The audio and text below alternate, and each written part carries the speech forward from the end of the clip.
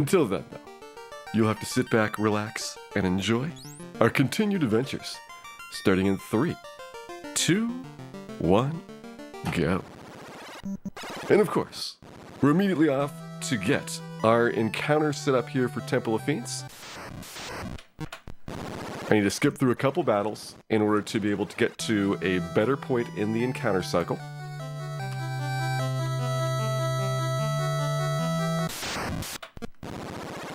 And this way, I've got a path through Temple of Fiends that doesn't involve any gas dragons on the 3rd floor. Gas dragons are unrunnable and very, very damaging. So you really want to avoid those. And on top of it, mostly lets me avoid the other generally bad monsters in a lot of locations. How far along would be for 30 hours on the Thief Run? It's a good question. I believe that if we were doing a Thief Run 30 hours in, we might have beaten Astos, but not definite.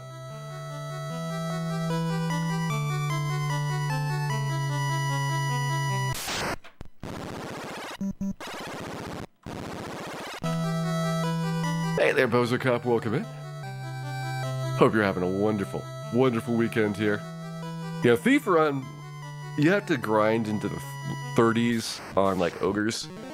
It is definitely a very, very large undertaking to be able to get to post-Astos, but fortunately post-Astos, it speeds up a little bit, because you can pretty quickly get from grinding Astos out to having that Zeus Gauntlet, and you can finally do some AoE attacks, just like White Mage had.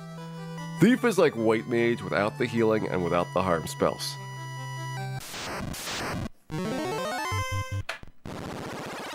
Hey there, Odran. How's the final stretch going? Well, we're going to give another attempt here at going down to the left, to the right, one back for luck, and then 2,000 years into the future, or past, one of the two. We can't quite tell. There's no windows to the outside. What is the thief's best non-magic weapon? The rune sword. Contemplate that. You're a primary attacker, and your best weapon is the rune sword. Now, the White Mage, obviously, you're way worse. You've got the power staff, but you're not really a primary attacker. You're primarily a spellcaster. So, the fact that your attack kind of stinks is more worked around by your other strengths. The thief has nothing but his handsome good looks and a propensity for cowardice.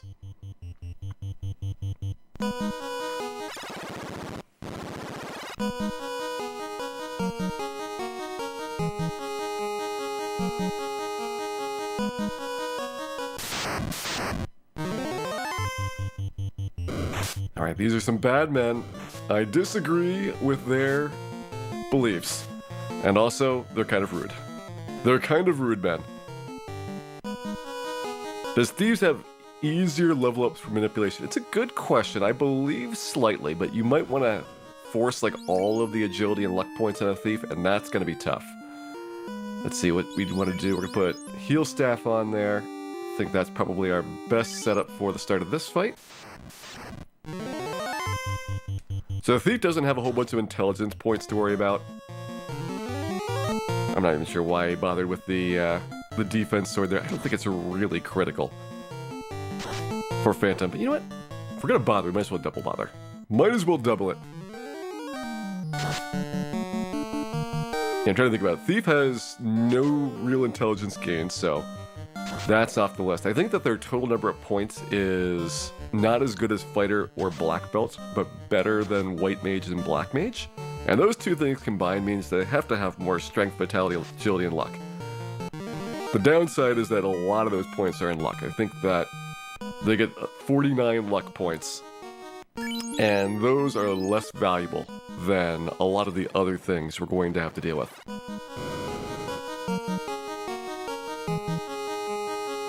Like the strength points, those make rolls easier. Vitality points make rolls super easy. Agility points, they're getting down the list, and then luck points at 4th in terms of priority, really far down there for value.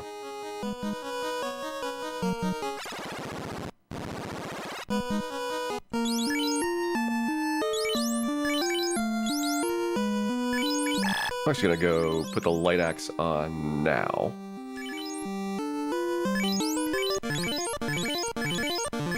Took a couple heals in advance. We got our purple worm fight coming up. So I want to make sure I've got enough HP here at the start that we can survive to the point that we have our purple worm in lockdown. And this is the first time that we've had a solo purple worm. So this is really good.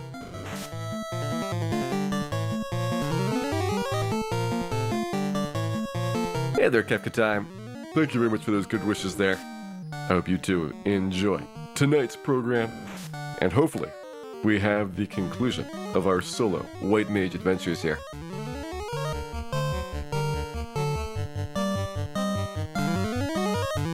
The idea of the light axe is that's what I want to have versus Kraken coming up. Got kind of a thing planned out. Phantom is Mage Staff. Not Kraken. Phantom is Mage Staff. Lich is light axe. We have Black Shirt for carry. She isn't weak to ice, but it's our biggest damage dealer. We got Thor Hammer for Kraken. And I'm thinking Black Shirt for Tiamat again. Well, no, we should probably just do Mazbune. I bet Mazbune is going to be better overall. Because I can't imagine that we're not doing at least 150, 200 damage on it. So yeah, Mazbune for Tiamat, Mazbune for Chaos. We go that strat.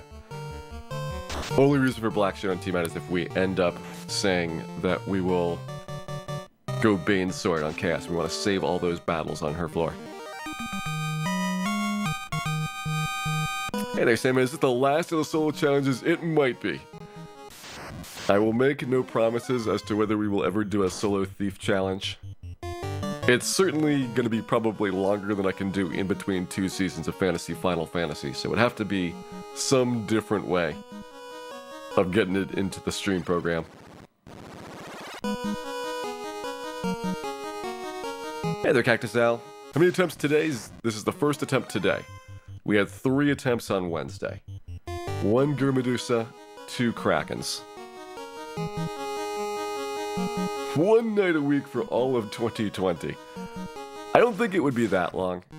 I think that, if we're realistically talking about a 60 or so hour run, it's at most 12 weeks.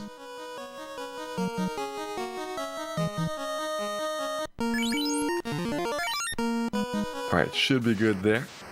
And now, time for the Lich. I'm just going to go light axe in. So what we've seen is that if we get lucky, we could get only double, or only single nuked. But most likely we're going to get double nuked.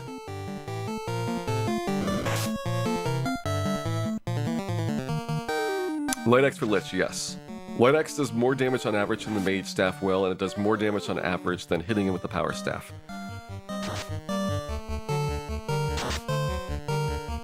Alright, there's the next spell. Zap, alright, so we were on good pace. Now we have not much time to avoid that second nuke here. Dan, can you land a good one? Dan, you gotta go first. You gotta go first here. And nope, we got nuked. 2 big nukes as well, that's unfortunate. Really close on that one. Almost got away with a single nuke, but instead we lost 10 more heal potions at the end.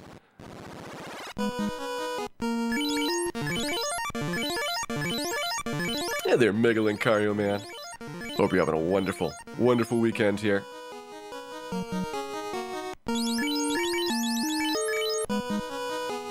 hope you're ready to enjoy some solo White Mage. Marish, thank you very much for gifting those subs out. For everybody receiving one, I hope that you enjoy those emotes. And Marish, thank you very much for that. That is much appreciated. Hope you're having a wonderful day here today.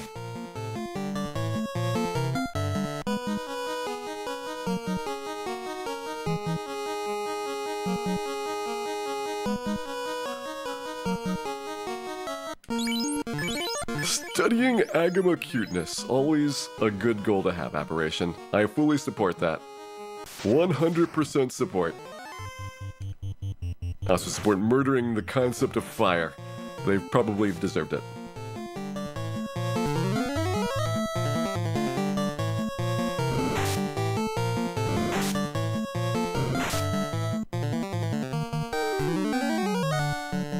Alright, I'm just gonna go triple defense. These things probably can't hit me with a double defense.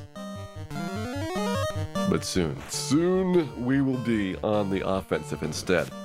Wonder War Mix gonna be back in stock, well, once we get Solo White Mage Challenge done.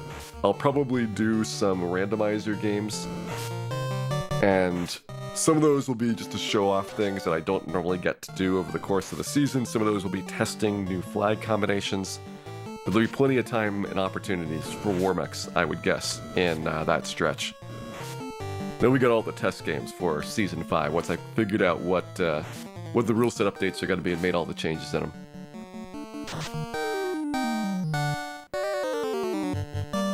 My suspicion is that, because we got so many things added at the end of Season 4, what I'll probably do is mostly focus on the randomizer and bingo rule changes this time, and have a smaller number of new features for Fantasy Final Fantasy, mostly like display related things.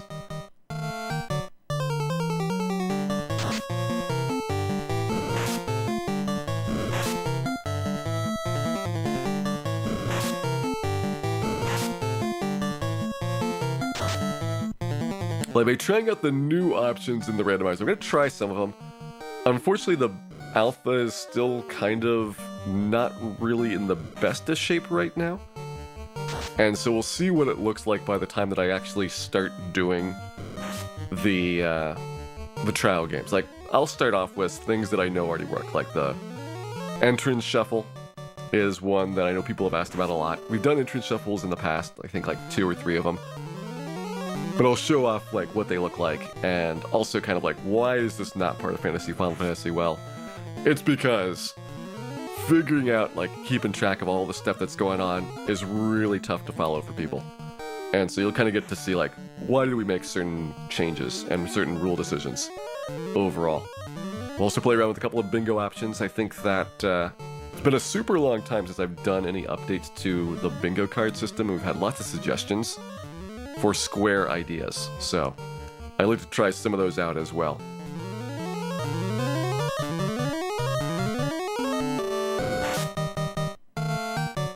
Can I explain Fantasy Final Fantasy? Well, all the details are at that link there for !FF. But if you like the short explanation, if you've ever played fantasy sports of any kind, where you basically draft a team and you score points based on how well your drafted team does, well, imagine the same thing, but you're drafting monsters.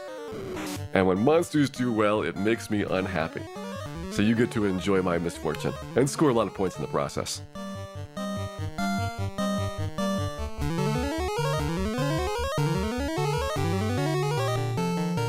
Channel points not working. Yeah, I think you can only do the emote options on mobile, and you can't do any custom redemptions, even though custom redemption is just clicking a box and then typing in one line of text. So I'm not sure why they can't get it to work on mobile yet, but hopefully it will be available someday. And in the meantime, all your points do accumulate, unless they reset them, which they have kind of threatened to do, but at the same time they have twice gone past their deadlines without doing it. So I'm assuming at this point, points are not going to be reset.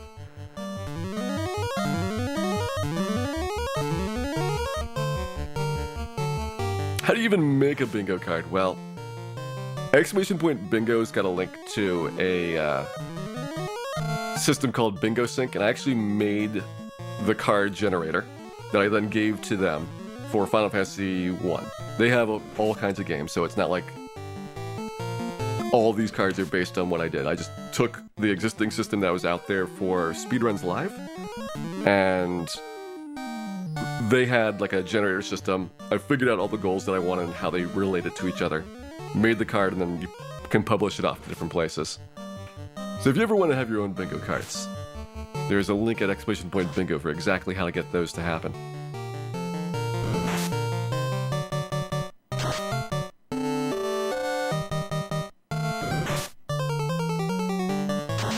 The single bingo square called a bingus. I think it's called a bing. We got 3 bings so far. Alright, pro cape off, black shirt on. Let's go take Carrie down and hope that this fight goes well. It's been going pretty good so far. I mean, the biggest thing is like those early hits really hurt before you have your defense so up. She got super lucky on that first one as well. Clearly getting some good swings in here. Now with triple defense, we're in pretty good shape. Half of her spells are going to be fire 3s, and those do about 40-50 damage. We've got every once in a while the rare physical attack that sneaks through, but usually it's the slow burn down of the fire 3 that'll get to you. And you hope that Dan does not get rubbed through a ribbon, because it can happen. We have seen it happen. Dan has been rubbed through a ribbon, banged through a ribbon, bracked through a ribbon, zapped through a ribbon, probably XXX'd through a ribbon. No, that can't happen. You can't actually get XXX through a ribbon. That's the one that you don't have to worry about. Hey there, Mikhail AP. Welcome in. Hope you're having a wonderful, wonderful weekend here. And thanks for the good wishes. Carrie with the big hits. This is not good. She snuck 2 criticals through. It's the first time that we've been in serious trouble against her.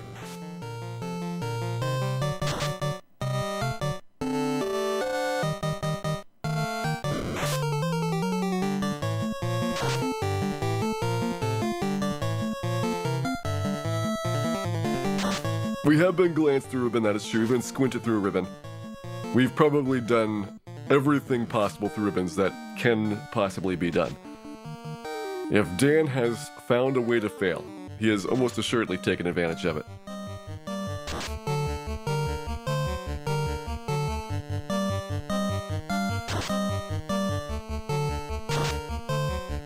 Alright, we can take one more fire 3. So, 3 spells to give, 2 spells to give now.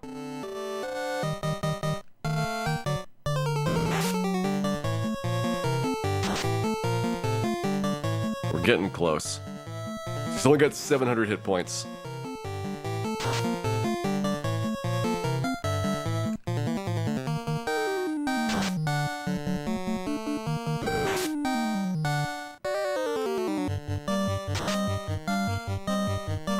Might not have any spells left. Well, we've got 1 spell left. There's the one in between the next fire 3. 1 spell left to give.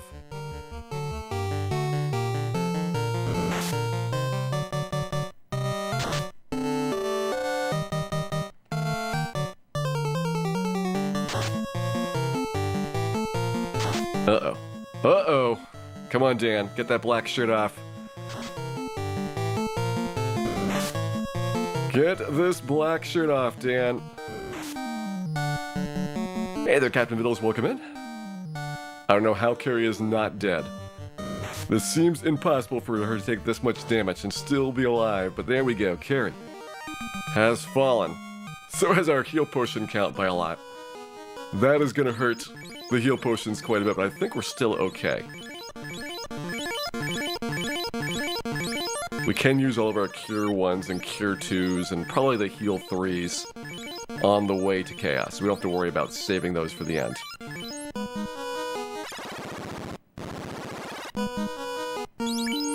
What's Cure's next spell after Rub? Every other spell is Fire 3. So it goes like Fire 3, Rub, Fire 3, Stun, Fire 3, Rub, and so on.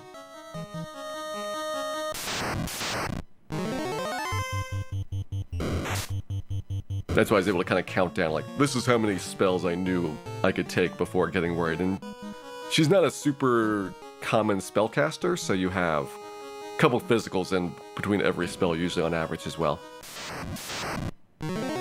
So the floor with the Masbune? Nope. Next floor. If we could get the Masbune here, it would be really good.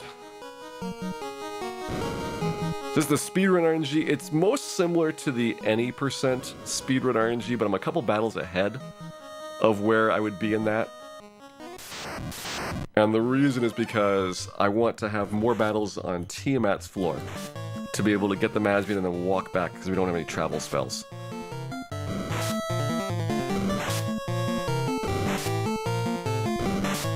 By the way, we are 1 step in front of Kraken. 1 step away. So get all healed up and let's get cracking. Here we go. This is the toughie. Do get our first defense sword up, that's good. Unfortunately, he attacks, that is bad. That is really bad.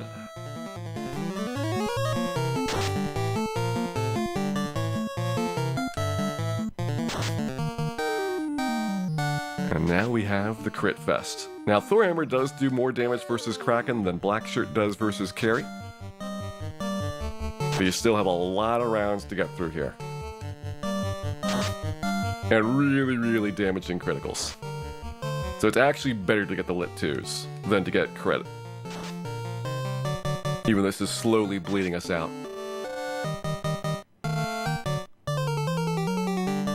Hey there, the Stan, welcome in.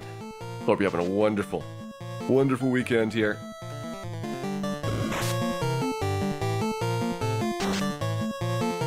How much HP does Kraken have? 900.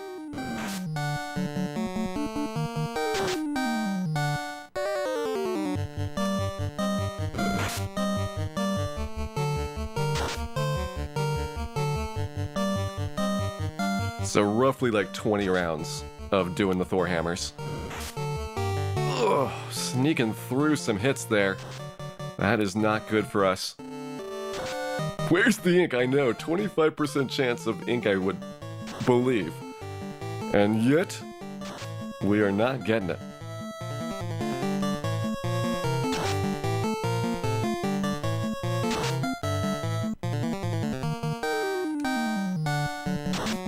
Can you look at the Fiend refights? No, it relies on the game actually running to have the Fiend refights in there. It's only going to show you the base Fiends, because there's no active game. What it does is it auto switches once the Fiends are dead to know that it's doing refight mode. Oh boy, this is tense. This is tense now. Just need more inks. We need more ink.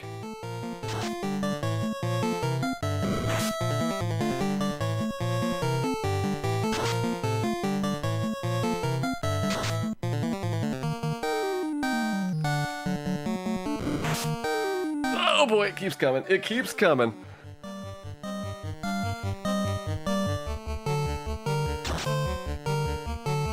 There's our first Kraken. We got a Kraken down. Those were not crits. I only did 2 defense swords to save a round. In the end, I don't think it paid off. Well, that's the choice that we made there. Oh boy. 25 heal potions to go. Plus all it cures, cure 2s, heal 3s. Like, I'm not totally boned, but I'm very worried about that. I think we'll just leave the Thor hammer there for now.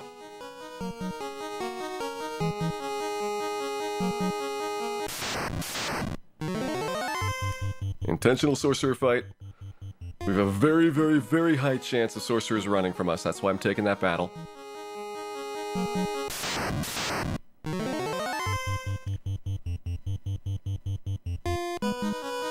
I am not ready for the purple worms. Not ready. They're coming up, though. Dan is trying to lose intelligence, but it's not effective. Hey there, Killer Ink. We level 50? Yes, we are level 50.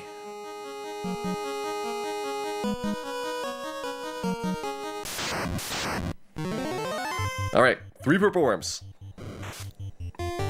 Let's try and get buffed up. Start taking them down. Really don't want to use my big healing spells here.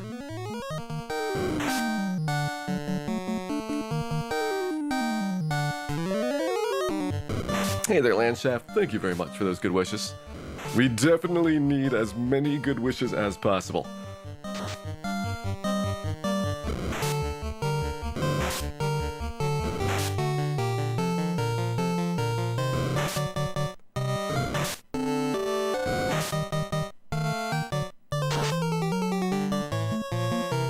It's a good start, yeah. White Mage is going to have an easier time here because you start with like 200 additional hit points, and that's the same as 2 critical hits worth of extra space to give.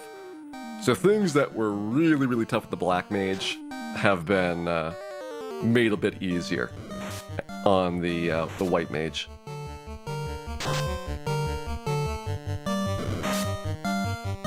$124 no crit. Yeah, the purple one doesn't have a lot of defense. Which is not true for the Fiends and Chaos, so you'll see that Masmoon is not going to be doing hugely more than this. It's mostly going to be powered by the fact that you've got 4 attacks per round instead of 2 with the Masmoon. That'll be what your big help from that is.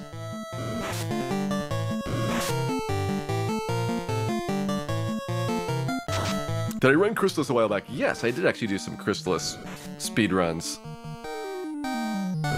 a while ago, and it's a super fun game. Highly recommend it. Like, it has been one of those games which I really enjoyed when it first came out, and still really enjoy to this day.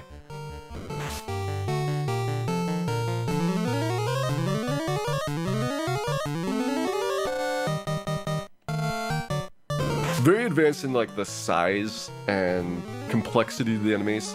So things like the giant bug fight for the ball of fire.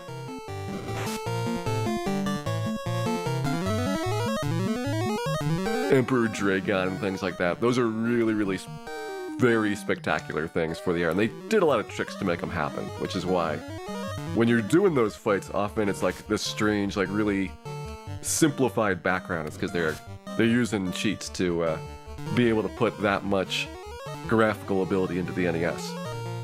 But I'm glad that they kind of figured out how to make those work. Like, even like the regular sized monsters are pretty impressive. Just how fast they can move around and how fast they can shoot things like Sabera or the vampires and stuff. What is guarding the Masmoon? Only Dan's inner demons. His outer demons are guarding the rest of the floor.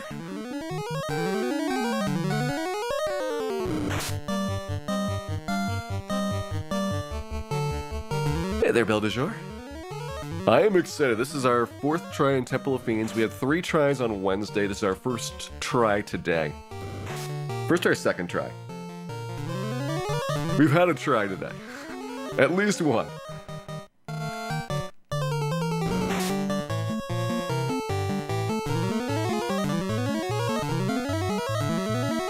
They all blur together after a while. There's a trap tile fight? No, it's just in the progression for it, and there's so many bad fights down here that you can't really delay.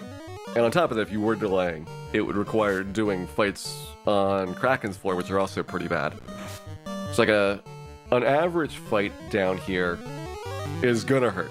Average fight on Kraken's floor, it's gonna hurt less, but it's still gonna hurt a little bit, and you just can't afford to give up all the damage that you need for it. Ever played ActRaiser? Yes, I do recommend that. Both ActRaiser and ActRaiser 2 are pretty good. ActRaiser 2 is basically realizing that people only play ActRaiser for the action game and not actually the simulation mode. So they just took the simulation mode out and made the action game super hard. This is kind of like professional mode in ActRaiser 1. They made it a little bit too hard though. ActRaiser 2 is a really, really hard game.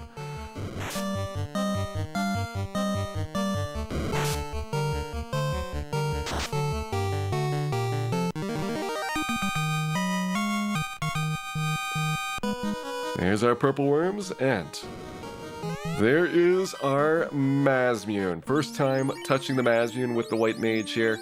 Let's go ahead, put that on, and try and get back to Tiamat.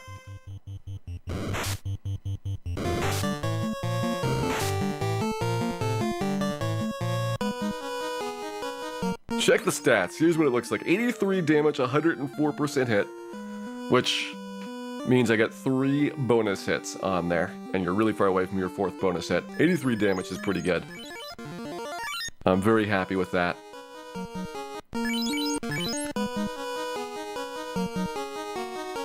I mean, I gotta be. It's all I can get. It's the maximum strength with the Masmoon on. There's nothing better you can do with a White Mage. We got all the points. Ah, so much air damage. Super unlucky there, Dan going 6th in that round.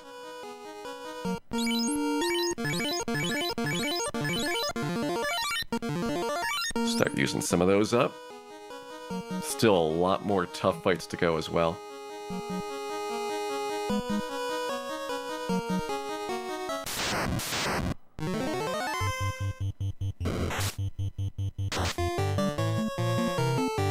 Windman, thank you very much for resubscribing there. Glad that you've been enjoying the show and hope you enjoy your shiny new orb there.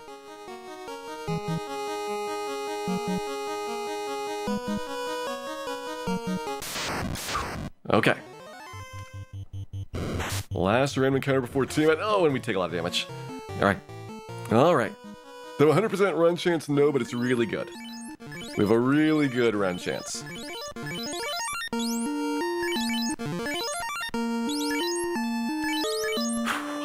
Alright, team at time.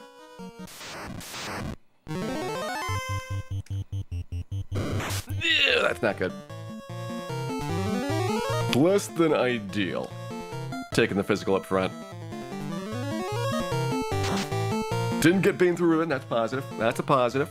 This will be a very good indicator for our Chaos fight, what it's going to look like. Ooh, 352. That is better than I was expecting. Let's see if it keeps up.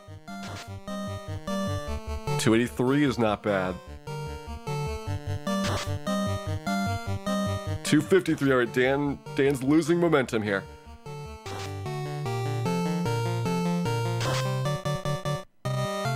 All right, it seems like we're in that 250 to 300 range. It's good. It's better than I was hoping for, so I am really happy to see that. Clearly the extra bit of strength the White Mage has is really helping here. You have a little bit more starting strength, even though Black Mage also got 49 strength points. You have as close as you can get here. No damage. Chaos time. Now Chaos is going to be hard. There is no way around it. We've got our backup Bane sword here.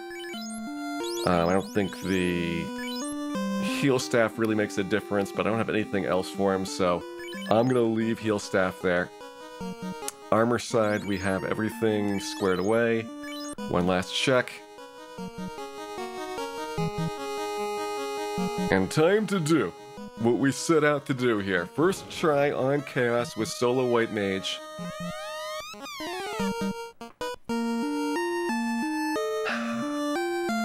Here we go.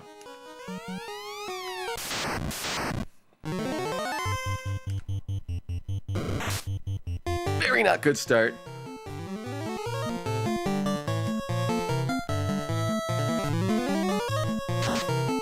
Nice 3, alright. I'm gonna go triple defense. There's crack, didn't work. Now the thing is, we know that Cure 4 is coming. He's only one spell in, but I'm trying to bait out the Cure 4 before going ham on him. And that's what these Cure 3s are for, to keep me in this. Of course, he's not doing spells all of a sudden, because he's rude like that. Right now, 2. Now he's doing spells again. 2 damage, okay. We got a problem here. Oh, and Dan gets slowed. Dan got slowed. That means we cannot kill him with damage. We have to go Bane Sword. We're gonna have as many tries as we can get with the Bane Sword. 3 in 256 chance of Bane working on Chaos. We hope that he does lots of physicals that'll keep us alive for longer. We don't need to care about Cure 4 anymore. Whatever. 58 slow is not bad, but it's still 18 rounds, so I don't think I can get 18 turns in before we would get to back to Cure 4, and on top of that, you have to worry about not doing 58 all the time. You can do a lot of 2s, or 1s in this case, now that we have no more extra attacks. Would white armor help? Nope. So the white shirt does not provide any benefits other than fire resist and death resist, which we also have from our ribbon. And this is true for everything. They didn't add the concept of bonus magic defense or other stat bonuses when this game was first made. Those are all in the remakes. So you have, for a lot of this, just simply a reliance on elemental resist as your only change. Never seen Chaos Baned, it is tough. Can you fear him? Also tough. Equal odds of fear and Bane. So I don't think that there's a reason to go anything besides the Bane Sword. Oh, and he crits through the defenses. That is hurting us a lot. That's a lot of turns we just lost.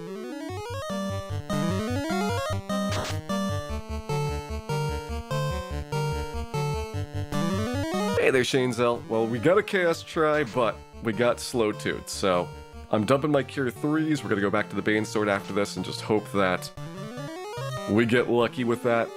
He got Slow Tooth twice off, both times landing, which is not really good luck for our future attempts in there. Alright, he's 4 away from his next nuke. Let's go. It's Slow to a high chance of landing. It didn't seem like it would be a super high chance. We do have level 50, so we have a lot of magic defense in here. But you never know what the odds are going to be. You can look at my HP tick down. We have no more ways of fixing that, really. Heal 3 does not outspeed his other moves on average, so it's not worth doing anything besides the Cure 3s. Greffrey, thank you very much for those resubscriptions. Glad you're up to getting your shiny new orb here. And thank you very much for the support. Alright, this is it. Dan, one last chance at the Bane Sword. Or can you dodge? Can you dodge a whole bunch? Cannot dodge. Dan cannot dodge. Well, first try on Chaos. We got a pretty decent amount of Bane Sword tries in there. I'm surprised at how many we did. Considering it's 80 on average to kill him, we could probably Bane Sword him in like 4 or 5 trips down. But that's more than I want to put into it. I hope that we can get a second try in there without getting Slow Tooth.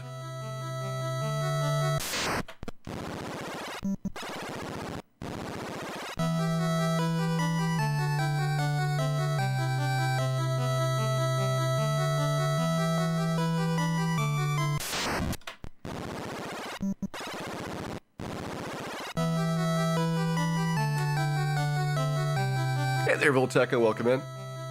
Hope you're having a wonderful, wonderful weekend here. We are currently working on Temple of Fiends. We just got our first trip to Chaos. Did not go quite like we hoped, but we will try again.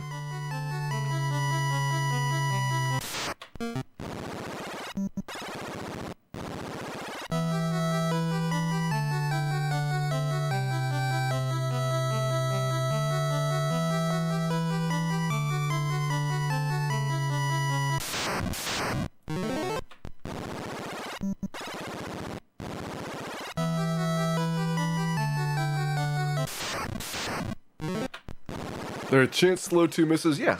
I mean, we've seen, like, Black Mage get through here, and Black Mage was able to eat a Slow 2. Just have to get your magic defense roll to work on it. It's non-elemental, so you don't have, like, a ribbon resist it. But you always have magic defense, which is going to be up 98 points from the start, which is less than the fighter of the Black Mage gets, unfortunately, but it's the most I can do with White Mage here.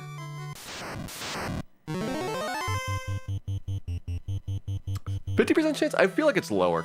I feel like Slow 2 is actually pretty uncommon to land. I think we just got unlucky seeing it happen twice in a row. I mean, it's in the same fight, so once you get the first Slow 2, the second one doesn't matter.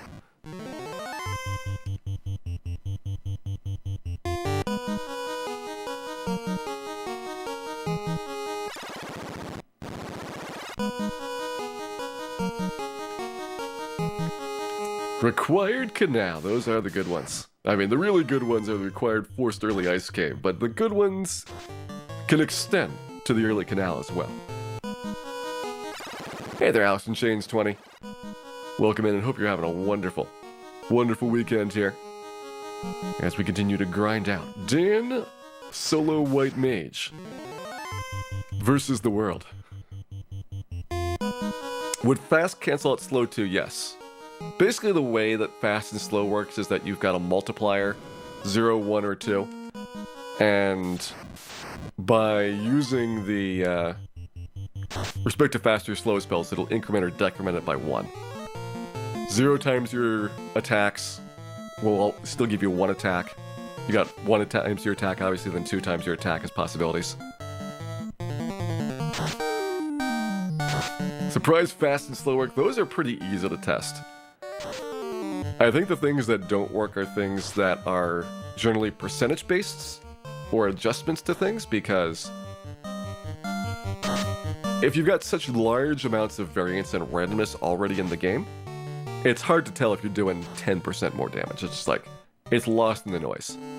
Whereas the fast spell, you have 4 attacks, now you have 8 attacks. Really easy to see it. Yeah, slow 2 would make you do 1 attack per round because you have 4 attacks times 0. Just 0. And then your minimum is 1, so you get 1 attack.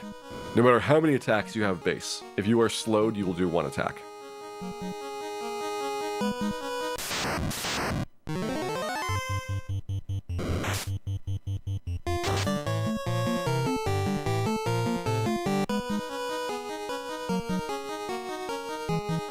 This is a really big advantage Black Mage had. The White Mage has got the advantage of more hit points, which makes a lot of other things easier. And then also the advantage of having... coming through this with healing spells, which I just realized I don't have the heal staff on Dan currently. Which means we can't get any free healing on this purple worm. Luckily we're only, well, now 253 damage down. We were only going to be 100 damage down, which would have been fine. Still, I lose another 5 heal potions from that critical. It's okay.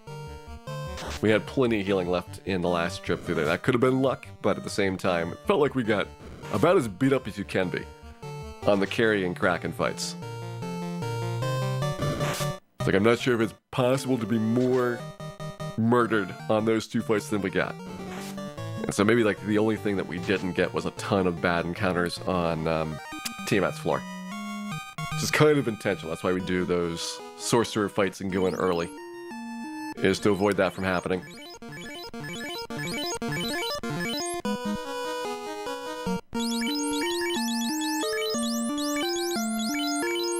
Here we go. Now we're set up.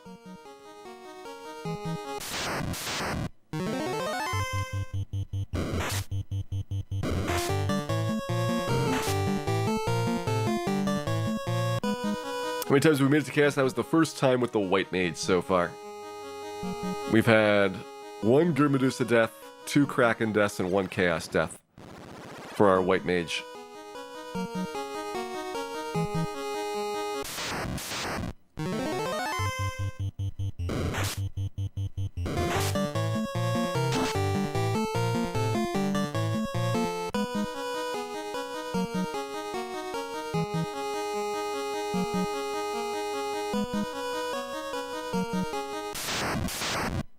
Yeah, slow is pretty devastating overall, largely because it's non-elemental.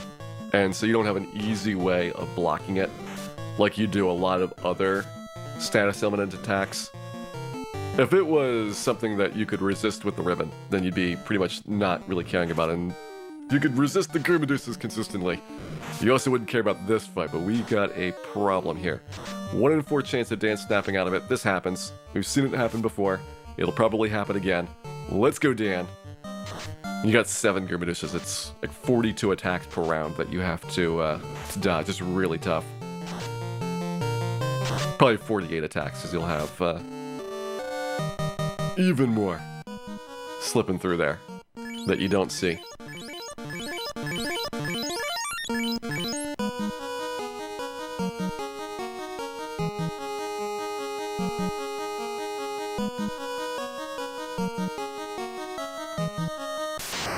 Alright, Lich time. Last time we were really, really close to avoiding the second nuke, but we still have been double nuked every time.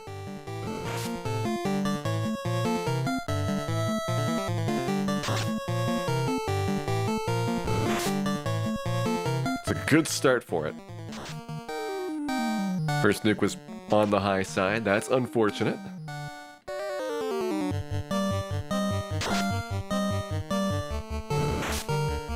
Now I got a really good chance of avoiding the double nuke.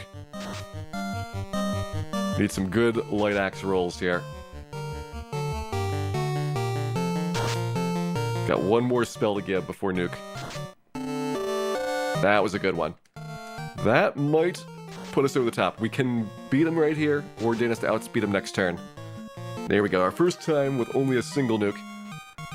Feel really good about that. I'll probably want to drop a couple of heal potions down anyway to buy some time for getting the defense swords up in the firefight.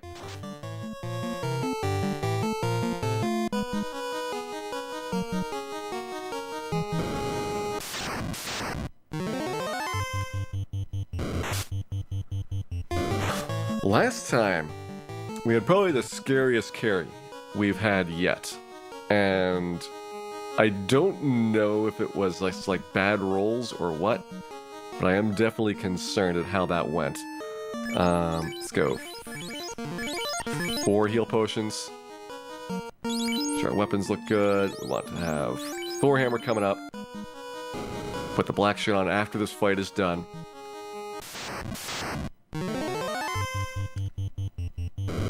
So many delicious Akamas. They are, in fact, rich in minerals, fiber, and philosophical concepts.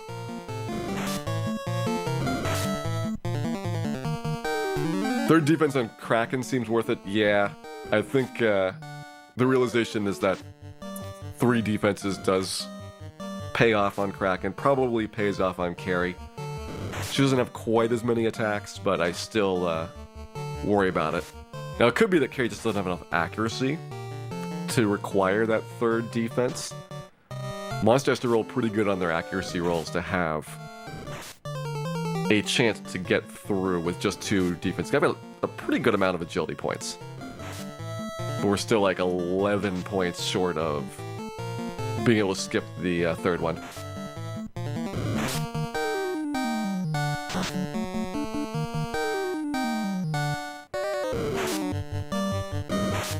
You think Carrie got through 2 or 3 times? Those were criticals that I remember for Carrie.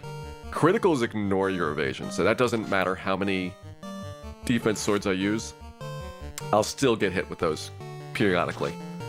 It's the reason why you can never be totally safe. Like, if you could actually just totally turtle up, then things like Carrie and Kraken would be a breeze. Like, you'd be guaranteed to be able to beat them every time. Sucks losing the Mazmune? Yeah, if we had the Mazmune, the fights on the way down would be a joke. Because it'd be like 3 rounds to kill a lot of the bosses. 2 for Lich.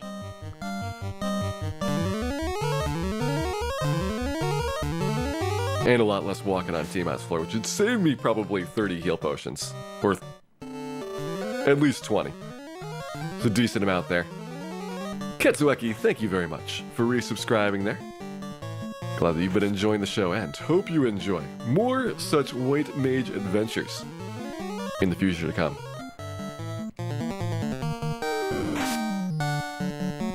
Hopefully they're not more such White Mage adventures. I just want to point out that if we can do our White Mage solo chaos victory, I feel like we have pretty much done everything that can be done with a solo White Mage. That is noteworthy and interesting.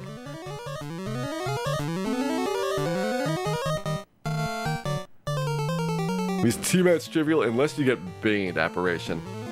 We have been Baned through the ribbon with Tiamat in the past. I mean, we've been Baned through the ribbon, rubbed through the ribbon. Pretty much all the instant death you have on the way down here. You can get cracked through the ribbon. Lots of ways that things suddenly go wrong in a hurry.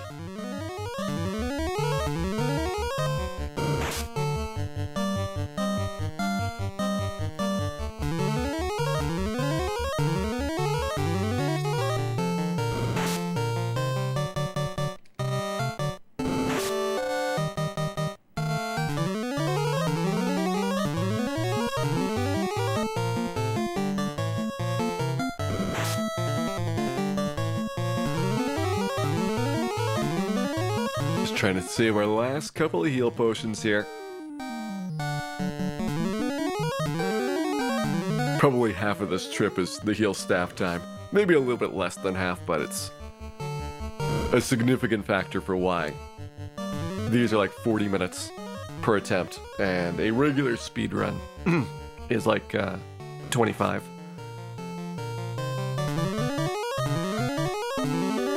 Okay, one more to go on Dan.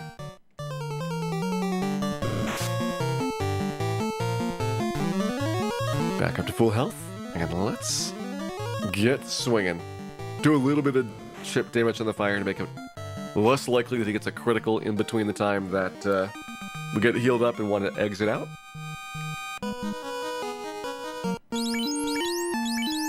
Swap our black shirt on. Not that. Yeah, that all looks good. It is carry time. Ooh, 285 from the start. That's not healthy. I mean, better carry than Kraken, but still, we do not like it.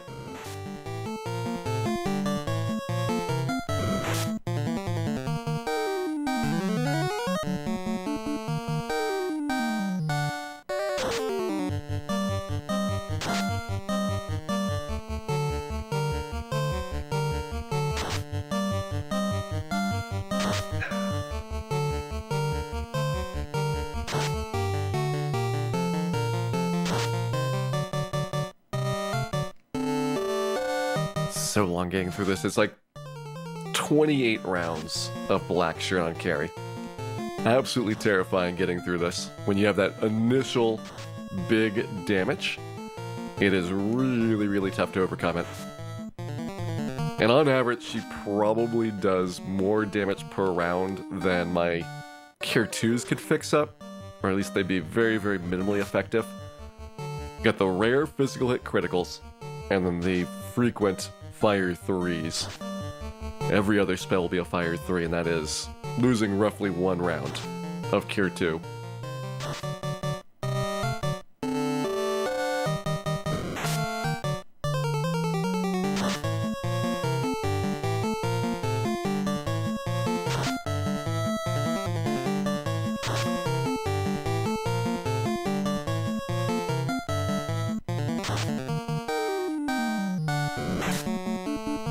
Crit. We can only take one more. And even then it would be very dodgy with all the Fire 3s to happen here. Same setup. Okay, now we got a problem. Now we have a problem. Because I don't think we are close enough. Let's say she doesn't crit again. Just the Fire 3s alone I think are going to kill us. So I'm going to have to drop a Cure 3 on this. And then hope that we don't get crit again. Alright, one of my Cure 3s is gone.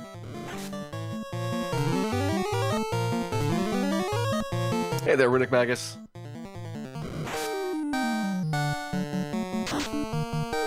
Hope you're having a wonderful, wonderful weekend here as we make some more attempts to take out Chaos and Friends. No, carry. Alright, there's our first carry death. One carry death.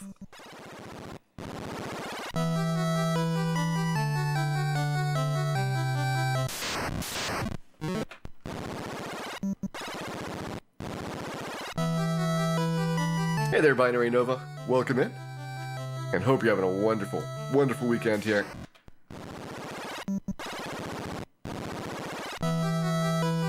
Lavkian, thank you very much for resubscribing. Glad that you've been enjoying the shows and the dance, and I hope you enjoy your shiny new orb as well. Alright, clearly, Tito's moving back. I just saw it turn blue. Yep. Little cable wiggle there. I'll plug that in all the way before going on the real trip. I think I was really close in carry. I think we were still like another 6 or 8 rounds away. So super long fight. The longest of the 4 fiends.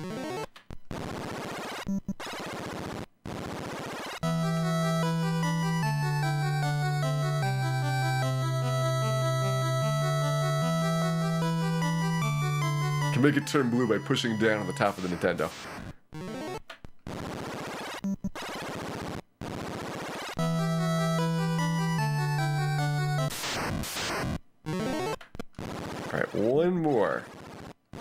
concrete.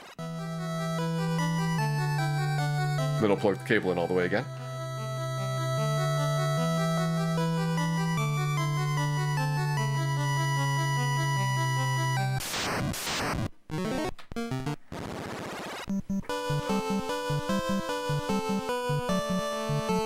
Good to go. So, to the left, to the right. One step back for luck, and through the bat gauntlet. Total bat manipulation right there. Make sure we have no bats blocking our way to the orb. Does not actually help with that. Just feels good to do.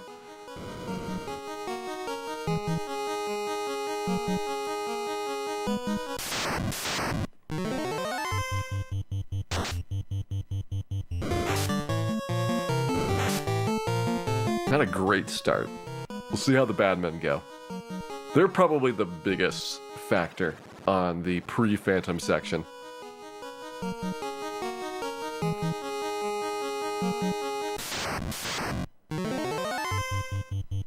Cypher279, welcome in, and thank you very much for the good wishes there. Hope you're having a wonderful, wonderful weekend here, and thanks for the good luck, Binary Nova. Alright, so we're putting heal staff on to start. That'll be for the purple worms after the chimeras, after the Phantom fight. First, though, the very, very bad man.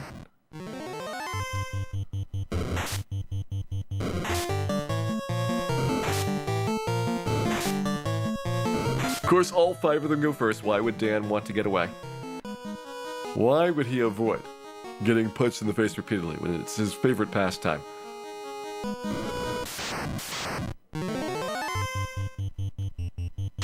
And in we go.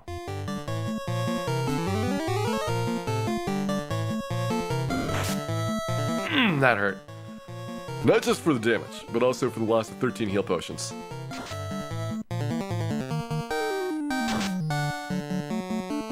The 13 heal potions probably hurts more.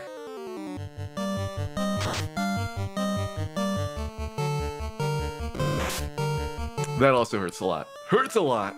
Alright, our first Phantom death. Those are pretty cheap.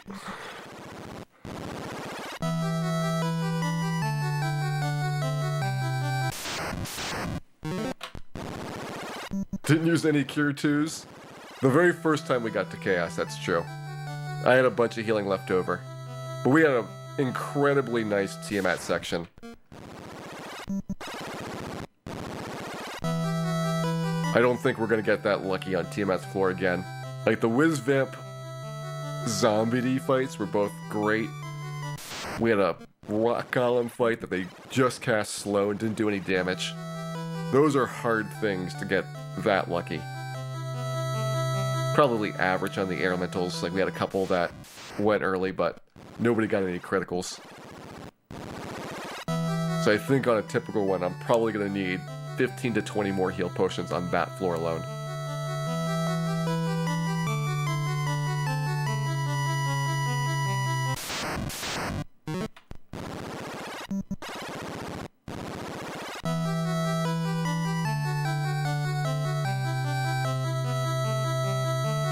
We've done Chaos. We've gotten one attempt on Chaos. Got slow 2'd, and the Bane Sword was not able to take him out.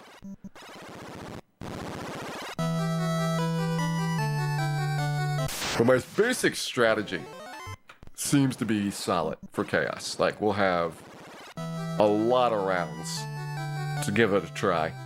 I just hope that we don't get very many poor rolls. Because every time you get like a 2 damage turn, it hurts way, way more than like a 2 damage turn on Tiamat would. Penguins Fan 2, thank you very much for resubscribing there. Glad that you've been enjoying the show, and hope you enjoy Season 5 as well, coming soon. In the meantime, enjoy the Solo White Mage Challenge.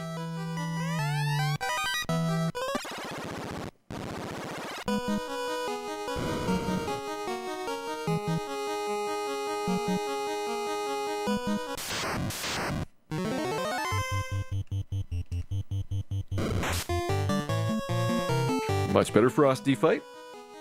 I mean, Frosties really are only about 3 or 4 heal potions on average that you're losing on them. So those are not as big, I think, as the Badman fighter that fights on the later floors. Like, even these can be decently more if they get some physicals in. And of course they all do. So 3 heal potions there.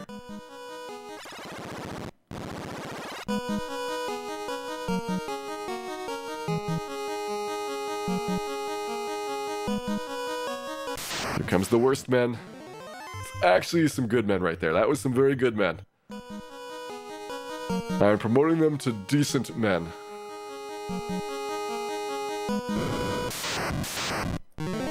And then, Phantom time.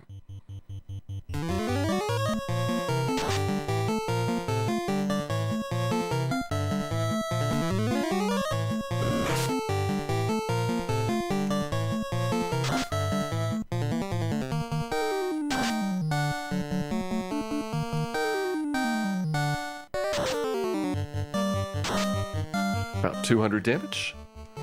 This one goes pretty fast because he's actually weak to fire. Most of the other things that we're dealing with are at best neutral. So Kraken's neutral to lightning. Carrie is strong versus ice, which is why we do so little damage to her.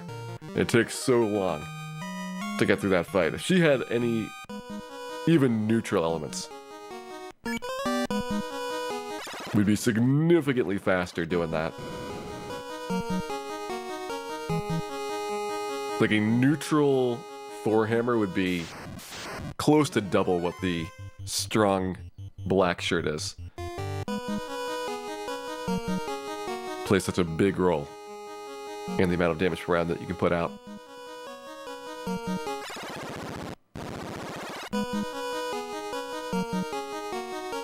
And perform time is Double Worm. Once again, I didn't put the heal staff, and I'm gonna have to save the game with the heal staff on Dan from the start. That'll probably make it easier for me to avoid forgetting that.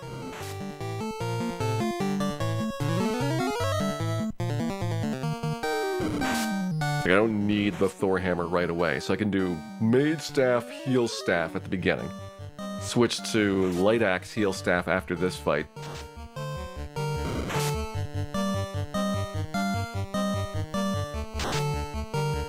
Put Black Shirt on after the Fire Elemental.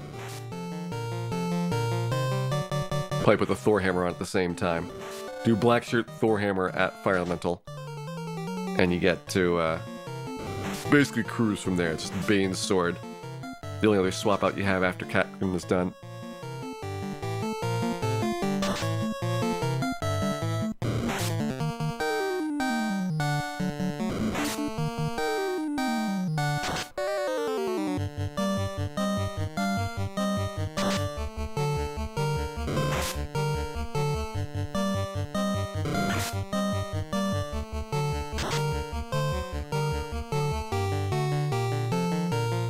Possibly one more hit to go. There we go. Purple worms were actually pretty nice. I feel like that went decently well.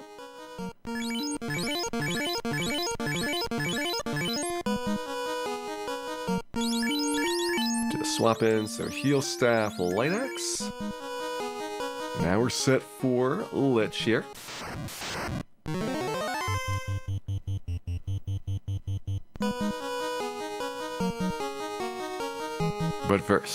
But first we have the Gurmedusas, and Gurmedusa is really 99% about the number that show up in the turn order. Because they're not going to damage you to death, unless you're paralyzed. If you're paralyzed, then you got a problem.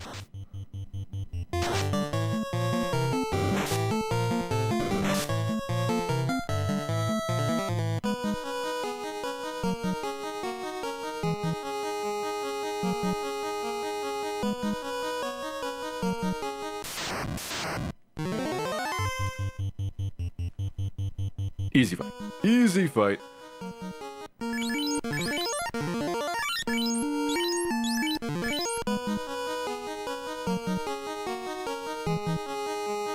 We're now 4 for 5 on the Gurmedusas. Which really shouldn't make a difference between Black Mage versus White Mage on him. Ooh, 101. Very nice nuke right there. Let's see if we can outspeed him to avoid the double nuke. If he goes hard on spells, we can't.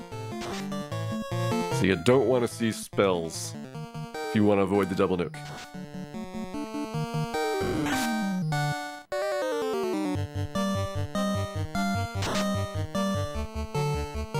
I also need some better rolls. We need like some 130s in here. 126 is not bad, but he has nuke coming up next. And 386. Okay, well we got a very low-end nuke and a very, very, very high-end nuke. So the two extremes, which average out to okay-ish ones. It's like having, on average, 200s. That's fine. I can deal with that. When does Season 5 start? Probably after AGDQ. I'm looking at the schedule for what we have coming up. So there's a little bit to do for... obviously, solo White Mage. We got some more Dragon Quest 4 on the agenda. We have a few Final Fantasy randomizer games with various flag settings I owe people. We've got the test matches for Season 5, where I go and try out all the rule changes that we've got. So we'll probably have some things that work and some things that don't. And then we've got a very highlight Christmas. And I feel like it doesn't make sense to have like one game of Season 5 and then go to Awesome Games Done Quick for a week and a half, so if it's really close, what I'll do is probably just hold off until after that event is done.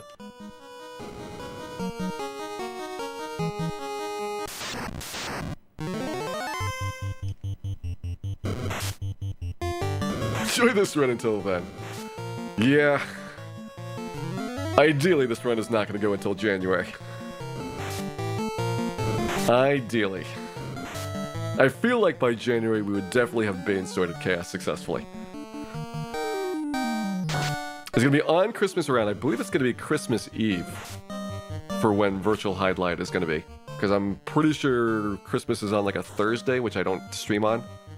So I'll probably have at least the Wednesday, but also possibly that Monday and Tuesday with some Highlight festivities.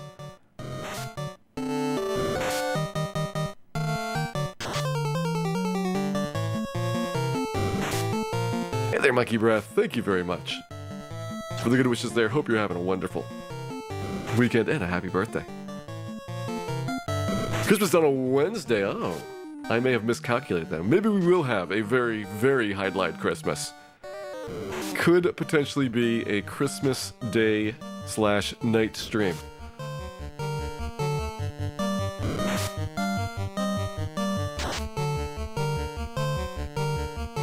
If you get highlight for Christmas, what do the bad kids get? You are the bad kids, Nemo. This is why you're getting highlight.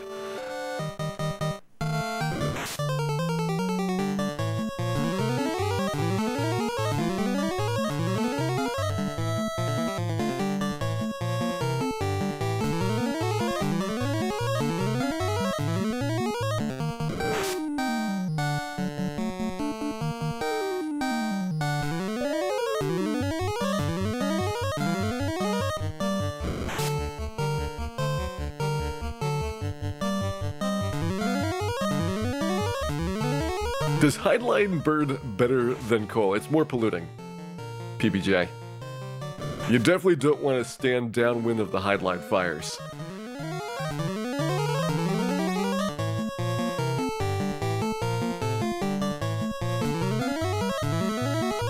This is as strong as Dan will ever be? Sadly, yes, Harold. Sadly, yes. It doesn't get better than this.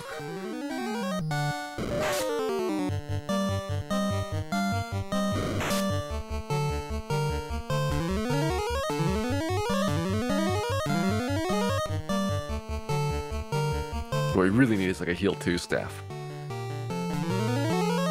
That would speed this up.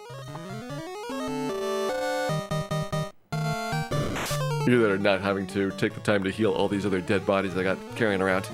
Toasted Zergling. Thank you very much for those bits. We'll put those bits towards the Melmond Relief Fund. Melmond.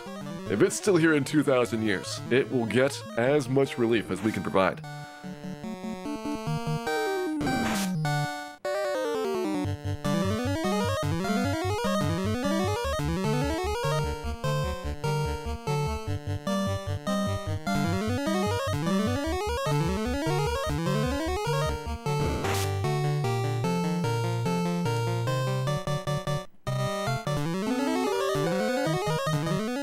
About 5 more heal stacks to go to get up to full. And then we will get, hopefully, our revenge on carry. We do have a carry death now. We've had 1 Phantom, 1 carry, 2 Krakens, a Gurmadusa, and a Tiamat death as our casualties.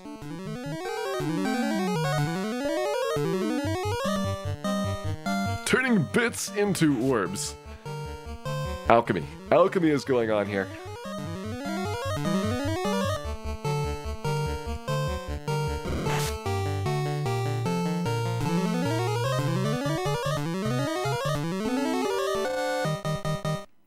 If Melman was launched into space, it would definitely improve the neighborhood, so I highly recommend.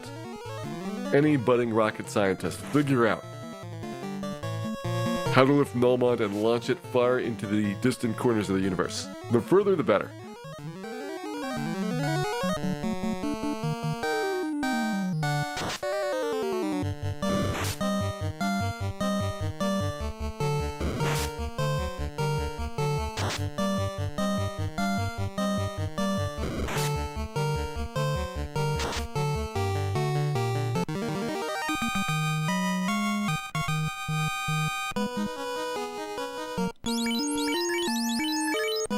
Black shirts on. Let's go. Hopefully we don't get physical by carry again at the start of the fight. That's been really messing us up this early couple of runs. 104 is better. It's not great, but better.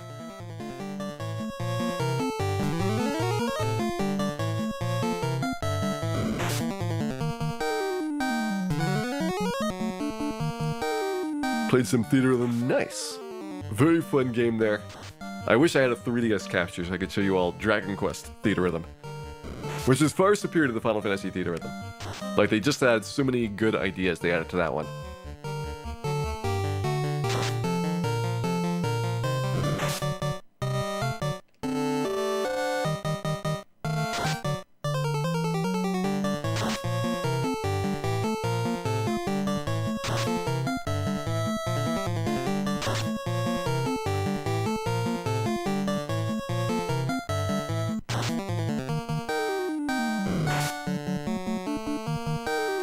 Yeah, pajamas. The 3DS capture cards. I mean, part of it was that I didn't really want to get a Katsukity one. So even when it was down to the last couple of weeks, it's like, well, you have to get one now if you want one. It's like, I'm not sure if I really did want to invest in it, because they have kind of a reputation for breaking. And you're not going to easily be able to get them fixed. Now, loopy ones, those would always be, like, continuously out of stock, so I didn't feel like I missed any one particular event. Just never got lucky for when they were up for sale. Alright, I'm gonna wait for a little bit here, because I had a problem of Carrie doing 2 consecutive criticals in a row. 156 and 169 are the 2 that we saw. We don't want to see that again. I think it's gonna have such a consistent rhythm on these black shirts now that it's actually the same number of frames for each input, or close to it. Dragon Quest 3, or Dragon Quest Theater Rhythm, yes. It is Japanese exclusive, so there was never a US release for it. But it's really, really good. And they did 2 for Final Fantasy that had both Japanese and US releases.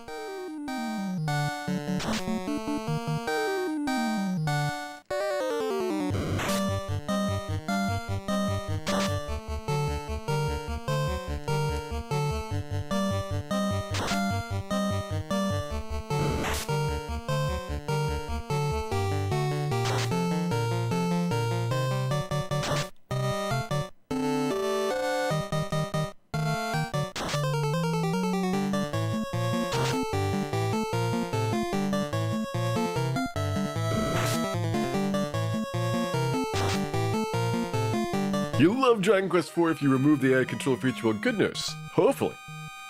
After we successfully defeat Chaos here, we'll go back and do some more Dragon Quest IV DS. As long as you control your characters in Chapter 5. I actually really like the NES version just because there's so much cool stuff you can do in speedrunning for manipulating it. But for doing the casual playthrough, the DS version has definitely been a lot of quality life improvements. Like, there's significantly easier stretches in there. Chapter 1's a breeze, Chapter 2 is incredibly easy. Chapter 3 and 4 are about the same between the two versions, but then back to Chapter 5, and other than the fact that you don't have Startle Effigy to abuse all the time, it seems like it's been very similar or slightly easier. Things like the Lighthouse and Pataquah Cave and all those were probably on the easier side, but the bosses were harder.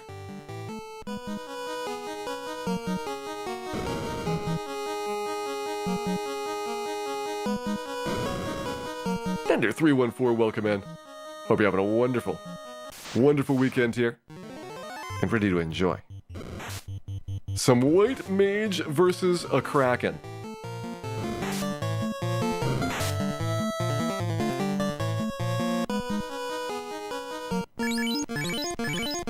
We've had one success on this fight so far. Will we have two? I didn't even put the Pro-Cape back on. That'll definitely help for success. Alright, here we go. Good start. We lost the coin flip, but he did ink instead of a physical. And he did lit 2 instead of a physical. So our best start yet.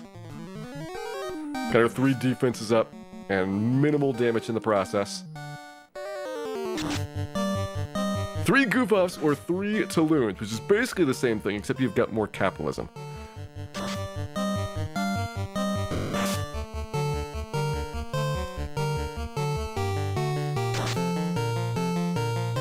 I mean, so far this has been a perfect Kraken, so I'm very happy with how this has looked. You want all your Krakens to go this well at the start. And he is much shorter than Carry. You just do significantly more average damage per round, even though he's got 200 more hit points than Carry does. The Thor Hammer damage difference is very substantial.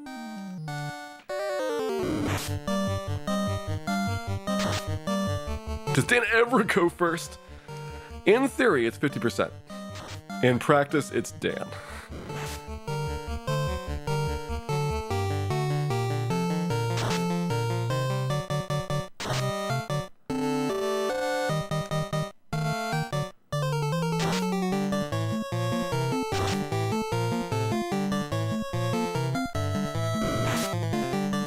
There's our first crit. We don't want to see those. Might give it a little bit of delay. Just because I don't know where Kraken's critical hit patterns are. And whether he's similar to Carry in terms of having a consistent gap with my Thor Hammer uses. I mean, it had to be different because we have 8 attacks per round versus 6 attacks, and we've got the Thor Hammer to place in the black shirt, but it still feels good. Whenever anything bad happens, you want to make an effort. Put some random delay in, so that you are less likely to be stuck into an RNG loop or to a recurring pattern of bad things. There's enough bad things around here already. We don't need to invite more.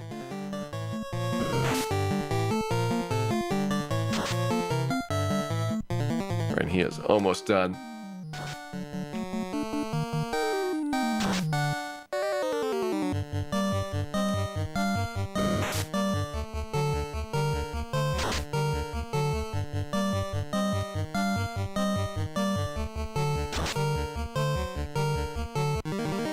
Why don't I put the hammer in slot 1? That's mostly just so I don't have to ever move the defense sword. I leave it alone. And that way there's no defense sword mishaps, where I mean to defense and I don't because I went to the wrong item. Hey there, Talons of Light. Well, this is going to be attempt number 2 for this stretch. We've got past Kraken twice now. We've gotten up to starting quite a few more times than twice, but we have twice been past Kraken.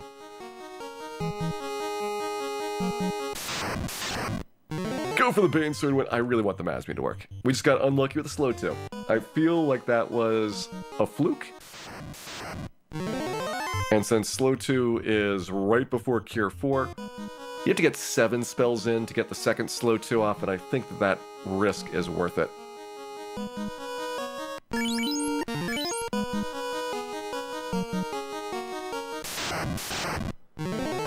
Okay, 4 purple worms. It is scary. We do have more hit points than we had with the Black Mage.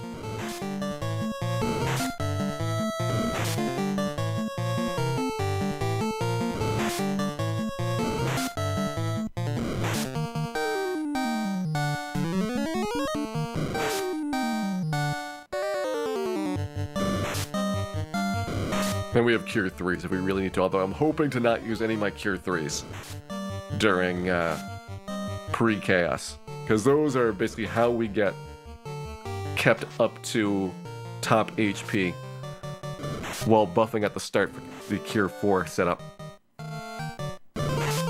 Mazmunes for Tiamat, and then Mazmune for Chaos. The reason we couldn't do Mazmune on Chaos last time is we got slow 2'd. And once you're down to 1 attack per round, you might as well Bane Sword instead. Just not going to do enough damage, unfortunately, before he gets through another Cure 4. But ideally you're Mazmuing Chaos as well.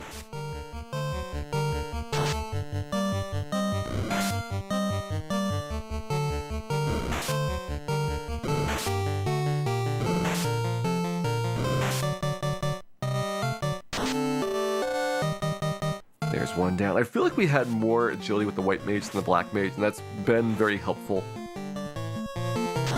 I didn't particularly prioritize agility points during the Black Mage leveling until we were probably in the later bits of the game. And as a result, Black Mage leveled up faster at the start, so there were advantages to it. But I think we're getting the dividends here in the late game. I'm seeing a lot more early dodges when I've got 1 or even sometimes 0 defense swords up, which is beautiful to have.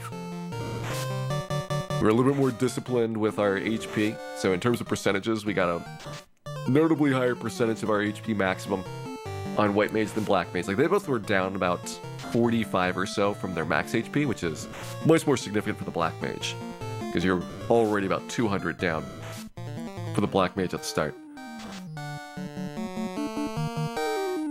Would Solo Thief use Bane or Mazmune versus Chaos? Solo Thief should have very similar to White Mage setup for damage output. However, Solo Thief doesn't have Cure 3. So you got the problem of having to deal with pre-Cure 4 damage in terms of you just have less health to work with. And so I don't know how well you would do versus just Bane Swording. Certainly for Warmech, Solo Thief is just gonna all be about the Bane Sword.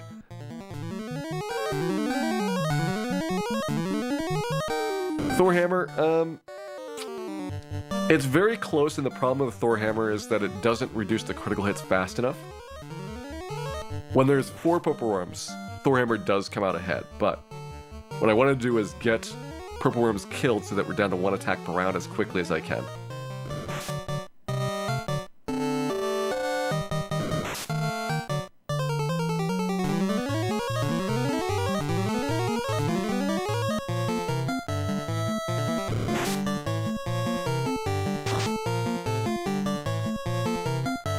Like Power Step, I want to say is like a 120 average on these Purple Worms. It's pretty good because they have very low defense. And soon it will be even better, thanks to the Mazmune. Go ahead, put that on. We already got our Bane Sword there. Our armor is all set. We have some fights to go. There's a lot of battles on the way back to Tiamat. We don't want to downplay this. It is a very perilous stretch, including some monsters that have paralysis. We are especially terrified by.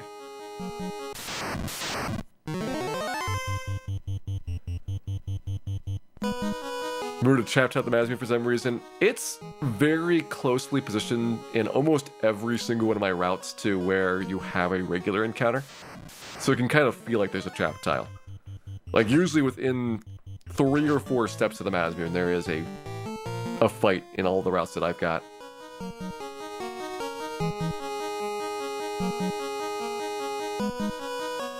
Last random encounter, I think. Is there one past Tiamat? There might be one past Tiamat as well. Same thing, the Whizbamp and Zombie D combo. And Ranzador, thank you very much. for resubscribing there. Glad that you've been enjoying the show, and hope you enjoy many more such adventures in the future as well. Now, Tiamat's being rude here, going for the bite right off the start, but it's probably better than seeing more Banes. Bane is like the biggest single scary run killer for the Tiamat battle.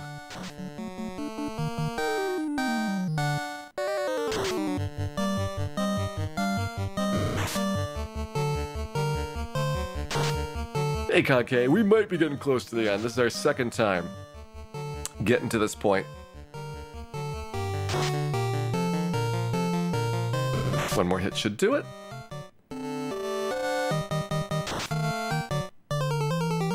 Alright, 2 mess down.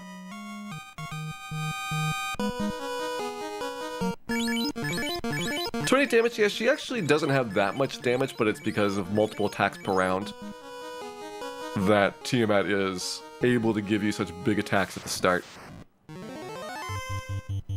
And we got the Opal Bracelet, Pro Ring, Pro Cape, and Ribbon on. That's quite a hefty amount of physical defense.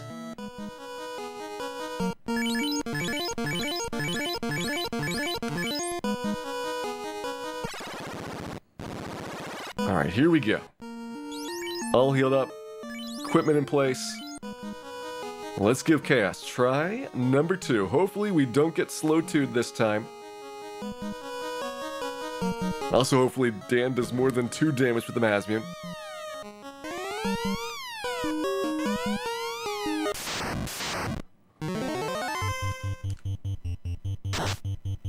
Didn't get cracked, good start.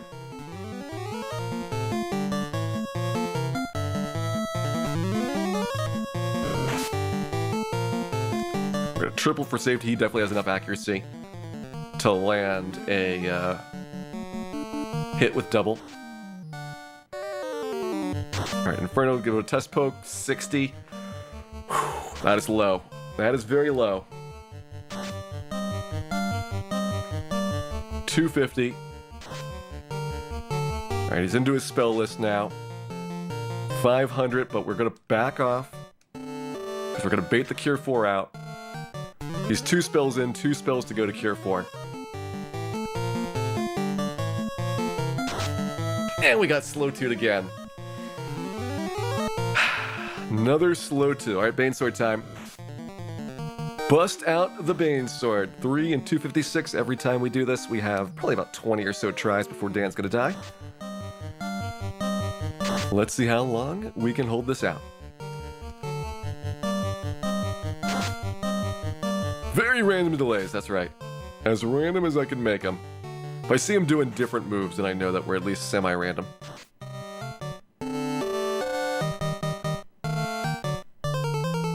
Different turn orders, different move set picks. Those all give you some confidence on it.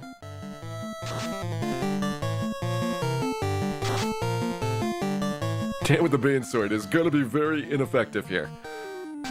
But it'll be so glorious when it works. So glorious. Alright, so he's 7 spells in. He's got the nuke next, so I'm gonna preemptively Cure 3 here to try and get some of my HP back. Obviously, we're not gonna over-heal the nuke, but I want to be in a safer spot.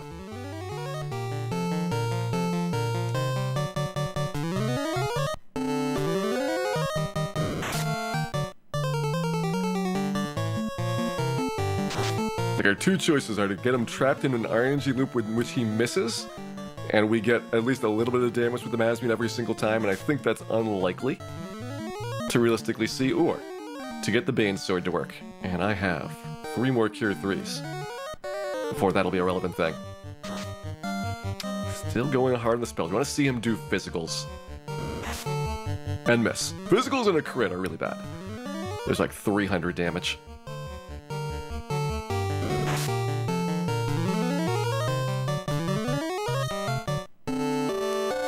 Yeah, Cure 4 is a free round now that we're Bane Swording. Hey there, Hexagon Heat. It is Dan versus Chaos, and so far, Chaos has got the edge. But Dan has got the Bane Sword, and maybe that'll make a difference. There we go, our first slow 2 that didn't work. Unfortunately, it happened the second time around instead of the first. He's 3 for 4 on slow 2s right now. It's disgusting.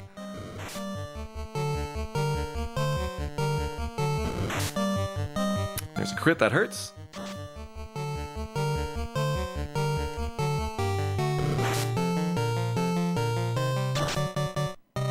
Can Taloon successfully equip the Bane Sword? I believe it is a type of half-plate mail.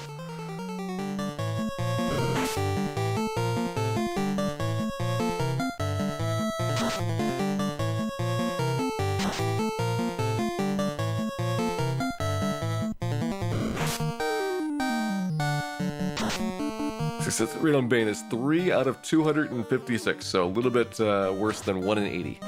But we have a good, like, 20-25 tries on getting. This is our second time trying to Bane Sword him. We had 2 slow 2 hits, which is why we can't Masbean him right now. Would Fear work? We only have 9 tries of Fear, and it's the same chance of Fear landing as the Bane Sword working, so you either have to Fear him 4 out of 9 times, or Bane Sword him once. Alright, give him a pause. Hopefully we don't get critical again. Our last gasps. Only 2 more spells to give. He's coming up on nuke pretty fast here.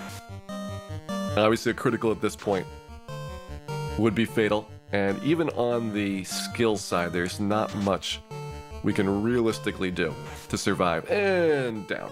Alright, second try cast has failed. We've had a lot of Bane Swords in there. We've had a lot of Bane Sword tries, so soon I believe, we'll see one of those Bane Swords work. I don't know if anybody counted, but I feel like we're up to like 40 or so Bane Sword tries. It's like I want to say we get like 20 in an attempt like that. He went all the way through his spell list and a half-time around again. Pretty big number of criticals on physicals. A lot of misses on physicals, and then not that many skills. I think after the slow 2, he only did like maybe 2 more skills.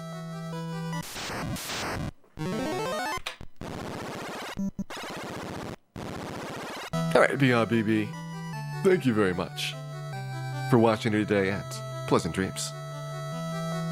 Yep, heal staff needs to be on before Purple Worm. I do have that on my list. And I'll actually do that as part of the setup here. Once we get the creep down. You can't save where you are in the encounter cycle, but I'll just put the heal staff on and save out here before doing the walk-in for the first zombie fight.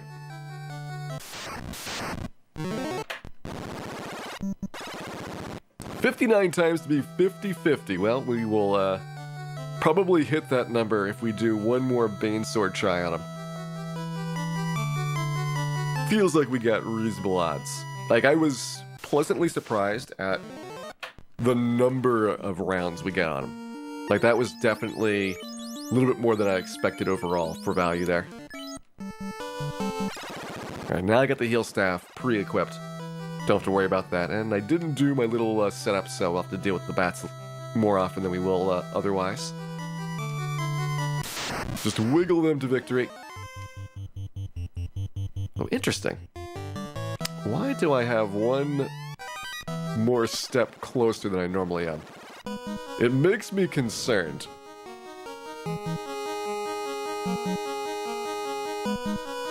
It's the right encounter, but I'm one step ahead of where I should be. It's like, how is that possible? Oh, because I took a step in front of the door. That's why.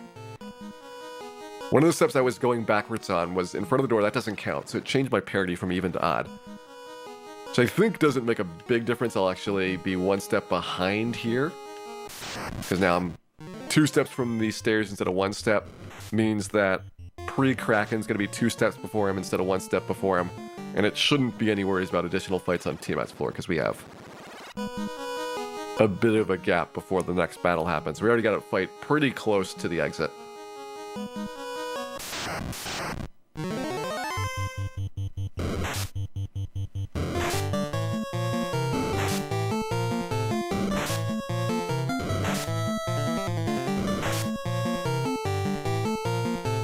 Kind of not very good, man.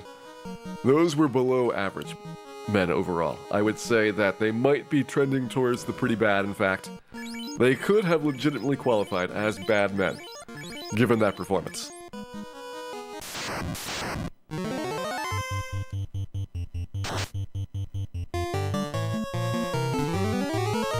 Means eating like 10 heal potions. We had a lot of heal potions left the previous time. We are not going to be on as good of a pace this time around. Already just lost another 12 right there. Get hit again by Phantom. It'll be our second Phantom death. He's actually got a very high critical hit rate, but he doesn't do physicals all that often.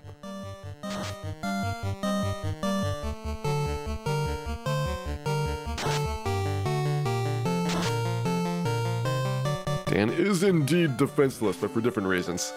Different reasons than Xfer. Disappointing men, yes. They could have gone better, I felt.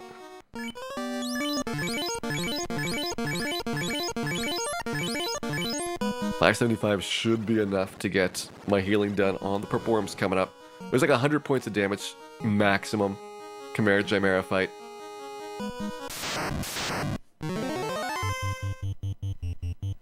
Got 0. So I can just drop maybe like 2 more down and be good. That'll be sufficient for a double Purple Worm fight. If it's a single Purple Worm fight, I could actually get through there with like less than 100 damage on average. How much harder would 9 evil men be compared to 9 bad men? I think they'd be easier, because evil men don't really do all that much damage. They have a 1 in 4 chance of wasting their turn with Xfer. So you could potentially save 25% of those hits, even if you did get bottled in by them. It's like, Evil Man's all about the spell potential. The fact that they have Nuke as their second spell cast is what makes them dangerous. In terms of, like, physical stats, they're actually weaker than bad men. Less HP, so they're easier to kill, and I'm pretty sure they do less physical damage. I don't remember them being, like, super rough.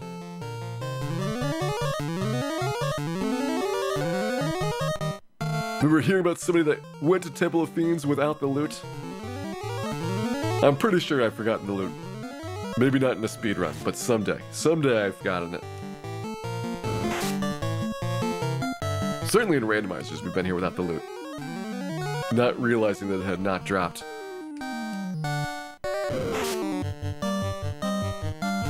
Yeah, in the remakes, you actually cannot forget the loot. There is a forced cutscene when you're exiting off of the floor where the king and princess are, that forces you to walk backwards and take the loot if you haven't already acquired it. Losing you time, by the way, so it is faster to just talk to them rather than let the cutscene play.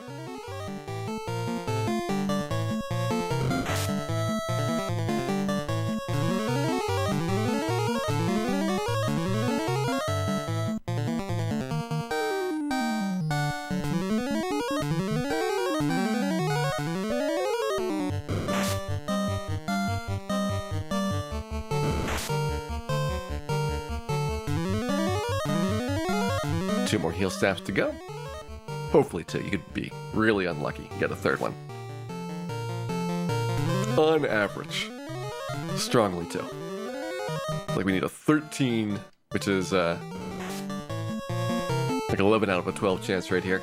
And we didn't get it. We got a 12. The 1 in 12 on that. You know what, Dan, that is your penalty. For being so terrible with the heal staff, you're going to be missing 1 hit point going downstairs.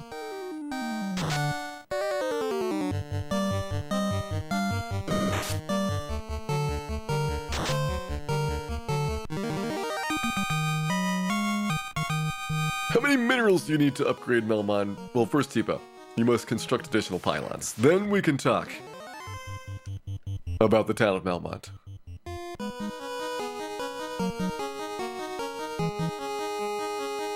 Fast Temple of Fiends and a slow one. I actually think that's a great idea, Dr. Moon. That's something that I've wanted as well. Which is basically like the short Temple of Fiends and long Temple of Fiends that we already have. Long Temple of Fiends is required if you don't have the loot. And if you have it, then you can shortcut through a bunch of things. Or even short Temple of Fiends and doing no Fiend fights versus all 4 Fiend refights. Like, there's a lot of ways you can swing that I think would be really cool.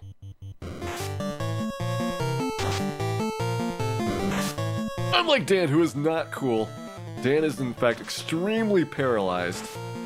Can't believe a 4 Gurmedusa paralysis on him. How do you do that, Dan? How do you even do that? Now it's harder to run away the second time, so you need the 1 in 4 to snap out of it, which hopefully you don't get into an RNG loop. And second, you have the rest of that round, plus you have to do another full round to get the successful run on it, and I'm losing heal potions left and right.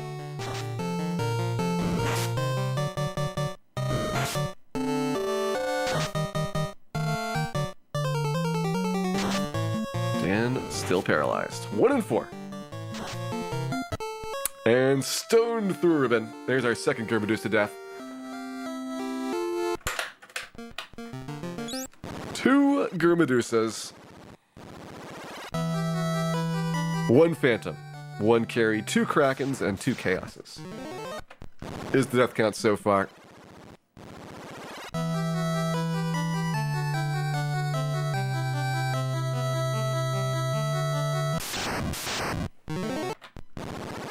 I will say, much better to have those random instant deaths through the ribbon at that stage than to get them on like Tiamat or Chaos. So, if you have to pick somewhere for that to happen, pick it early.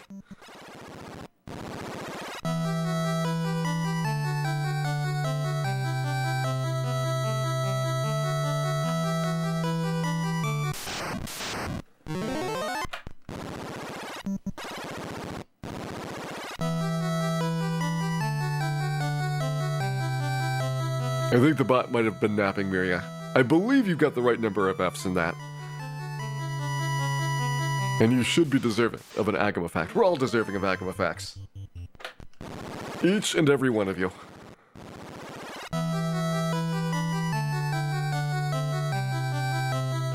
That's definitely not enough Fs, Mikhail AP.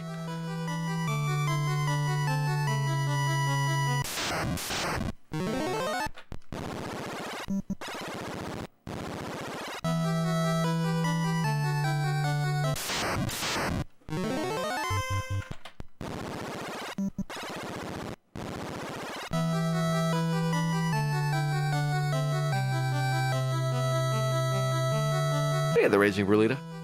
Hope you're having a wonderful, wonderful weekend here. We got our solo White Mage challenge going on. We've done a few attempts tonight. We've had 2 times to Chaos. But as of yet, Dan has been unable to figure out which end of the Bane Sword to use.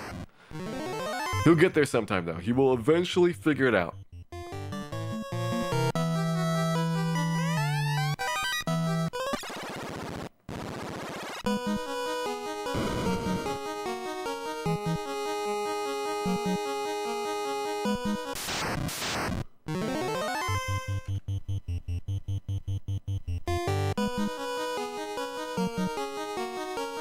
Good first fight.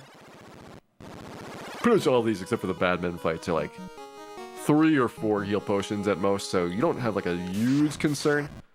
Frosties are probably the more dangerous of the non-Badmens in the first half, but they're still not as bad as some of the stuff downstairs by any stretch of the imagination.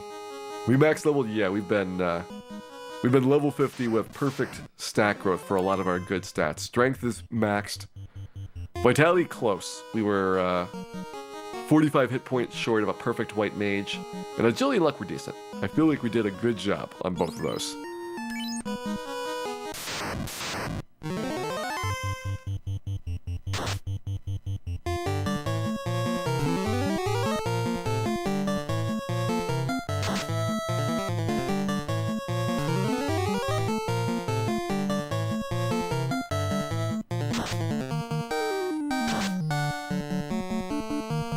At 42, thank you very much for subscribing there. Glad that you've been enjoying the show, and hope you enjoy those emotes and other benefits arriving shortly. Thanks again. Hey, King Charizard, this is not the first attempt, but you can enjoy it nonetheless. We've had 2 chaos tries so far today. A Gurmadusa, Phantom, and Carry Death. Those have been our 5 results. Light Axe up next.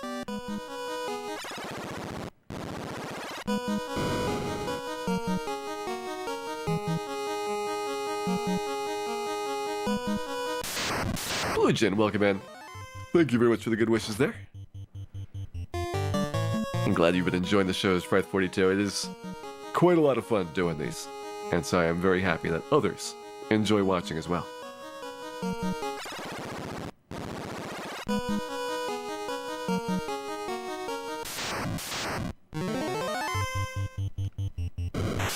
Nice. So far, a really, really good start to the temple. We have not used any heal potions yet, which is extremely uncommon.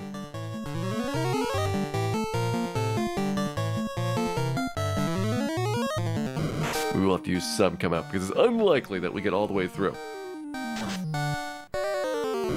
the Frosty and Gurmadusa Gauntlet without getting a little bit of damage in there. Could happen, but very, very unlikely. And we do want to be at full health for all of the 4 fights, including Lich. You can't overlook him. He does a lot of damage with those nukes. And while he doesn't do much damage with anything else, nuke alone, especially double nuke, can easily push 400 to 600 damage from him.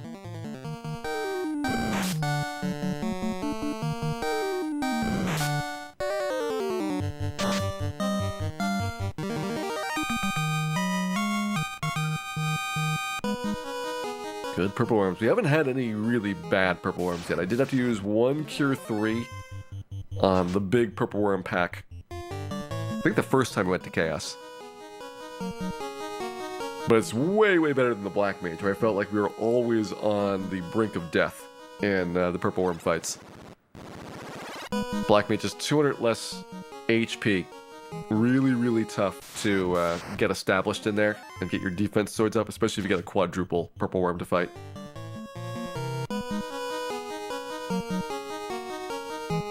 And that is in the future. For the present, we have the Gurmadusas, who have racked up 2 kills so far. Will they get Dan stunned again? If you get stunned, that's when you've got problems. Dan, though, is out of there. Another successful Gurmadusa adventure, which means next up is Lich, and whether he will get the nuke extravaganza off.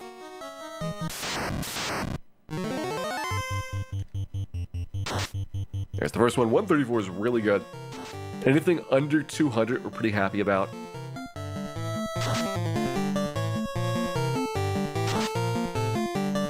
$200 indicates that he did not beat your magic defense check, so we only got a single roll instead of a double roll on him. And the odds of getting through there without a double nuke? Well, it really depends. First of all, on these light axe rolls, we need to see some in the 120s.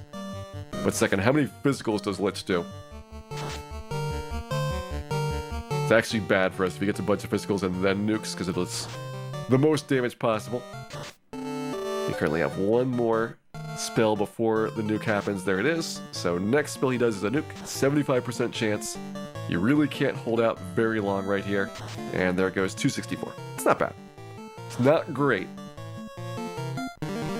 And clearly if Dan had been a little bit faster, it would have been much, much better. But we got through that fight. Lich is down at the expense of a handful of heal potions. Second nuke cost me 9 more heal potions than otherwise was budgeting for. We'll swap that out for the Thor Hammer.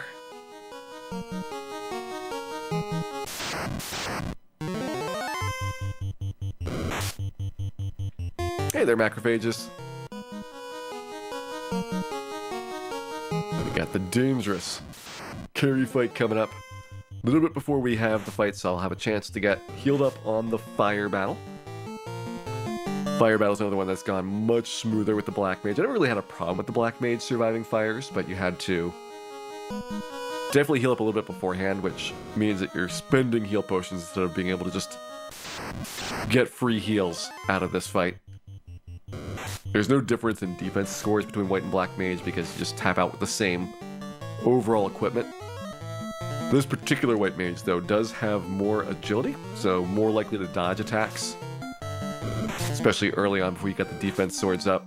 And again, that 200 hit point buffer really, really helps. Unfortunately against the Fiends, Black Mage's fast spell helps even more. That is the missing factor that would make the White Mage go from about the same difficulty, if not slightly harder than Black Mage, to being way, way easier. Even a Power Glove would be phenomenal. If you could Power Glove a couple rounds at the start of the Chaos fight, you would be in 100% great shape. Even if you got slow tuned, I bet you could get to the point where you're doing 150, 200 damage per hit. And that would be enough to be able to take him out. Assuming you can survive that long. I think White Mage can.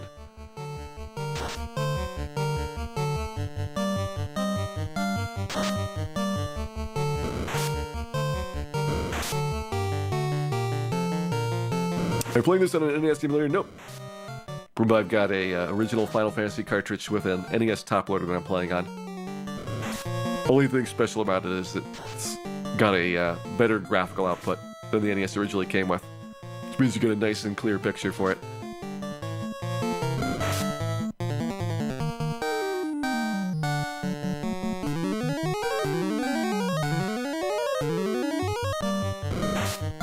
Alright, time to heal staffs. We're going to go back up to 811 health here. We're still trying to conserve our heal potions. This particular rundown has been very, very good for healing, but that can turn around in a hurry. You've got Carrie, you've got Kraken, and to some extent you've got Tiamat as well. Certainly both Carrie and Kraken can easily run you down to no health. Tiamat's gonna have a little bit of a harder time, just because you get so much more damage to the Mazmune at that point. But let's say you have to do 75 heal potions between those three fights. That is almost your entire stack, and it doesn't consider damage to this point. You get the Sea Shrine monsters, which can do maybe about 100 or so damage if you get unlucky. And then Tiamat floor, where you can easily get 200-300 damage if you're unlucky on those.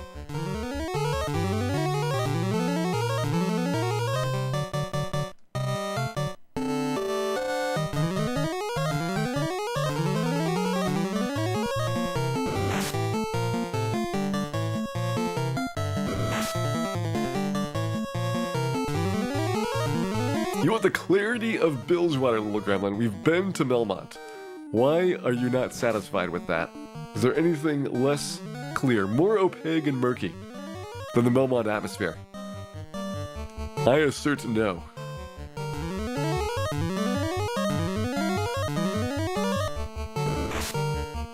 Dan is still alive against all possible odds, Orion 30. Against all odds, although he has died several times. But discounting those deaths, other than that, he has been a survivor.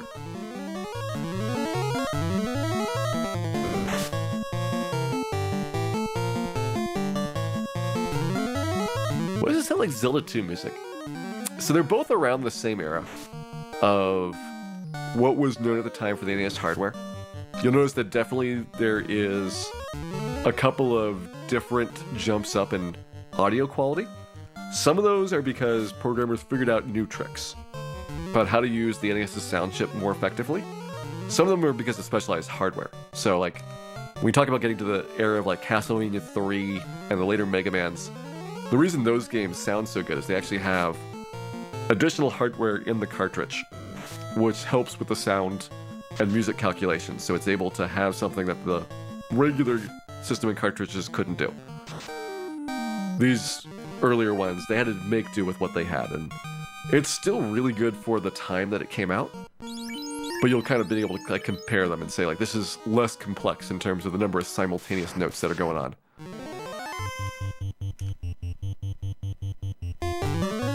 Alright, good start there on the defense sword. Let's see if we can keep that up.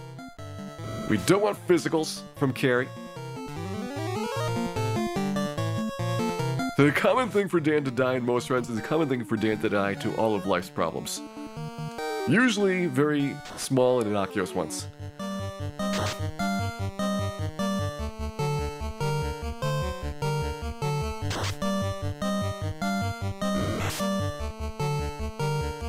So we go. Carry fight time. So your power staff, unfortunately at this point, just doesn't do enough damage to scratch the fiends. Lich, you could maybe get into like the 10 or 20 range, but Lich has got neutral versus harm. So you have a better way of damaging him. Carry, you have nothing. Like all of your common elements she resists, and so fire, ice, and lightning all do half damage. Power staff just gets totally eaten by her absorb rating. So it's a very, very drawn out fight here. Getting her 700 hit points whittled away.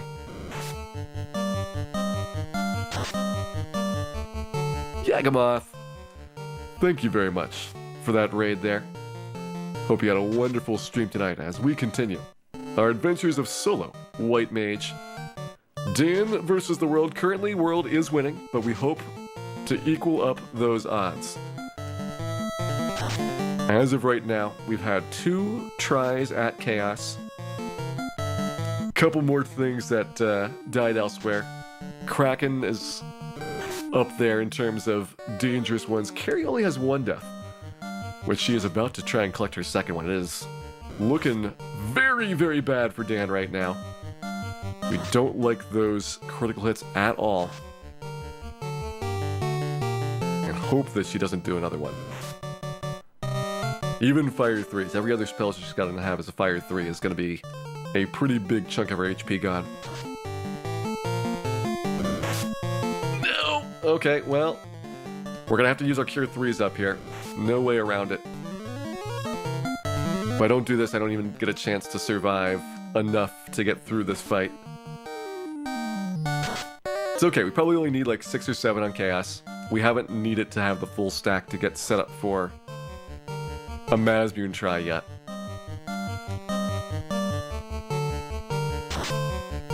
Come on, Dan, keep squeaking these out.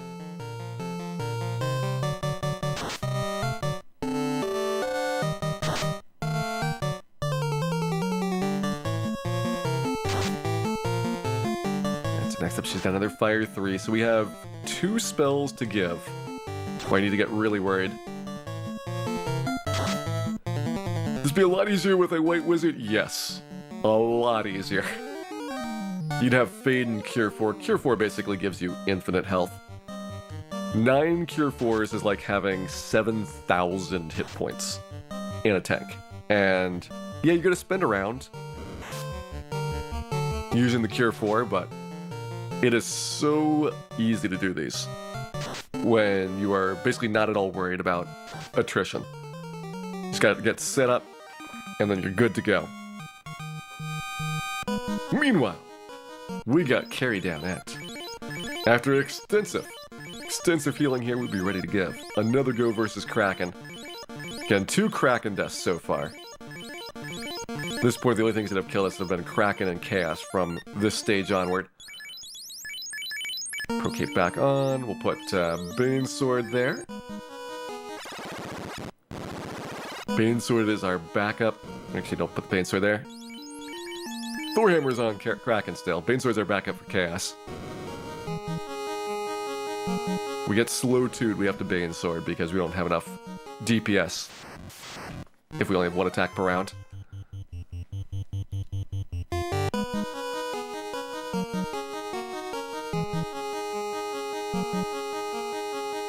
And if you've seen the any percent speedruns, the old any percent, I guess the marathon safe route would still have a similar path through here.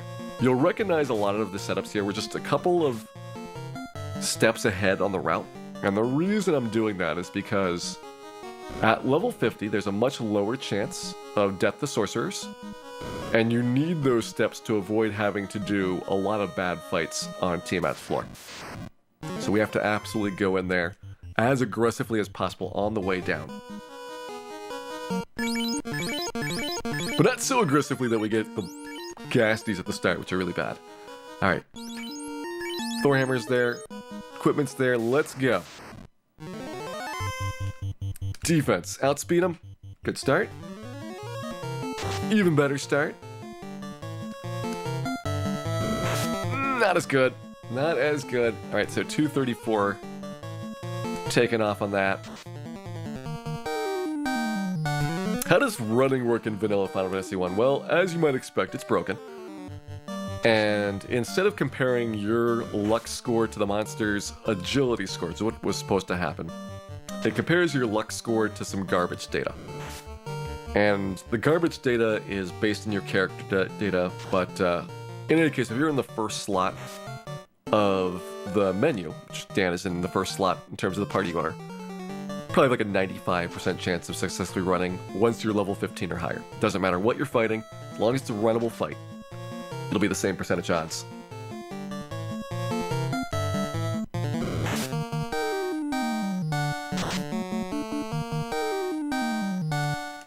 My Thor hammer is rolling a bit low here. I want to see more 60s.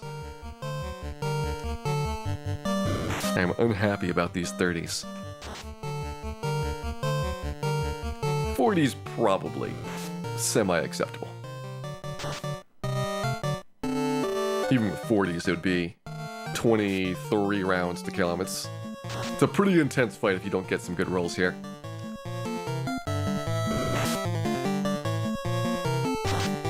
Bugs that work in your favor, one of the few ones. It's like running.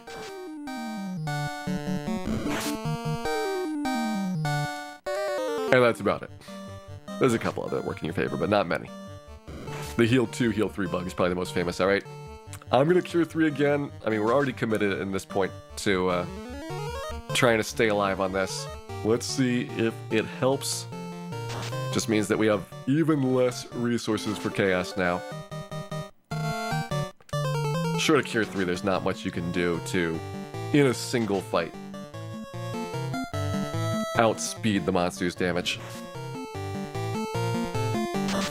Dark not working does generally help you because you're going to be getting darked a lot more than the monsters will. There's a bug with the black belts and magic defense that probably helps you. It's unlikely that they meant for black belts to have 4 magic defense growth, although it's hard to say because it's one that never really got fixed in the remakes to figure out. They just went and totally redid the growth rates of all the character classes.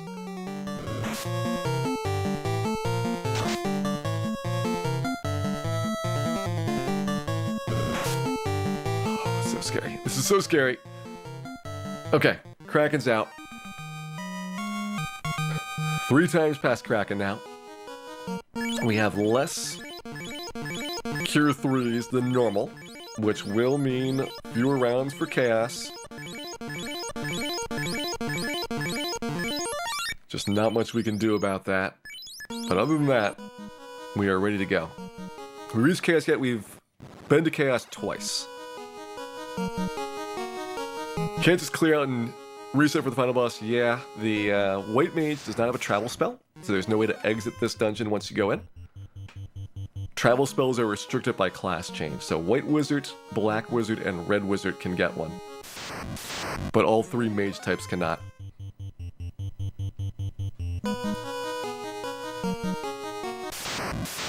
And even if you could exit out, you'd have to redo the Fiend fights.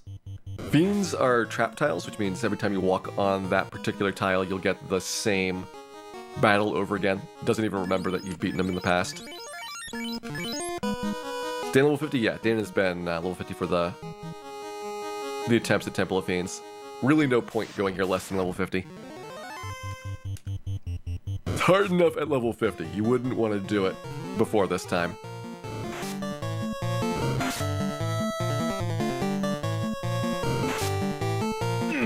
Alright. Taking advantage of the fact that I've got more heal potions than normal. I'm not going to be super worried about the purple worms.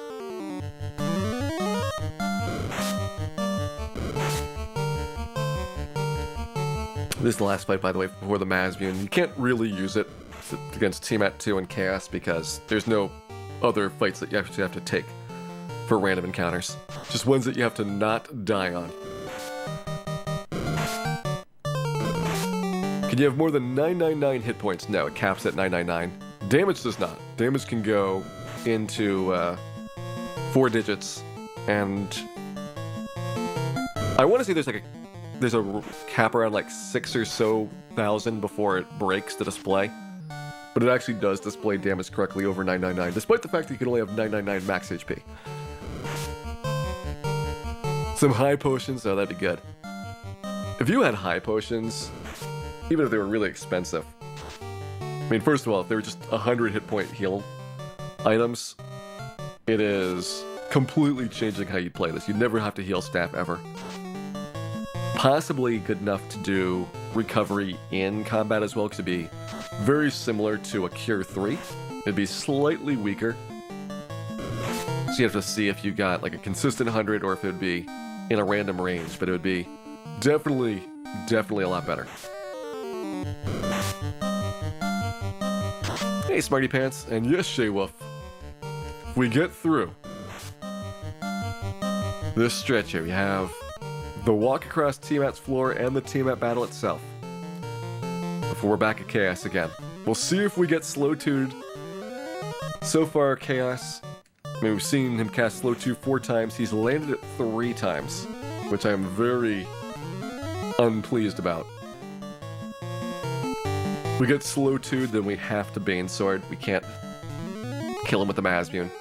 Even without Slow 2, the Mazmune is very sketchy. Like, you would just barely have enough time if he doesn't go nuts with spells to get 2,000 damage in before the Cure 4 happens again.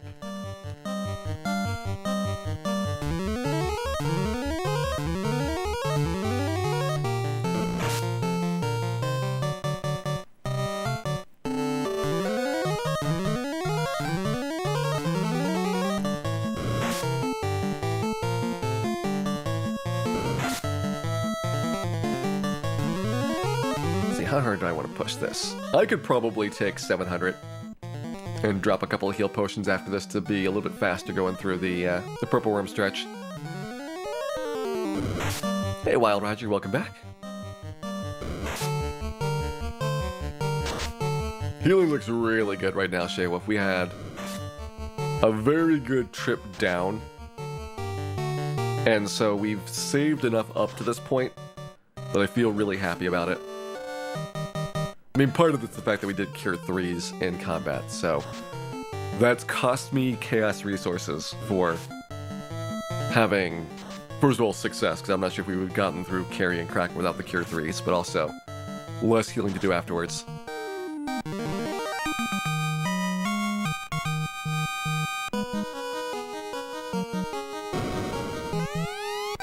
There we go. Mazmune acquired.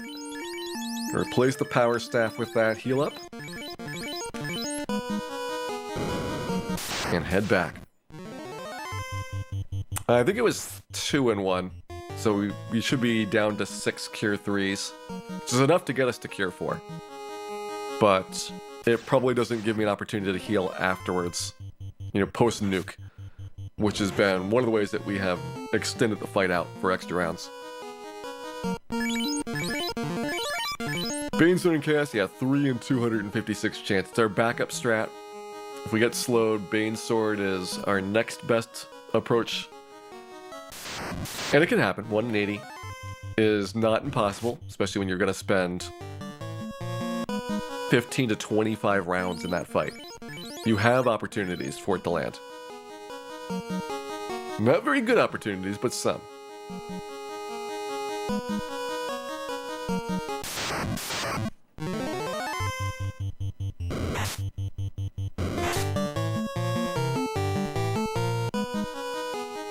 Hiring a merchant army to slay Chaos. I will hire anybody that can do it.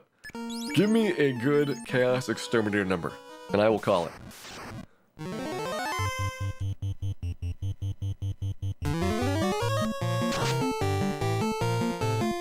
Scariest part about this fight is probably the Bane chance. It's a sure enough fight. I'm only going to double defense here. Save me 1 round at the start.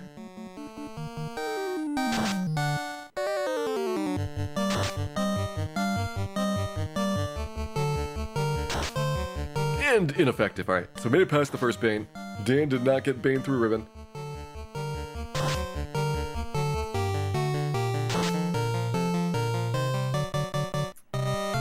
Promoting lets you get spells that are previously locked.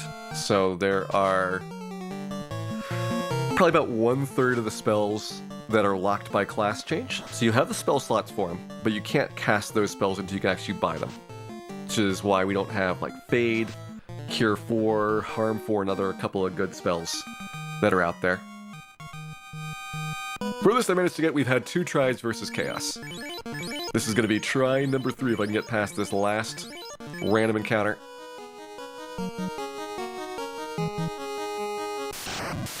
And both Chaos fights we fell into doing Bane Swords because we got slow-2'd.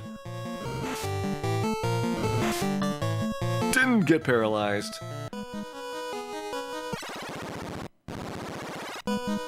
Chaos. Number 3. Armor looks good. Weapons look good. Let's get in there. Things we don't want. Paralysis, slow-2, and wimpy Mazmune hits.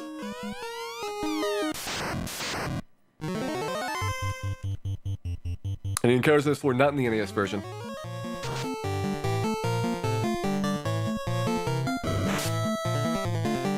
Fortunately, got a physical in there before we got our defenses up. Hurts a little bit. Didn't get cracked through Ribbon, that's good.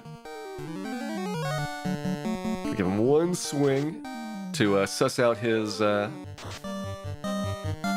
defense. 140 is not bad. And now let's get healed up. So we're waiting for Cure 4 to happen before I go all in with the Mazmune. Which gives me a chance to get these Cure 3s off in the meantime. And if we see Slow 2 happen and it lands, then we know that we are changing our strategy.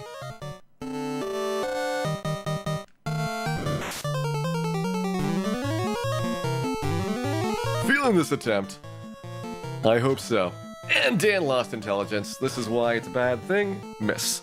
You have like no damage output. Alright, Bane Sword time. We are back to the Bane Sword. 3 and 256. Ineffective. Ineffective.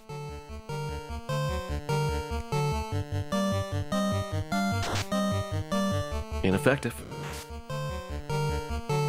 Just like the story of Dan's life. Ineffective. Ineffective. Ineffective. You can see that we're getting a lot of tries.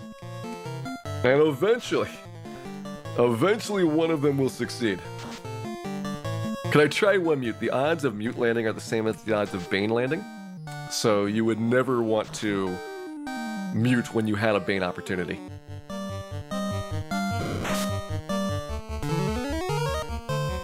That said, I have successfully muted Chaos in the past. We did that on our 4 White Mage run as a demonstration. 4 White Mages both muted and Bane Chaos in the same battle. Because once he's Baned, or once he's muted and you've got the defenses up, then you're basically invincible.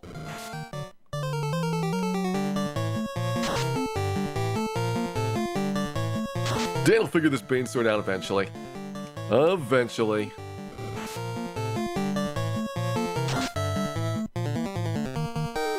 It'll suck as we see him get a critical hit, because that would be a number that I could have used to get the Bane Sword to work. That was a Bane kill right there.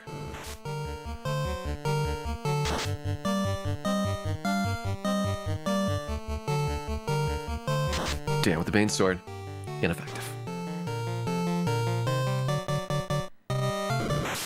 We're no longer safe from nuke. So that is a concern here. Still gotta get through a bunch of spells though. Has not gotten to his second Cure 4 yet, which is now a free round for us. Slow 2 and Cure 4 are both free rounds. Because Dan's already lost all the intelligence that he can. Okay, by the way, 5 out of 6 nows on the slow 2s.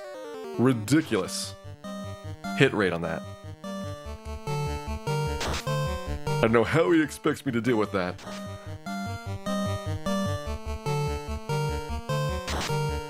Well, I think that Mazmune probably still is the best choice for Tiamat, even if we can't use it on Chaos here.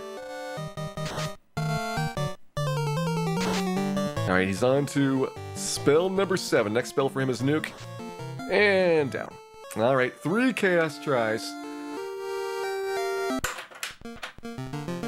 But we'll be back at it. Keep going.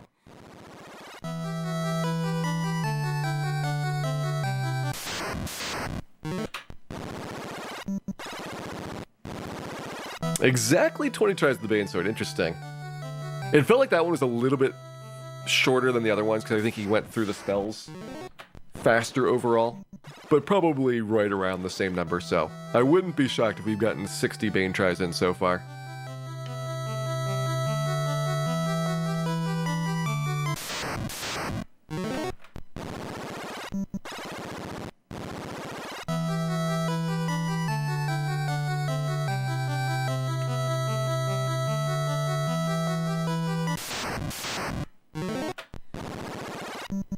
Hey there, Bovinity. You really can't get very far in things like that without a lot of patience, especially the starts of the games. Those are actually worse than this part, because I feel like you are having such terrible fights against things like imps and other really, really boring monsters. At least these monsters are very interesting. You got some strategy. You get to clutch out some really big fights. And one day, Dan will join the vaunted Hall of Champions. Hey there, Max Plus Pi. How many dives so far tonight? Well, we've had 3 deaths on Chaos, 1 death on Gurmedusa, 1 death on Carrie, and 1 death on Phantom, I think. So that would be 7th try now. Think I got them all.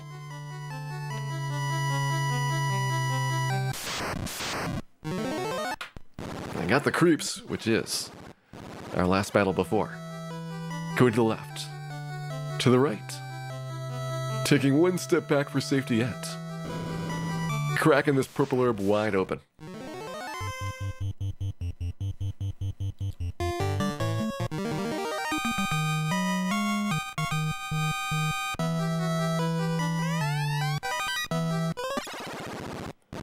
All right, into the past. Let's first of all had a good walk down. There's so much you can get in terms of benefit out of this early stretch here. For meaning that you just have like 10 or 15 extra heal potions sitting around, ready to use, and takes a lot of the pressure off of the later fights. But committed to White Mage, I think we're so close. White Wizard would be very easy to do this. White Mage is very, very close. I mean, at this point, just the Bane Sword strats are very close, and that is a definite way that we can make him go down. Uh-oh, the bad men being extra bad here.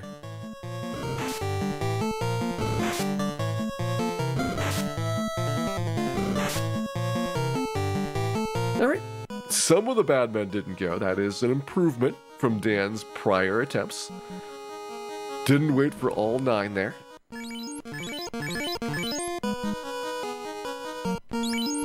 Okay, already set for those.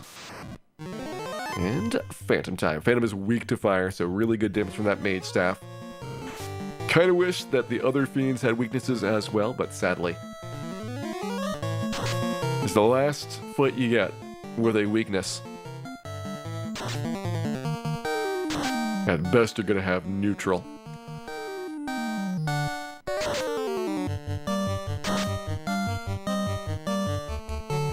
JXL77, welcome in, and thanks for the good wishes there.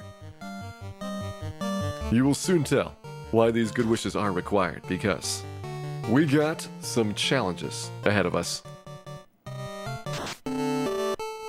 Thank you, Dan. Thank you for that demonstration. Alright, 2 Phantom fights have gone phantomly. The other have been fantastic.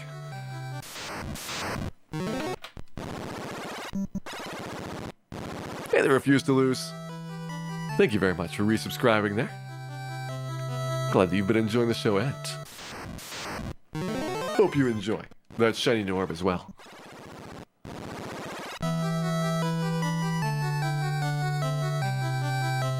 Frozen White Mages. Definitely. Definitely looking chilly there.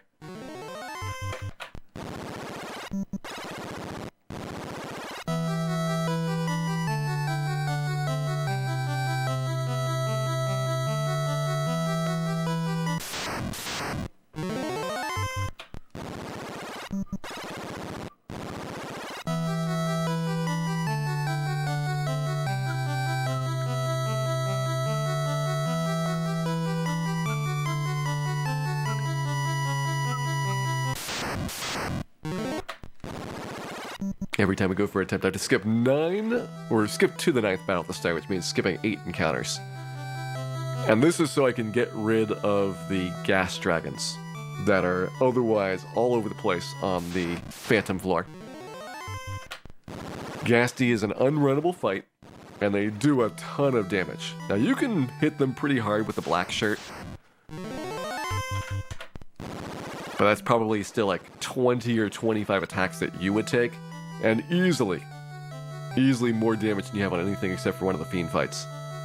So they are a very, very bad encounter. And as a result, it's important to manipulate around them.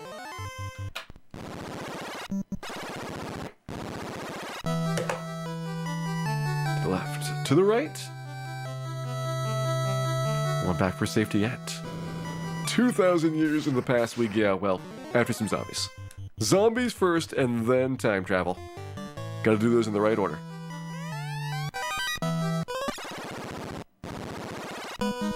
Would definitely take zombies in the past as well. It'd be much, much better encounters than anything you're gonna find here.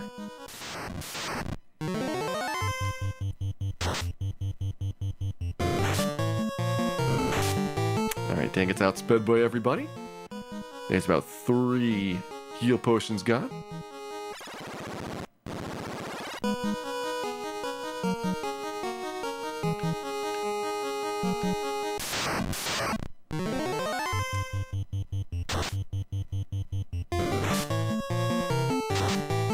Another 3 heal potions gone. So far, not the best start.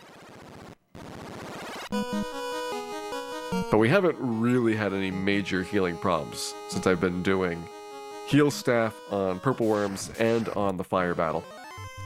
This gives me 3 opportunities to get healed up without dipping into my potion supply. Oh, the bad men are the worst men. The absolute worst men right there. That stung a bit. That stung a lot. Guess we're gonna have to go ahead and drop a couple heals down at least. Let's see how the Phantom fight goes. Yeah, Chimera's cousin Jim. Well known for his shenanigans. They're actually a really good monster for experience, and because they're not available in randomized, since I'm doing short Temple of Fiends there, we don't get to see them anymore. Purple Worms, Chimeras, and Iron Golems, the 3 monsters that short Temple of Fiends loses.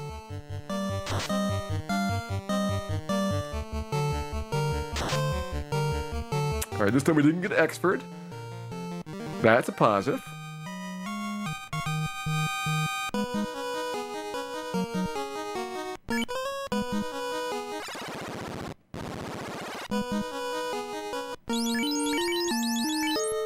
Not that one. Light axe. There we go.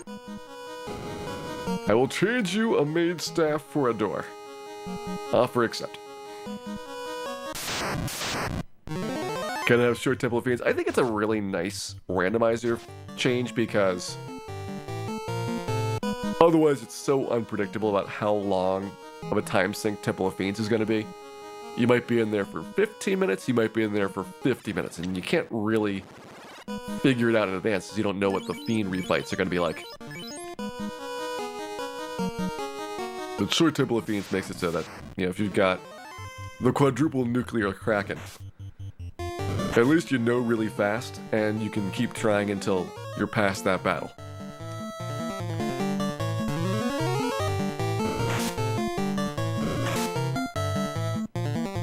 Alright, still getting critical through the ruses, that's expected. It's unfortunate, but expected. A little bit of delay there so that hopefully we'll get some different RNG coming out. And hopefully we can eat all the critical hits before they get them. That'd be even better. Our critical rate is actually pretty good right now, so odds are that things that are criticals for us would not be criticals for the worms. But anything that's critical for the worm would be a critical for us.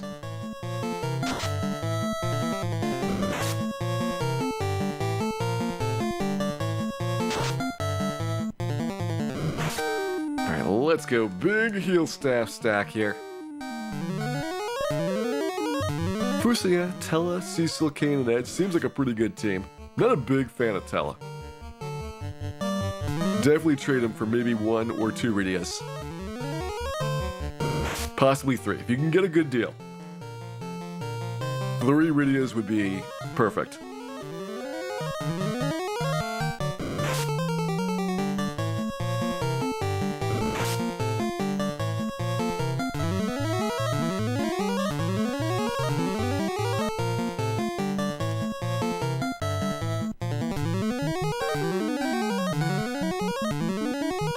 Character ranking that had Rydia near the bottom.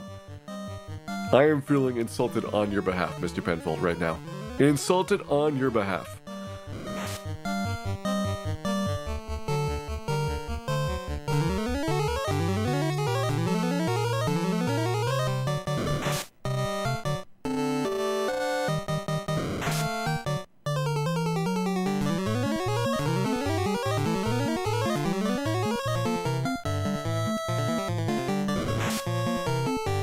That sets us back 5 heal staff rounds. Criticals are not our friends right now. They really never are. Except when we've got that Masmoon swing going.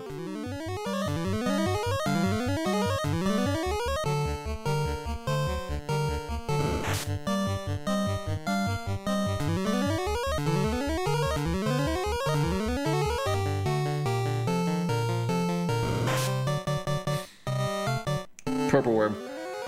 We are going to have a talk about this later. We are going to have some chats. 1% chance. 1% chance of a Purple Worm critical. He's had 3 in like 6 rounds.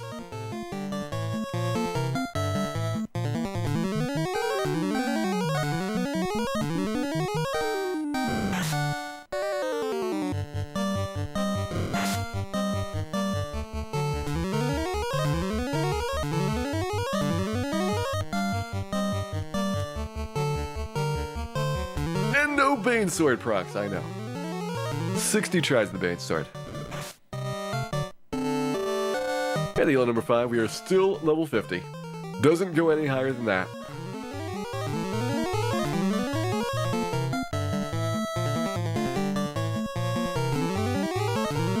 We get to level 60, there would be some blood on Dan's hands. Just the difference in attack power alone would be stunning.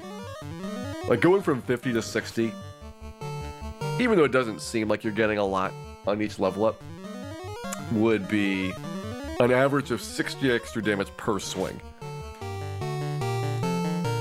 120 on the Masmoon. It'd be good.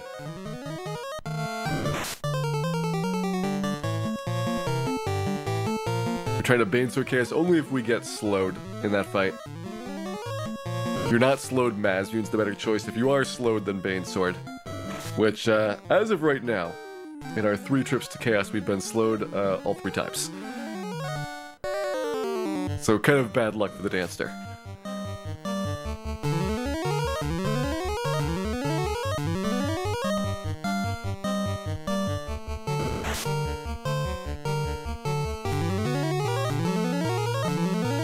Have we tried turning the Bane Sword off and on again? Dan has tried a lot of things with the Bane Sword. Most of them have been ineffective. The others have been self-damaging. Mainly his pride. Sometimes his body.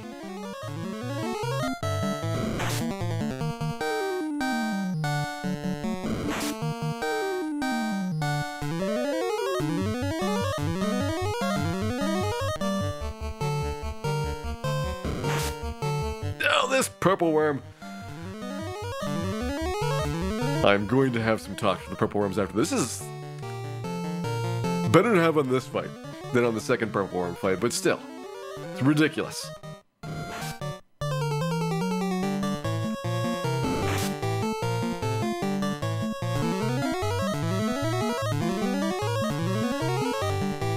gonna have to stop a little bit early and eat a couple of heal potions. Be a shame. But as of yet, we haven't had any trips to the bottom that have been incredibly tight on healing. We've always had at least 400 or 500 healing to spare. Come on. 1%.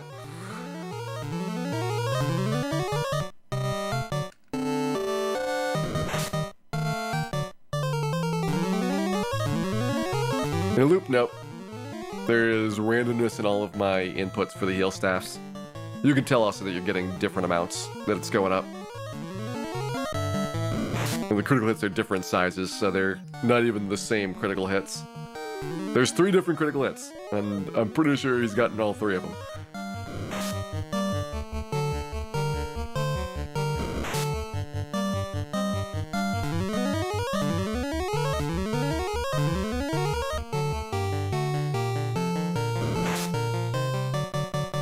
Yeah, maybe this guy can Bane Sword Chaos. We're gonna trade Dan for a purple worm. It can't possibly fail.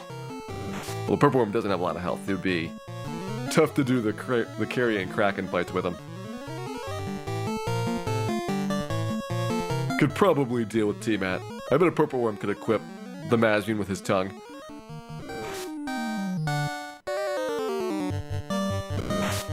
I do think that thing coming out of his mouth is actually supposed to be a tongue and not just spit, but it's hard to tell with this one. The remakes, it's more of like a purple tongue. That may have been a change that they made for the remakes to make it seem less disgusting.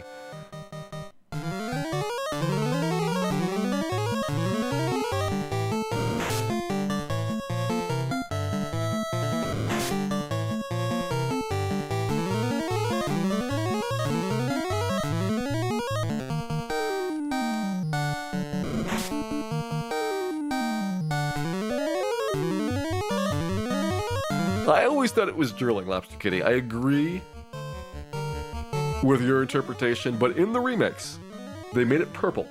And maybe a purple worm has purple saliva? I have not thoroughly interviewed purple worms to be able to tell you whether that's true or not. But it looks more like a tongue in the remakes. Alright, Dan is going to murder this thing. We are going to murder and not look back.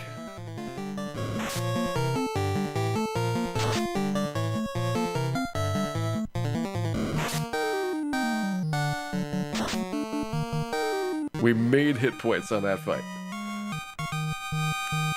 Took a while, but we did it.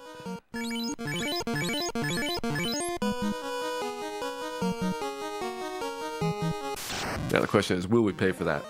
Will we pay? And considering that there's so many ways to die before chaos, I think it's a good gamble. There's another 2.5 heal potions gone. We've got the Golems, and we've got the Gur-Medusas. Gur-Medusa, 2 deaths so far. If you get paralyzed, you are in a very perilous situation. It's possible to snap out of it, but very rare. Mainly because you have even more attacks to dodge for the snap out case than for the first try run. And there is a bug that makes Gur-Medusas way scarier. Also makes Chaos a little bit scarier. And that is anything that has got a stun touch, or anything that's got a status touch and multiple attacks per round, actually applies its status attack more than it should. Because even if you dodge it, after the first hit, all the other ones will also count for applying the status touch, even if they miss. This is totally unfair. But many things in this game, the bugs do tend to not go your way. Right, Lich is going through the spells super fast here. This point we're just going to try not to get triple nuked. Just one away from nuke here.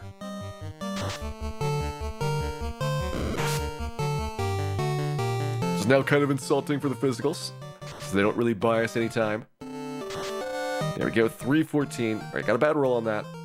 But overall, between the two nukes, it was about average. And of course, close to not getting the double nuke, but we were once again doubled. We have had one time through there with only a single nuke. It saves you quite a few heal potions. Highly recommend it. But tough to land.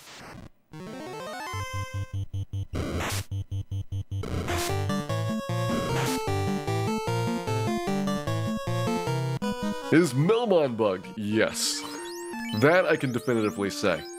As for what the heal, or the steel armor was supposed to do, I believe it's supposed to be 0 armor and 45 weight penalty, as the original design. So the bug in that case works out in your favor.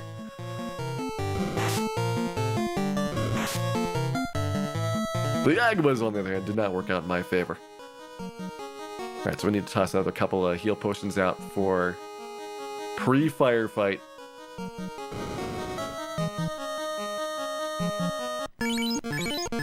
My heal potion count is not the best right now. 550 should be enough.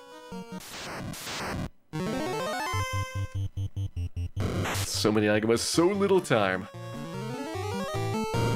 You can also heal staff on Agamas, but because they take 1/8 of a heal staff per round on average for their heats, they're not as good as doing the heal staff grinding on these things.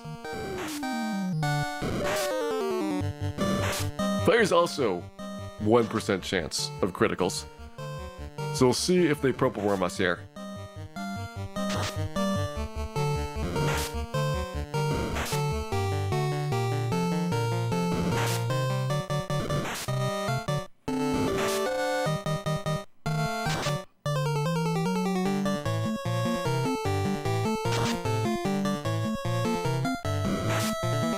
Now, there's stories about the game's development. Well, there's basically one person that did most of the programming in less than a year and had never previously played an RPG. So I think it turned out pretty well, considering.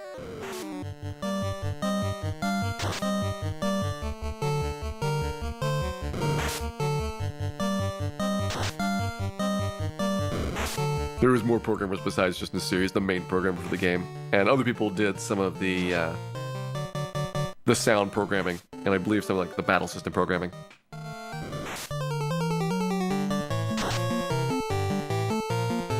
Alright, here we go. Heal staff time.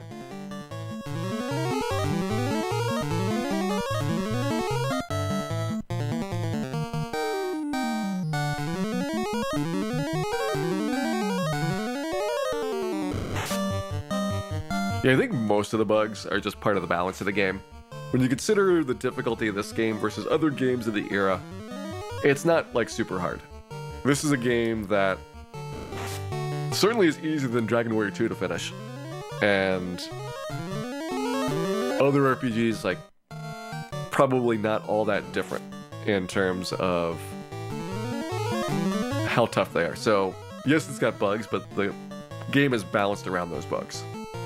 Which is why when they fixed the bugs, they had to suddenly buff Chaos to have 20,000 hit points, because otherwise it was a really, really, really easy fight.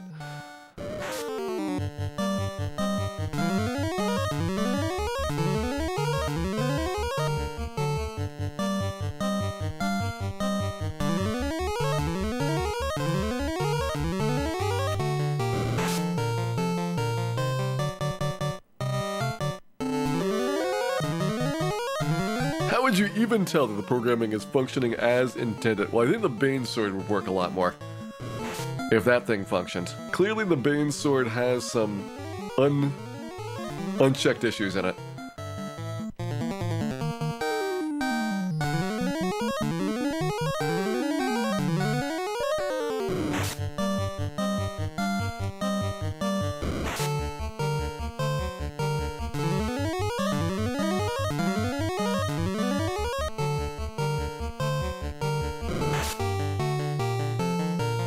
Belmont would definitely not exist if this game was not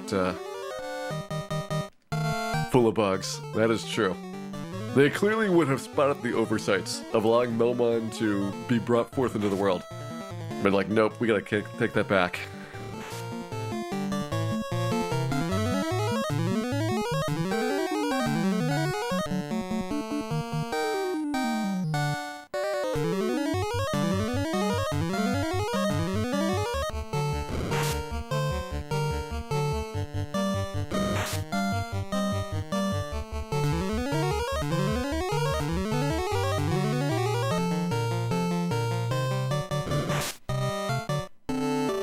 Give fire another tap, and last heal staff. We're at 11, that is our maximum HP. Give it a final swing at, let's see. We are ready to go. On to carry. So for carry, I'm going to need, first of all, to make sure I've got my upcoming ones correct. There's Thorhammer, there's Black Shirt. And this fight, like Kraken and Chaos, is absolutely terrifying. So here we go. Bad start. Got outsped by Carrie there, and she did a physical. 2 bad starts. Not a good one for us here. Definitely hurts a lot for the damage output. Could have been worse. She did about 186 or so in the setup portion, which is about the same as like 1 critical. But now we have probably 2 Cure 3s down worth of HP. And that is pretty significant when you look at the outcome at the end. Oh, ugly crit right there. Give a little delay. That was bad. Wrong frame. We picked the wrong frame here. Almost certainly going to have to go with the Cure 3s. We are barely into this fight. And yeah, it's pretty much over. Pretty much over. We might give this one to carry. 4 crits in a row. That's impressive. Impressive.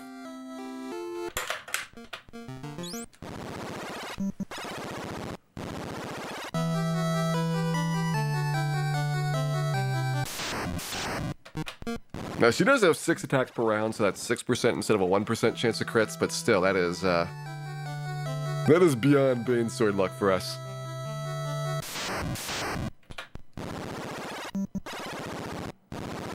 But we are persistent. We will keep going.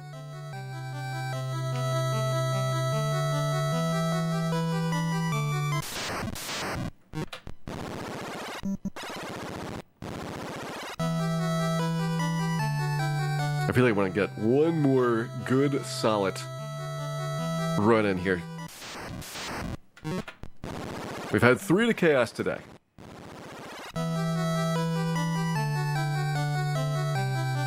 We get 1 more through Chaos, then we'll be at a pretty good chance of Bane Sword success. But it has Bane Sword everything. Basically, once you've got the Bane Sword, you can just insta-kill all the monsters with it. There's not even really any strategy for it, since you can get... Here's the frame where you go first and Bane Sword.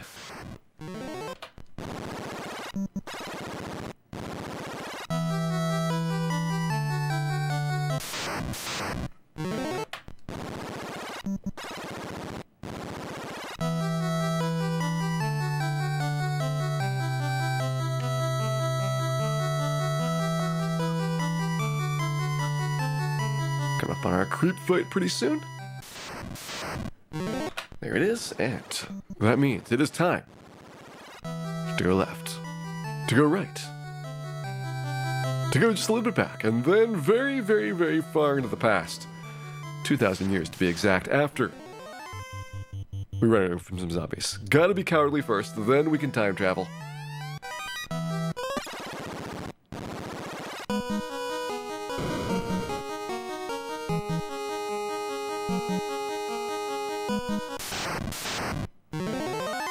Excellent start there. Frosty's done.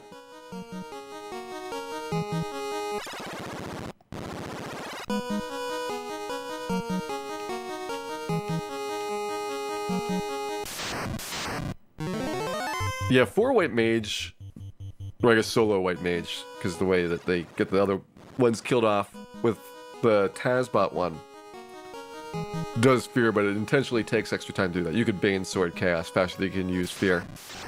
Because you have to land fear 4 times, and Bane Sword would only need 1.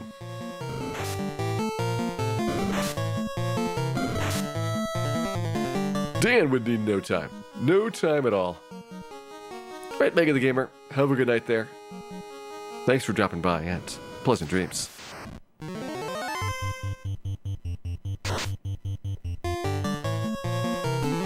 It was a not very good man. I'm going to give him probably 2.5 stars on that fight.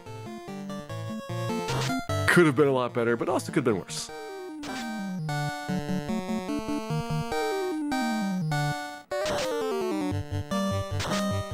Uh-oh. That's not good for Dan.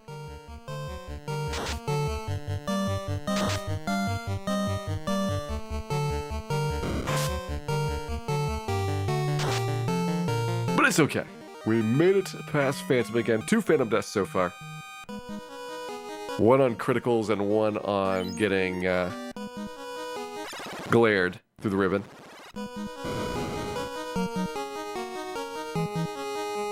Carry's been all criticals, 3 carry deaths. So now it's again tied for our biggest source of deaths with Chaos again. 3 Chaoses, 2 Krakens, 3 carries, 2 Gurmedusas, and 2 Phantoms so far. I think we got everybody. I'm pretty sure we haven't died to anything else. What odds am I giving Dan? 3 and 256.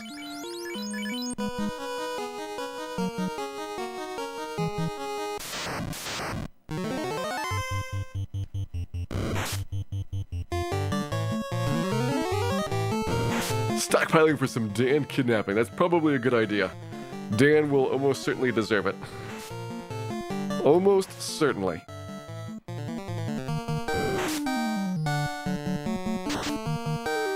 Would a solo thief Taz be much longer than a solo White Mage Taz? I'm trying to think about where the solo thief would really have any changes.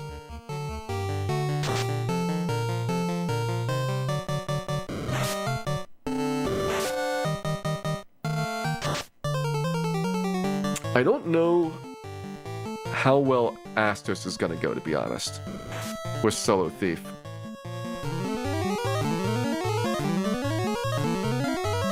I feel like that one would be a big difference overall.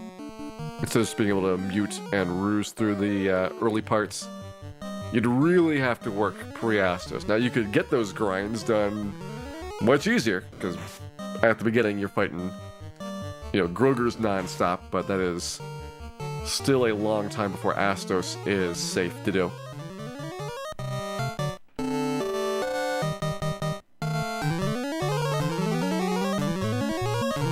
Hey there, Thalfin. Did not miss it. There has been attempts to make you miss it, but as of yet, those attempts have not been successful. 3 times on Chaos without landing the Bane Sword. We're getting to swing to our Masmune yet.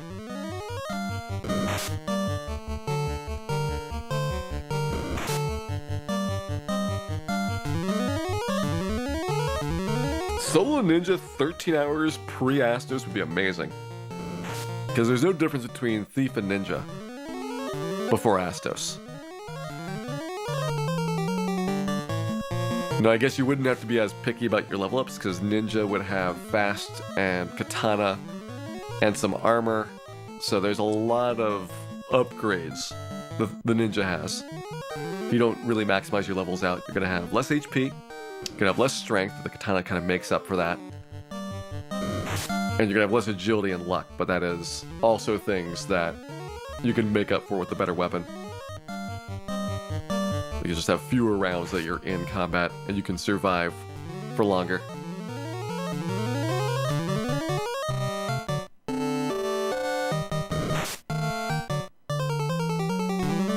Could you manipulate the Astos fight so that you crit and he misses every round? Not necessarily. Remember, there's only 256 possible values the random regenerator can be in. And only 3 of those have you critting. So, if those 3 times are not a Astos attack with a miss, which Astos attack is pretty small, he prefers to do spells over attacks, and missing would be very unlikely. With Astos having decent accuracy, I can imagine that none of those 3 times are an Astos swing and a miss. You might be able to do it with just 1 point of damage, or 2 points of damage, but it'd be a pretty long fight. Now, you could certainly power your way through there, but you couldn't just do it at like level 2.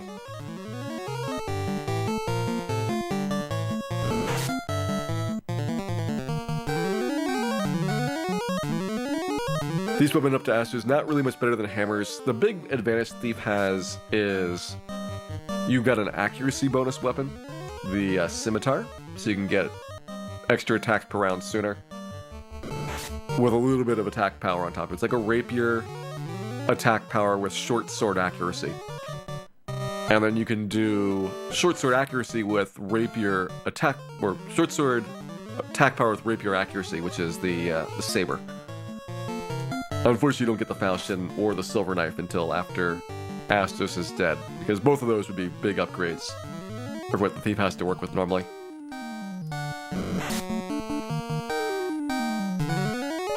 Alright, look at how much better that Purple Worm fight went.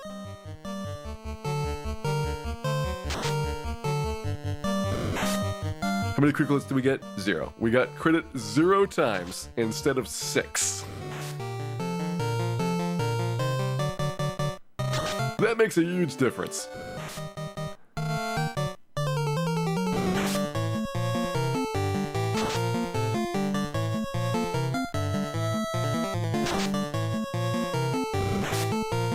probably should have done a little bit of softening on the Purple Worm beforehand so he wouldn't have as many turns. Post healing.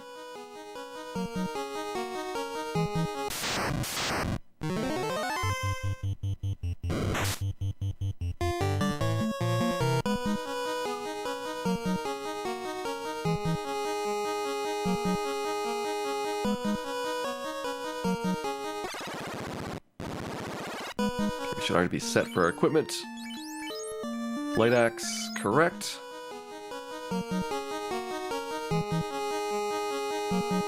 Let's see if we are set for the Gurmedusas. Gurmedusa is surprisingly one of the more dangerous fights in here because of the paralysis. They have so many attacks per round that can stun touch you. And once you are stunned, your odds of getting out of it very, very low. So here we go, Dan. Take a turn, Dan. 5 in. Waits for all 6 Gurmedusas to go just to flaunt it. Did I die for the Mazun? I cannot do that because I do not have a travel spell.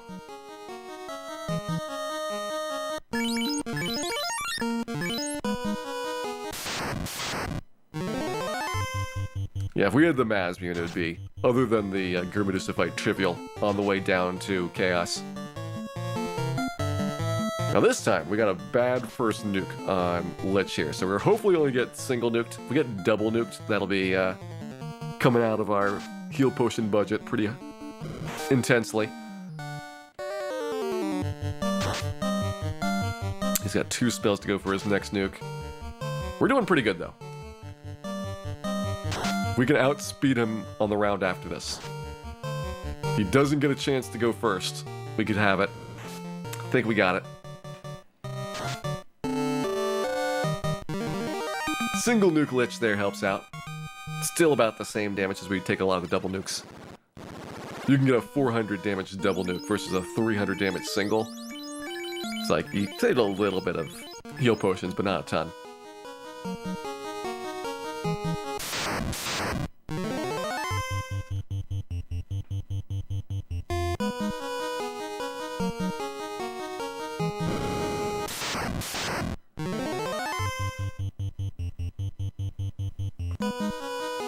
Good so far on the Agmas.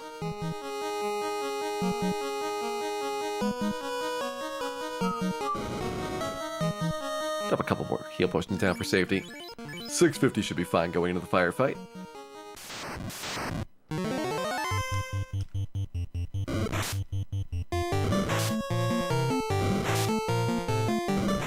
$11 with Solo Thief. That is incredible. That is really, really good.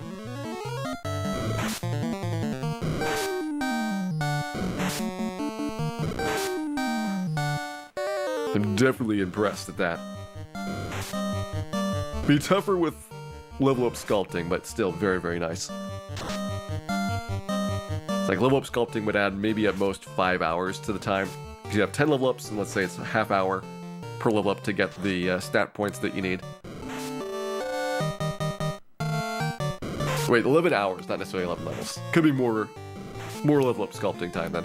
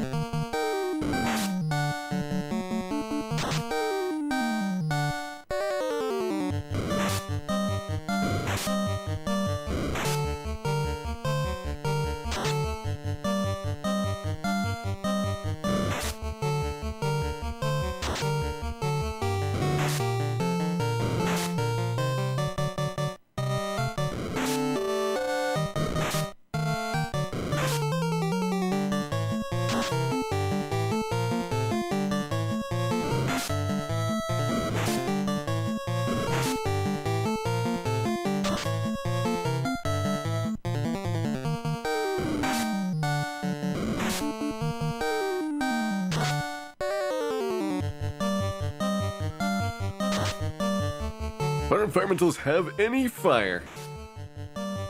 They just don't have it in them today. They've been tuckered out by all the times that Dan has been through here in the past. Their strategy is wear the monsters down into submission.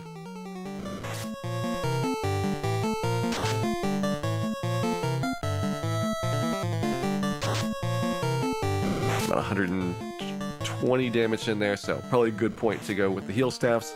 I'd be nervous about doing one more hit on them just because I can see that pushing hard enough to kill one of these environmentals right now.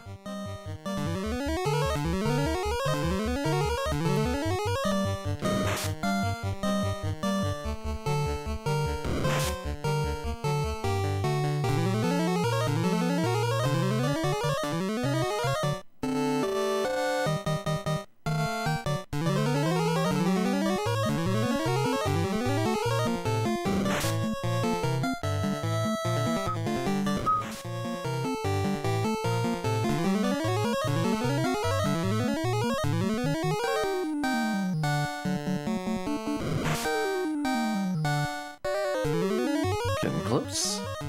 Another 107 HP to go. There's probably around 6 or 7 heal staffs. You have on average 17.5 points of recovery with that. So what if you got 4 characters alive? Heal staffs, a decent economical use. Now it does take some time to animate, but it's saving you 2 heal potions worth of healing. If everybody on the team can benefit from it. But in speedruns, often you have either people dead or you have people that are already at max health. And so you don't get as much of a win for it. So it's the reason why in a lot of runs I do heal potions on the Akuma grind rather than heal staffs. Heal potion will also take some time to buy back, but that is versus the time to take these to animate. And you can definitely buy a heal potion faster than you can watch one heal staff go around.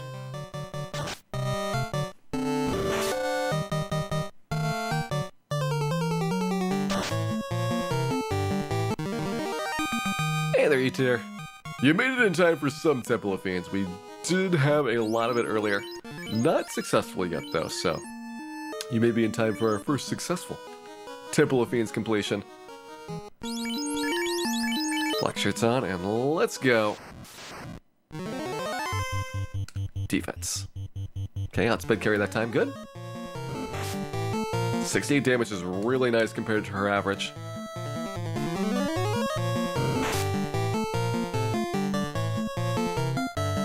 I just need to keep it up for 33 rounds of black shirt. It's hopefully not 33 rounds, but we'll see how quickly we go. At that, it's 35 rounds, but that is below average.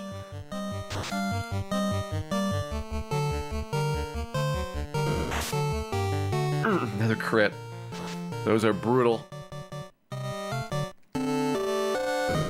We've had very bad luck with the crits on carry in the last 2 tries.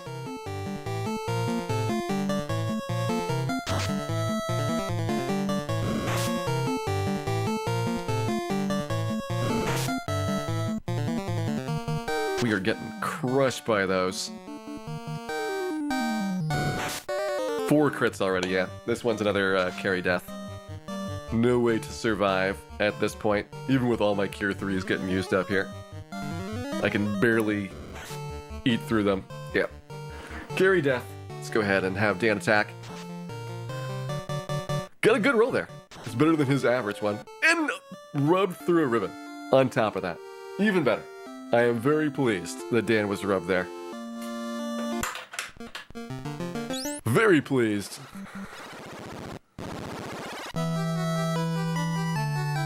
That is about, well, that's physically as bad as Carrie could possibly go. It is impossible for Carrie to get worse than that. So it's all uphill from here.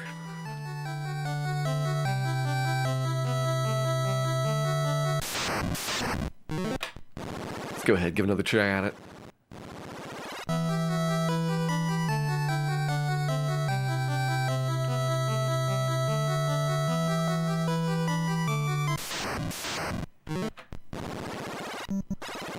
I'd like to give one more decent try tonight before switching over to Dragon Quest IV.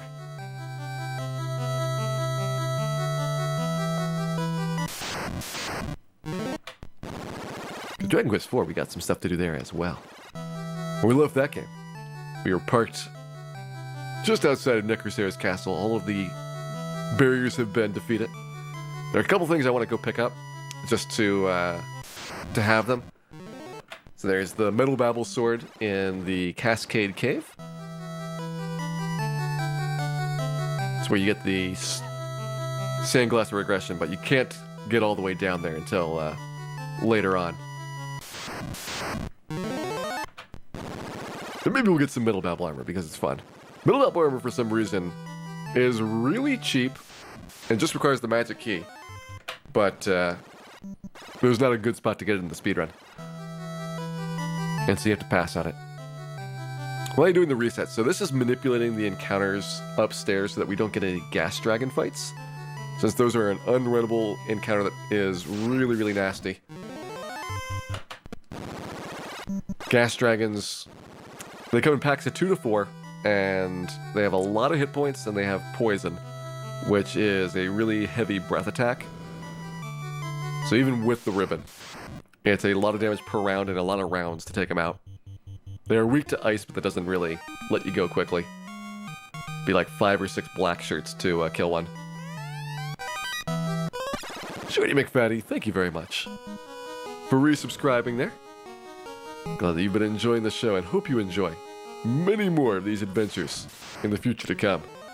Thanks again.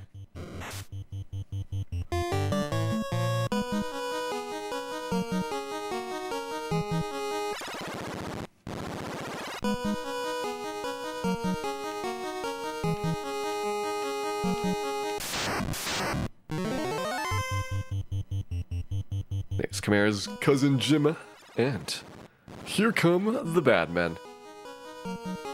Now typically bad men, I use like 3 or 4 heal potions or less, so I kind of overplay how dangerous they are. But they can potentially hurt.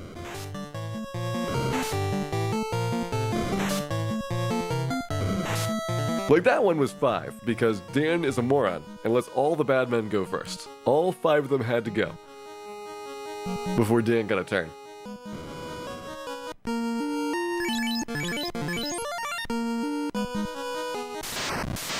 It's the last solo character, maybe the last solo character that I do, but I have not done Solo Thief on stream.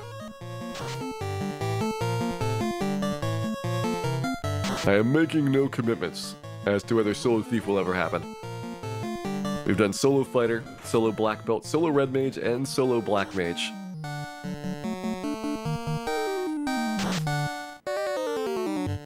Hey, Crabcake, didn't know White Mage could go above 800 hit points. The maximum possible if you get every vitality point, and if you get every HP roll perfect for your level ups is 856. So we're 45 short of absolute perfection, but we got pretty good.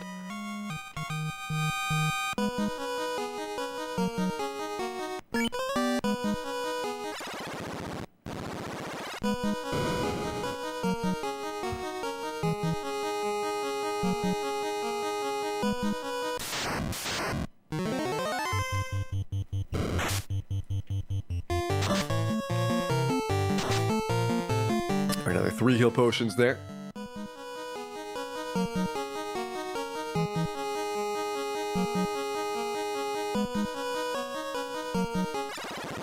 New and exciting ways to die. I'm pretty sure Dan has died all of these ways in the past. Dan is a professional at failure. Don't believe that you have thought of things that he has not already tried.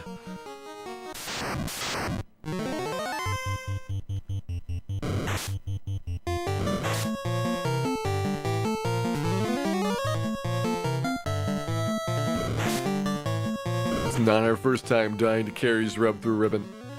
We have yet to die to Tiamat's Bane through the ribbon in this particular playthrough, but we've done that in the past. You got Chaos's crack the ribbon. Although it seems uncommon, I think because you just have so many other things Chaos can do before he gets around to additional cracks. You don't see it all that often.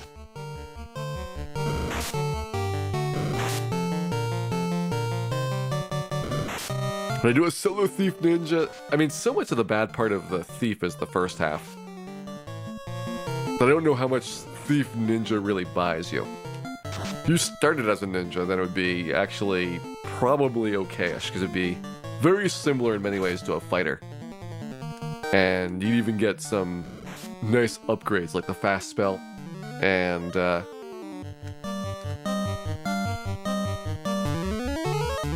anything else that's useful early on? I mean, I guess you could get the Lit 2s and Fire 2s. Those would be also helpful for grinding, but Fighter doesn't really need to grind overly often until you have gotten pretty deep into the game. Hey there, Ekatronkowski. Welcome in, and thank you for the good wishes. We do need them.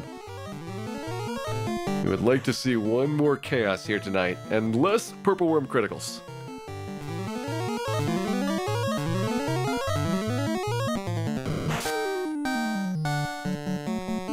The alleged 1% Purple Worm critical hit rate. Widely known to be an outright and blatant lie.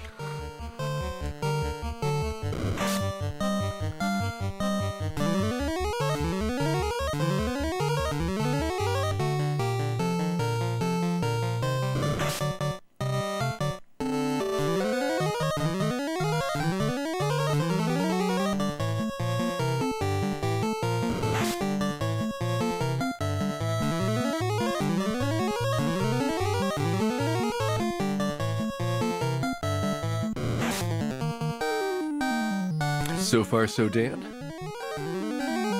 That's right about where we want it to be.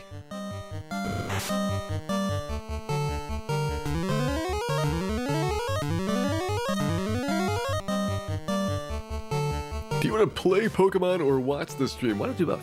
Why not do both, Miria?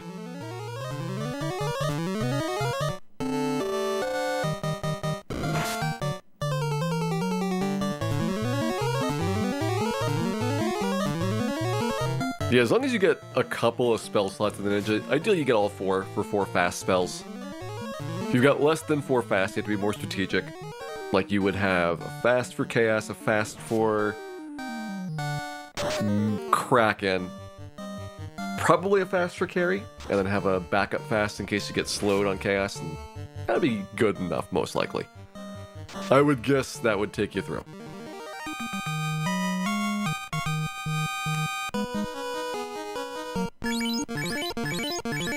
A couple heal potions used up there, but not a ton. We got about half of our damage fixed with the heal staff. And immediately blizzarded it right into our face. Immediate face blizzards.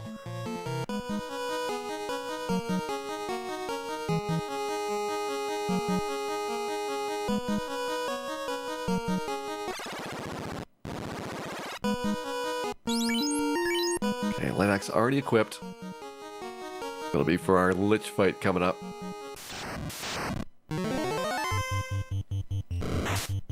It's neat that every single one of the boss fights has a different way of dealing with them.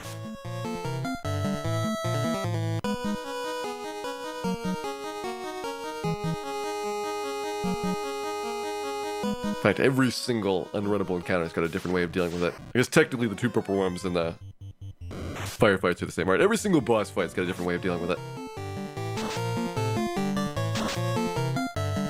Dan gets out of there.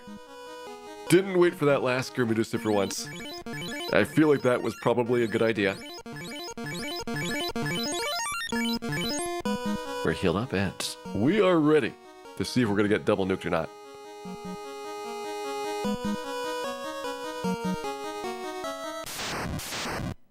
Hey there, Axiox. It's less of a party and more of just a white mage. Just the one.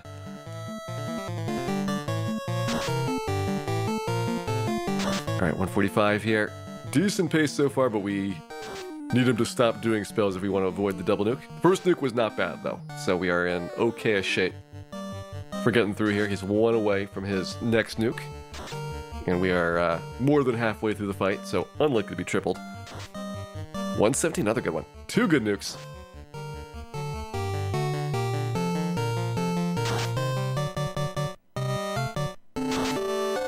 Anything less than 200 is a good nuke. Anything less than 150 is a great nuke. Got him. There goes Lich.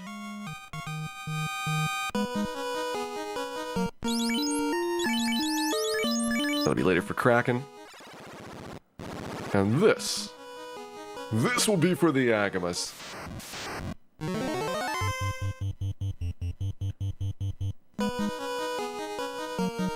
As of right now, Carrie has the most kills at 4. Phantom in second with 3, tied with Chaos.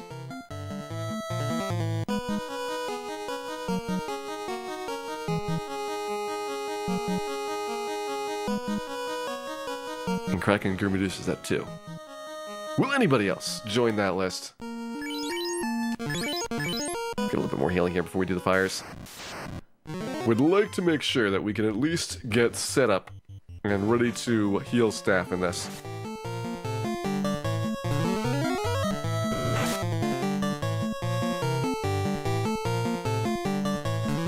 Triple. I don't think fire's got enough accuracy to hit me with 2 defense swords up. So I think a third one, never mind. Third one would help. Third one does help after all. Surprised. They generally seem to have really low accuracy. But they can slip in between that 244 and 255% range.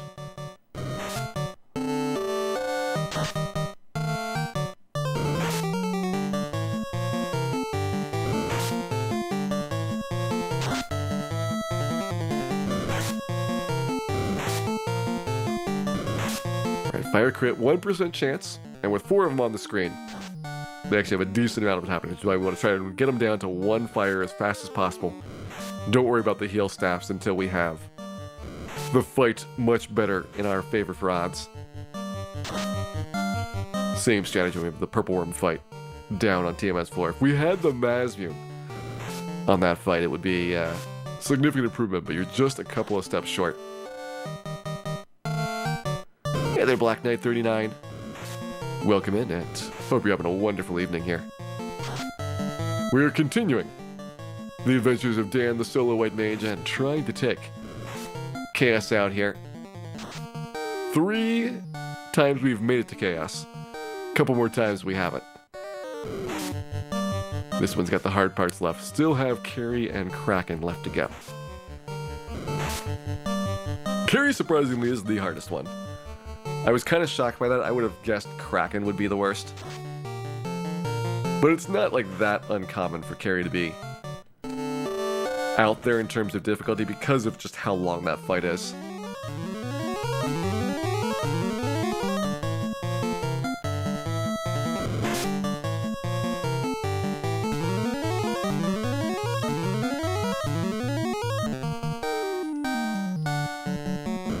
Let's carry Kraken and Penfold, as long as you're weak to the Bane Sword. I will let anybody join the Fiend team that wants to. I just have one simple test for you. And if you pass it, you're in. The Bane Sword Tiamat, the Tiamat 2 fight, she doesn't have weaknesses. All the 4 Fiends have 1 weakness in the base game at the start, and then no weaknesses in the refights. So Lich loses his fire weakness, Carrie loses her status weakness, Kraken loses his thunder weakness, and Tiamat loses her poison weakness. Level 50, yeah, we've been level 50 for a while.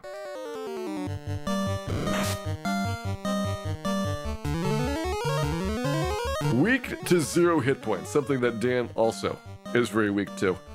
Dan Moore is weak to negative hit points. 0 is just kind of a fleeting number for him.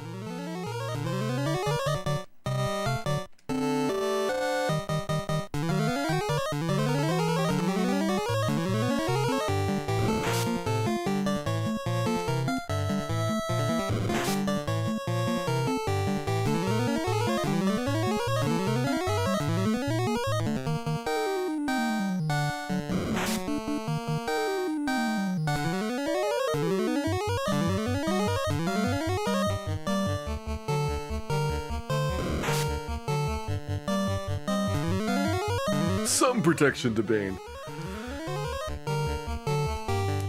I would prefer no protection. I mean, even with 0% Bane resistance, if you have seen our Bane sword, you know it's not in the best of condition. There are some minor scratches and dents that do affect the value and have considerably compromised its structural integrity.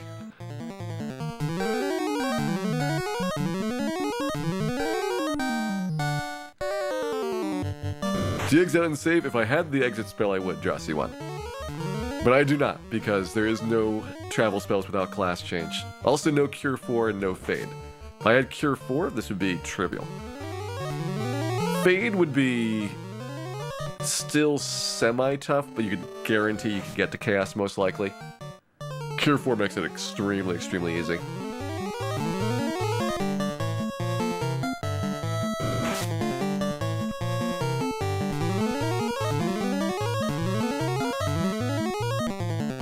Alright, we're pretty close. I'll take 2 heal potions to save some time on these heal staffs.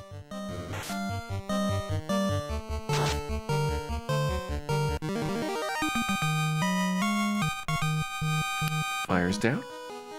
Go ahead, stick the black shirt on so we've got a weapon. It's 8 less defense in the carry fight, but you're usually just getting hit by the criticals, so doesn't materially change those. Good start. Didn't get hit right at the beginning. Did get hit for a lot. Oh, that's a bad one. That is a pretty bad one right there. One of them was a crit as well, which is the bulk of the damage. Let's see if we can get into it. Carrie's just been so on point with the crits, and the rub on top was just spectacular. You gotta give her a lot of credit for that. The 3 and 256 rub.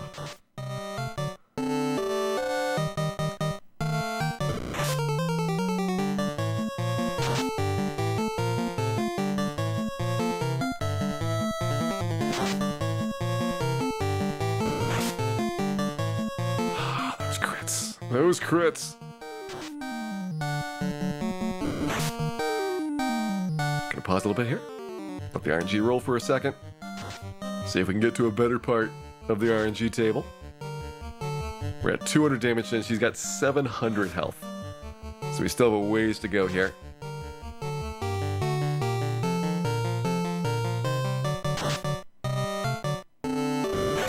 Yeah, Black Mage, the big advantages are that you had Mage Staff and Fast. So Mage Staff's got a higher crit rate than the Power Staff does. And on top of that, you're fasted, so you have more attacks per round by a lot. Oh, what a jerk. What a jerk carry. Gonna use all my Cure 3s here. And even though we're not really safe from getting whittled down again, we have to go a lot of rounds without seeing another crit.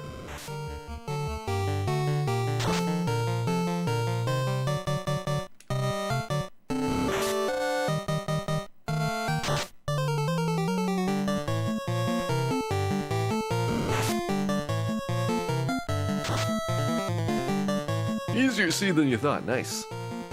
Glad you'd enjoyed it, Wild Roger.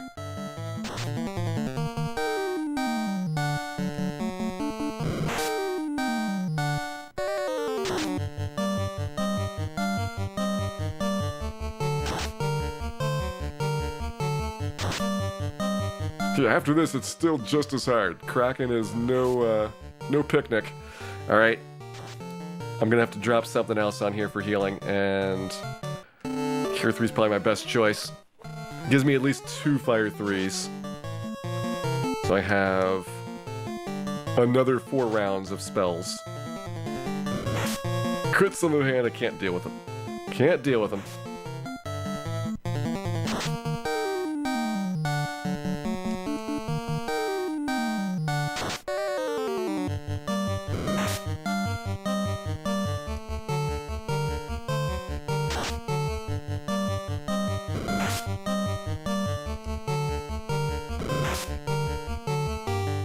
Extra defense sword for Dan. Critical hit rate 1%, but she's got 6 attacks per turn. So from that perspective, she's got a 6% crit rate.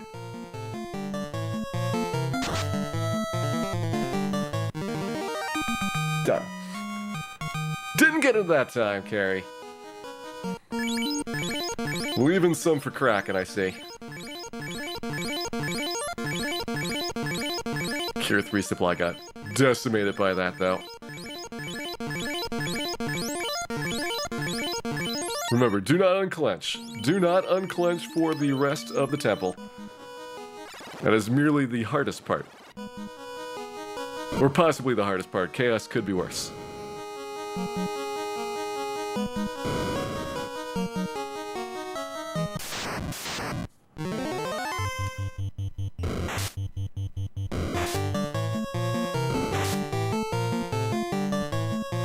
One of the several hard parts. Hey there, Dark Sword Huge Blade. Welcome in.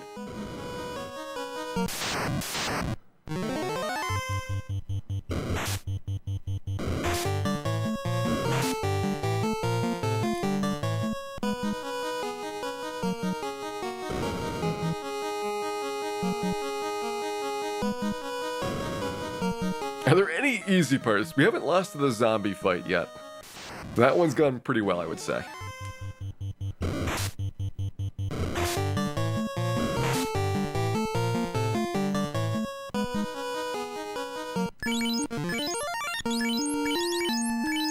Alright, let's do it. It is time to get a Krakenin. Oh, not a good start. Not a good start. Really not a good start. We're kind of boned here again. At this point, I don't have any more Cure 3s to give. We need all of those for Chaos now. I could do it without the Cure 3s, but it would mean far fewer rounds, and we'd have to go Bane Sword strats. I wouldn't have enough time to get the Masbeam going.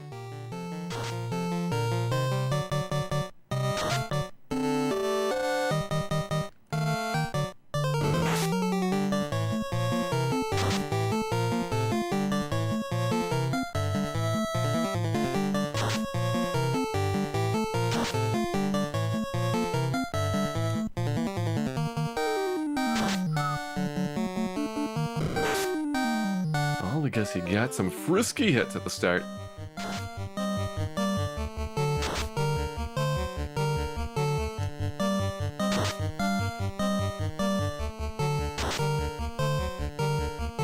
Right, let's see how much we can push this. Buys me a couple more rounds of lit 2s.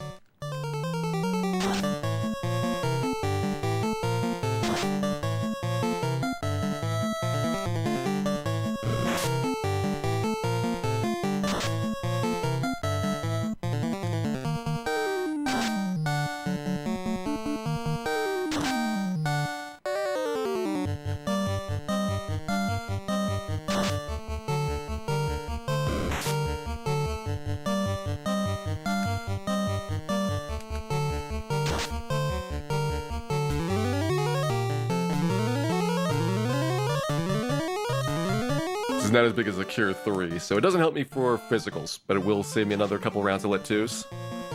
We're getting close. It's the only reason we're still willing to unclench for just an instant.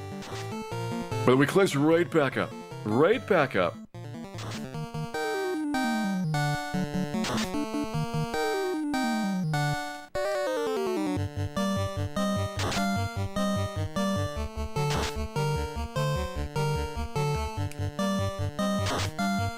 Outsped him. Dan got outsped. Alright, Kraken has taken us down there. One more try. One more try.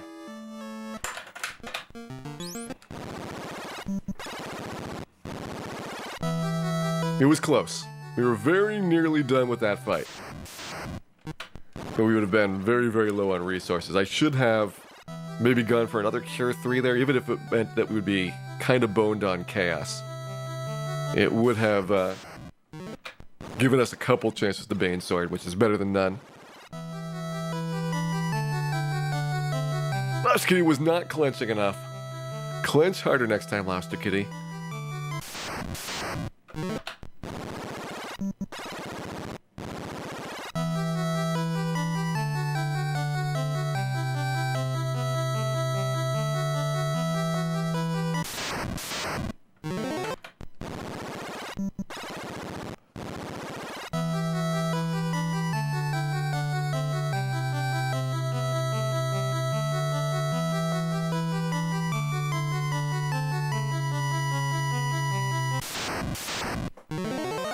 Too bad we can't level up more. Yeah, that would make a huge difference. Get 180 more hit points. And a lot of strength.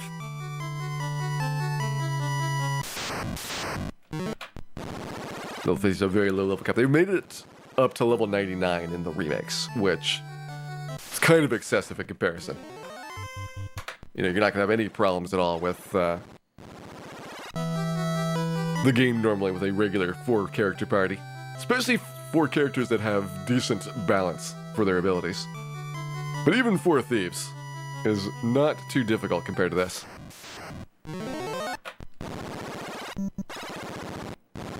Alright, to the left. To the right. Back and...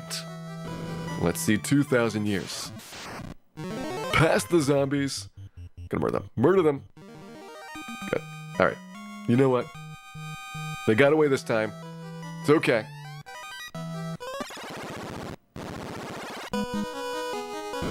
Fully run possible in the remake. It's possible in the NES, just very, very tedious. Remakes make the game a lot easier. Especially the ability to save anywhere. So you get to Chaos once, and then you can try as many times as you want to get that Bane Sword to work.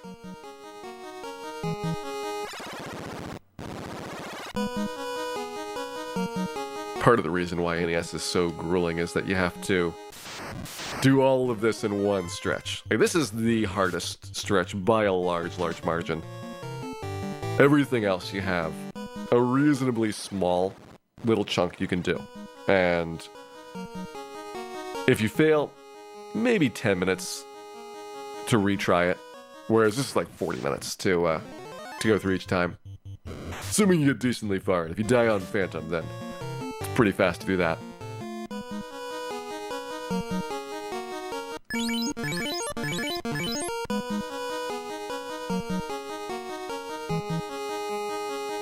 Speaking of Phantom, let's go ahead and fight him. Not a great start. 4 heal potions right there. Phantom usually is more about the instant death. He does have a very high critical hit rate though. And so if he decides to get frisky with the crits, can be annoying from that. But he's weak to fire, so it takes a lot of damage. And again, most of his spells are going to be ineffective. Most of them. Every once in a while, Dan will get hit.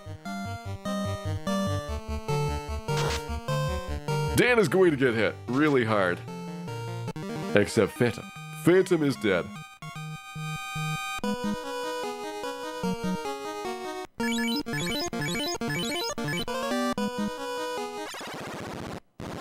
Carrie's had enough. Yeah, Carrie has been actually crazier than Kraken, which is very unexpected. Usually Kraken is the toughest of the roadblocks on the way down. And you get some, like, occasional Medusa deaths from the random paralysis. You get the occasional naughty Phantom or Carrie in there, but generally Kraken is the one that really hits you hard. And don't get me wrong, Kraken has been pretty good. Just not as good as Carrie's been.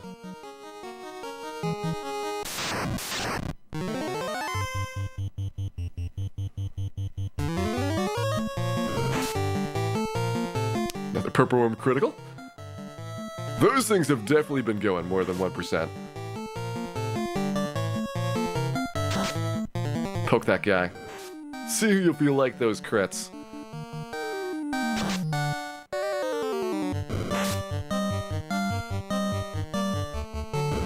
Got 329 damage on him. I could hit him one more time, but it'd be risky if we got another big critical hit.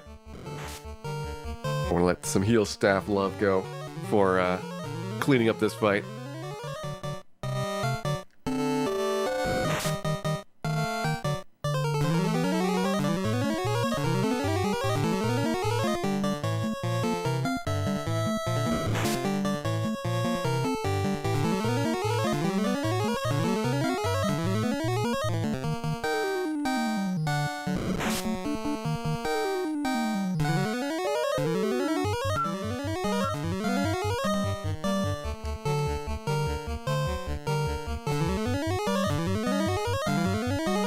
Unequip the critical hit magnet. Dan does not have that option. That is a built-in accessory. Cannot be removed.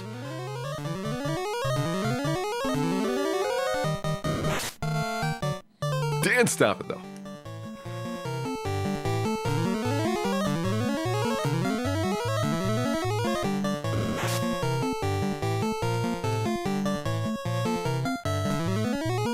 And you can make the argument we still have not had a chaos where I haven't had the regular heals on it, but I certainly have felt the loss of some of those Cure 3s, thanks to Carrie and Kraken.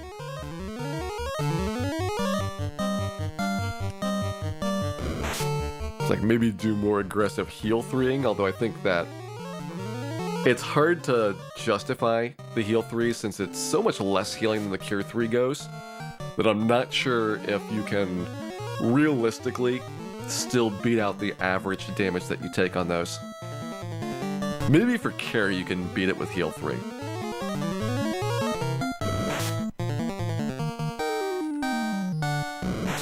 Because I bet on average you get critted like every 10 rounds or so. Maybe 15. And that'd be like 20 or 15 damage per round. Heal 3 definitely outspeeds that. The Fire 3s, like every 4 rounds, you're gonna get Fire 3'd maybe. Actually, in theory, it should be like every 6 rounds, I think. And that'll be another, on average, 8 or 10 damage, so yeah, you would outspeed it with the Heal 3s. Just take all the misses. And it comes out ahead. Kraken's a little bit tougher because he's got 25% chance of Lit 2 instead of a essentially 12.5% chance of Fire 3.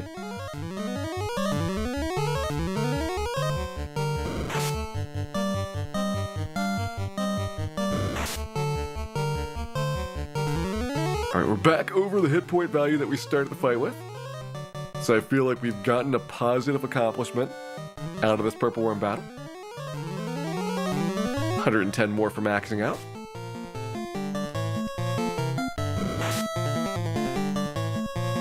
All about looking at the positive sides of these. Assuming we don't get critted again.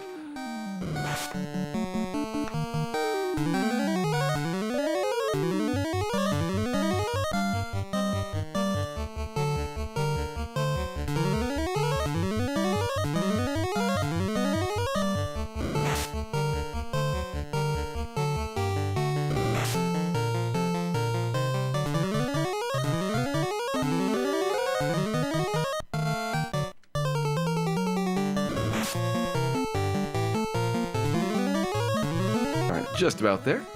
In fact, I'm less than a heal potion away, so I'm going to go ahead and just punch this guy out. Close enough on the heal staff there. We got a bunch of work done on it. Saves me a lot of heals overall. And that is the goal here. Save those heal potions. That wasn't bad. About one heal potion there.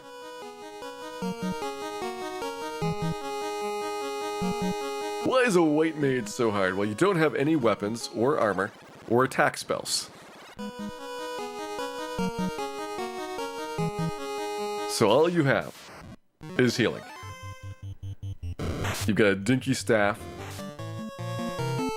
any equipment that you can find in the game, and there's a very low level cap in Final Fantasy, so it's not like you can get outrageously good stats by just leveling up a whole bunch.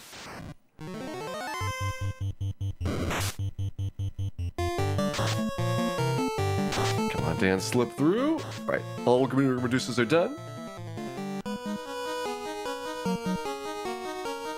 And it's time for Lich, so make sure we got our light axe there. Hopefully we don't get double nuked, or at least if we get double nuked that they are low nuke rolls. First and fifth spells are going to be nuke here. And he likes to do spells 75% of the time, so you'll see a lot of them. 286, that's not good for us. We want to see on the sub 200 side of it. It's definitely possible. I mean, anybody can do it with the Bane Sword. I kind of wish we were getting better luck for doing Mazmune tries on Chaos, but the Bane Sword will eventually whittle him down. Just takes persistence.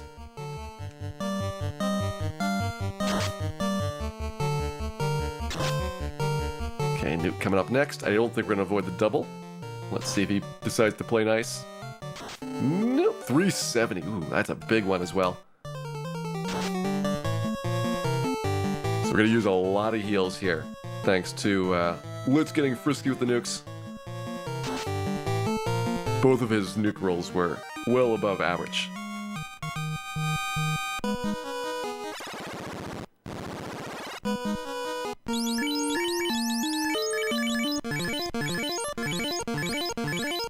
Well, the good news is we're somewhat ahead of my heal potion pace up until that point, so now we're only slightly behind instead of really far behind, like you might expect, because 10 of those heal potions didn't really count.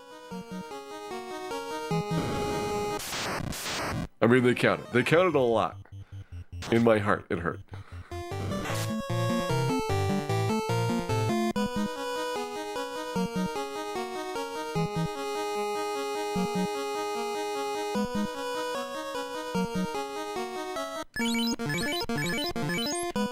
Okay, 550 should be good enough for the firefight. Let's see if we can get healed up in here for a little bit.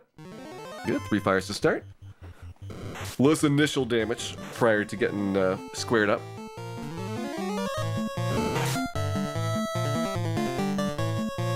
And then we get the carry fight.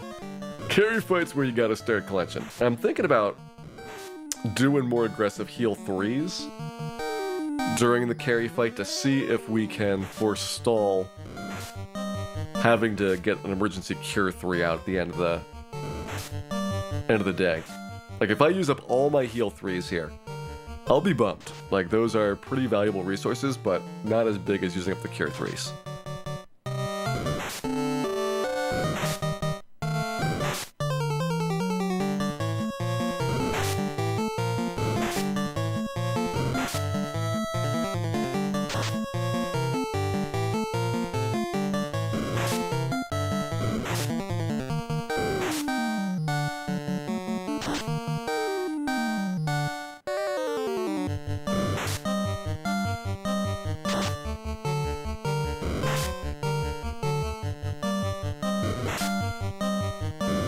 Has anybody else ever wondered why environmentals have cufflinks? I know it's classy, but they don't have shirts. So it just looks a little bit odd.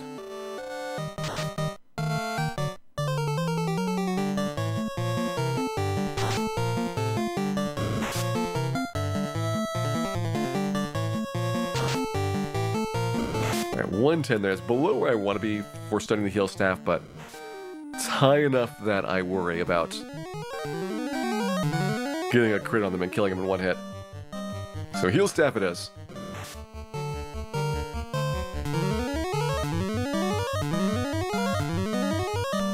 I can understand if it was like a gauntlet. And the right arm looks like it's got like a smooth gauntlet on, but if you look at the left one, clearly there's like a pin that's holding it on. So that's a cufflink. That's not a gauntlet.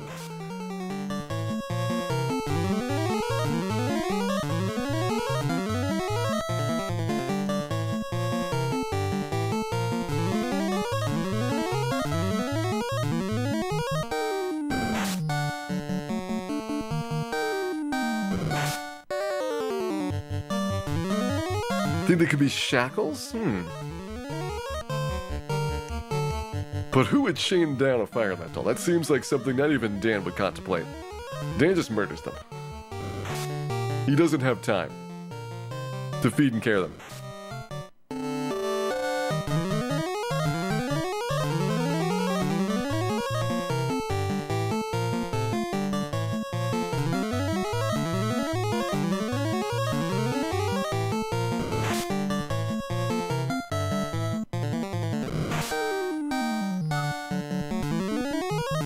Alright, a little bit more than 100 health to go. Let's get all healed up, and then it will be, once again, carry time. My least favorite time of the entire run. I'm still shocked that Kraken is not my least favorite here.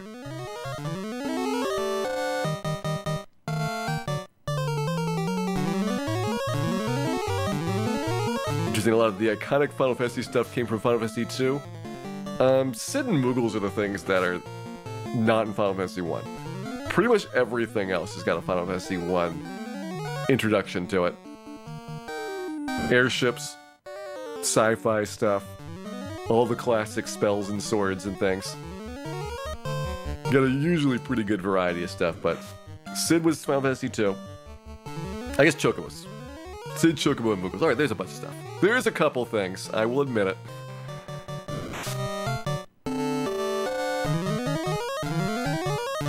Sid and Chocobo from 2s and Moogles from 3. There you go.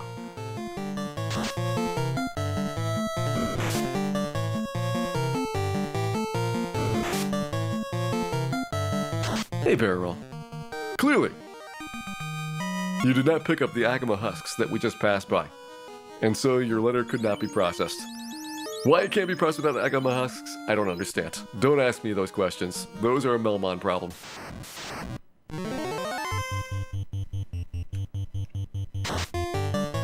Whenever do a Final Fantasy 2 speedrun, it's not too bad to do like the remake ones, I would say. Not a huge fan of doing the original one for how that speedrun plays out. It's got a lot of challenging issues.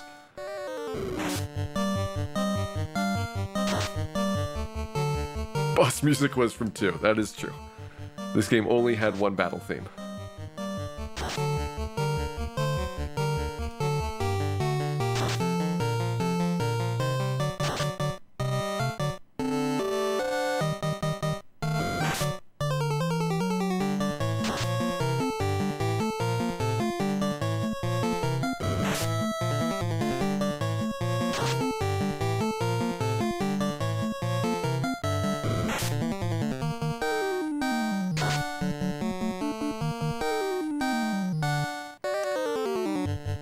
Could do Fog 2s as well, but I don't think they really help.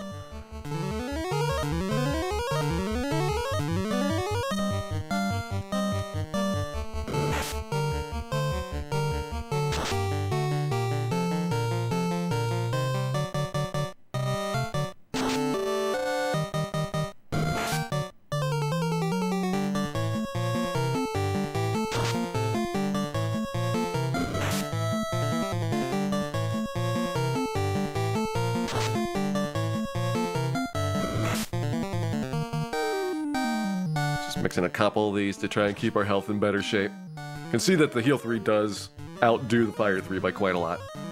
So as long as we're not getting crit too much, you're getting some positive recovery.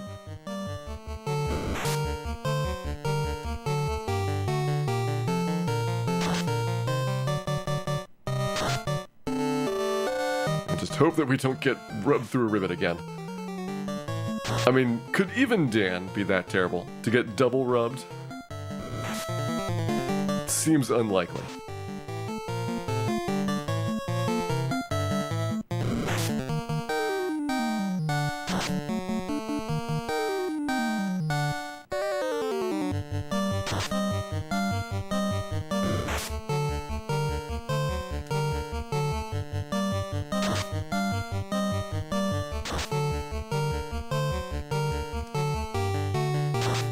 $11,000 orbs for Season 5. I'm gonna have to raise the prices on Dan kidnappings, it seems. Dan is going to go up in value from all of his hard performances. Note that I didn't say hard work. Dan is not a hard worker. He is loyal, he is faithful. He is very, very incompetent. But he puts in just the right amount of effort.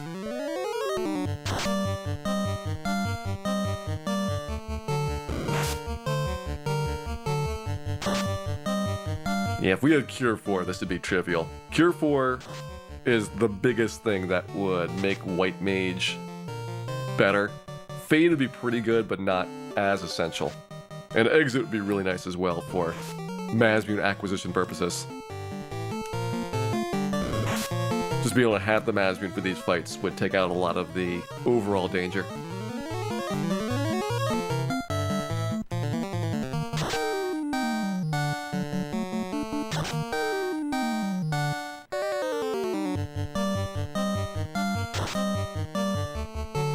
There we go. All right. Got a carry kill. I went really well. I've started to recognize patterns in the damage rolls, so it's like, once I see it starting to head towards the direction I don't like, I did the heal 3s to mix up the RNG some, and it actually seemed to have worked out. Could just be luck. But I was definitely happy with the outcome there. Kraken, on the other hand, I don't have a lot of good patterns for him. He kind of comes out of nowhere with the crits. Especially at the start. Can't do much about that.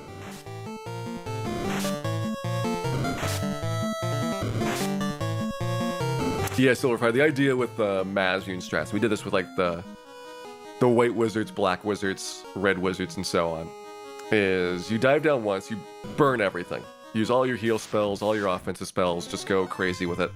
Grab the Masmune, then you warp or exit out. And then the second time you go through there, you just use the Masmune for everything. And so you get to Chaos, and you've got all of your spells. And it's as good of a shot as you're going to have for a setup for it. Plus it means that the Tiamat trip is a lot smoother, because you don't have to do the walk across there. Though in this case, we should have an okay-ish Tiamat trip. We've had decent success every time we've gotten past Kraken, getting across that floor. Alright, that looks good, and this looks like Kraken. So, try to get the right frame. Dan perceives that was the perfect frame to use the defense sword on. That one was not. That was not a good frame.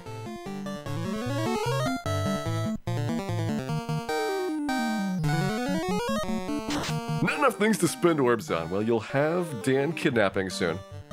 That'll be available for Season 5 and probably the Season 5 testing as well. Alright. We're having a bit of a difficulty at the start here. Let's see if we can recover from this. I don't really think that, unfortunately, what we have is good enough to outspeed Kraken's crit damage. He just crits more often, and for more damage when he does. And he's got the lit too, so the heal 3 is probably not as useful.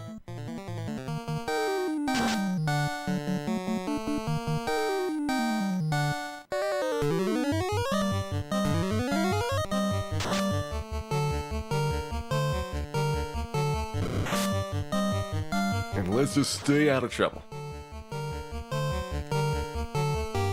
Kraken ideally is like 18 rounds of the Thor hammer. It can be a bit more. Depends on whether you get good rolls on him or not. But as you might guess, that is a lot. A lot of things you have to survive.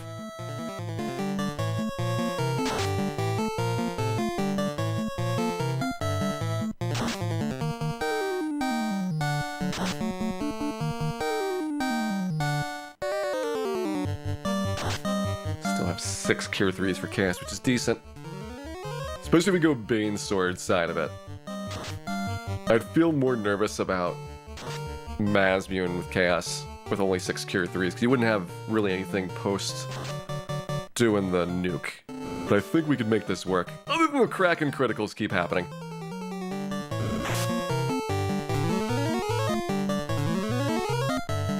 That is our biggest problem right now. That Cure 3 was terrible.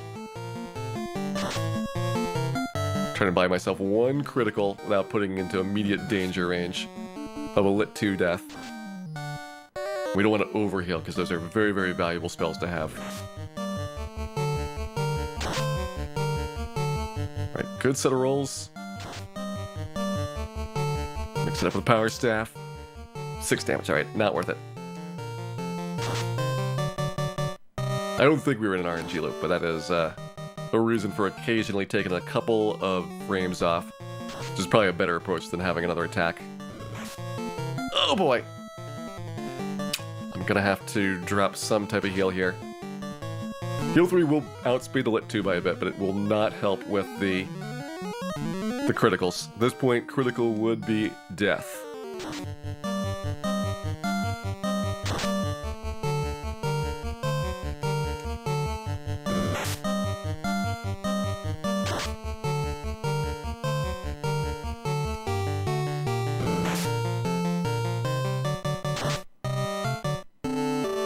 We're close. We're close. Kraken is also very, very close. Uncomfortably close.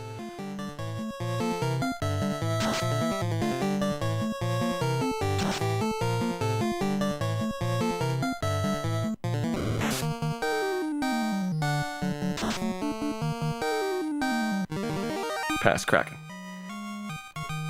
Another shot for the post-Kraken section.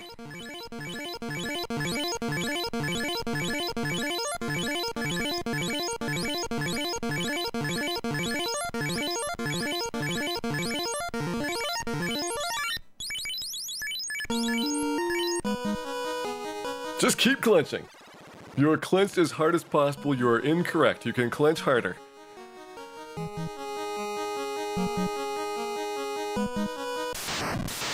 This is our 4th time past Kraken. Potential sorcerer fight. Like, we just rely on the fact that they're very likely to run at level 50. Saves me probably 25, 30 steps there that are very important. I'd get a lot more vampire fights if I didn't take that. Not really a great air fight. I've seen better air elemental battles. Rockall was good. We're getting the Masmune for Tiamat.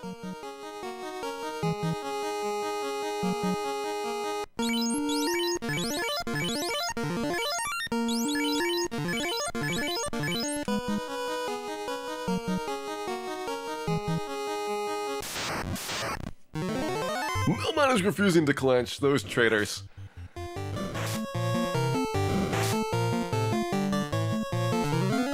We're committed to baning Chaos. Not 100%, but based on how the fights have gone so far.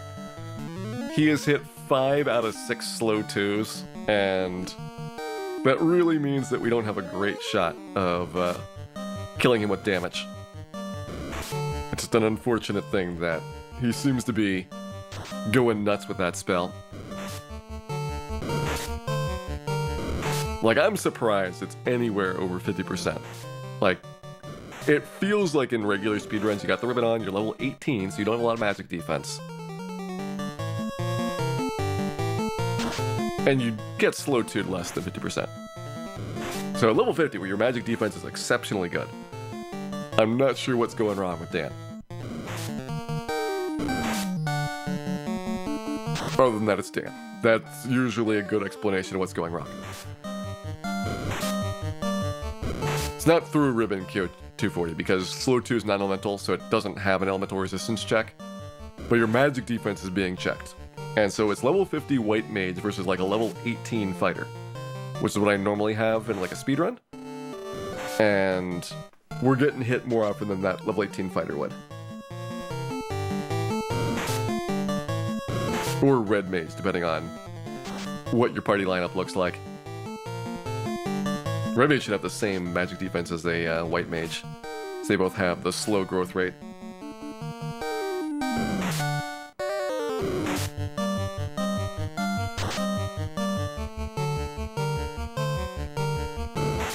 Alright, Volteca, have a good night.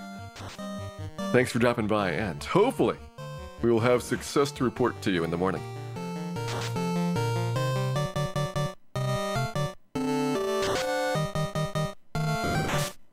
Let's do one more tap. We go over, I'm okay with that. Alright, I'm okay with that. Not ideal. Missed out on 150 heal staff healing.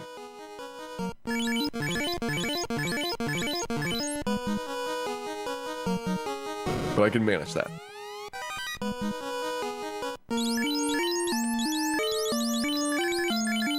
Masmian on, Bane Sword on, and let's get through these last couple of fights here. There is 2 bad fights plus Tiamat. It's the Vampire, Wizzvamp really, and Zombie that are the worst of those, because they do have Stun Touch. Very low odds of applying it, but still you have to worry about it. And these air elementals, they never stop. They never stop being rude.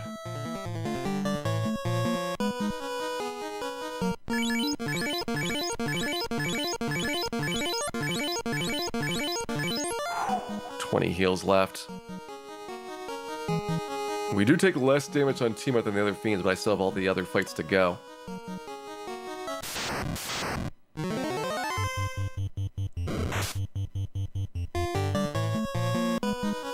Does Dan lose stats on level ups? He might be losing his stat points.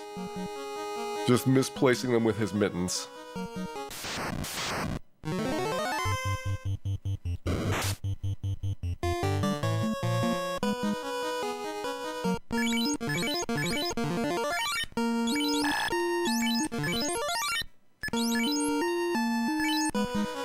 Alright, Tiamat time. Tiamat 1 random encounter before Chaos. Not a great start. And Tiamat's so more likely to do spells or skills than getting the physical attack first is not in our favor. Didn't get Bane through the ribbon, which is good. That's always a positive. And good Masmian hit right there. Now in theory, Tiamat 2 and Chaos should be seeing roughly equal damage amounts. Although in practice, I think that Chaos has got more evasion, I want to say is the reason why you see less hits land and thus less damage. You don't get to roll as many tries.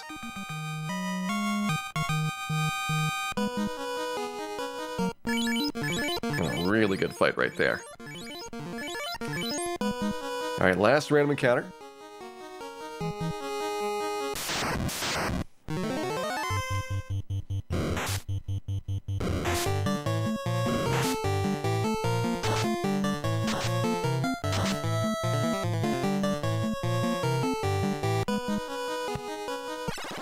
And last try on Chaos, at least for the night. We're either gonna win or we're gonna Dragon Quest. Got our Bane Sword on, got our weapons on, our armor's in place. Let's go. Phantom Fang, thank you very much for resubscribing there. Glad that you've been enjoying the show, and hope you enjoy your shiny Noir, plus this exciting Chaos battle. Everybody's in. We gotta clench. We all gotta clench.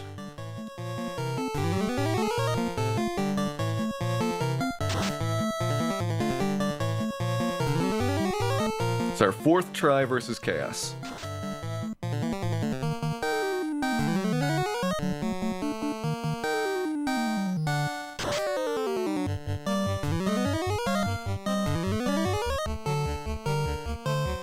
Gotta see if Slow 2 is gonna hit us.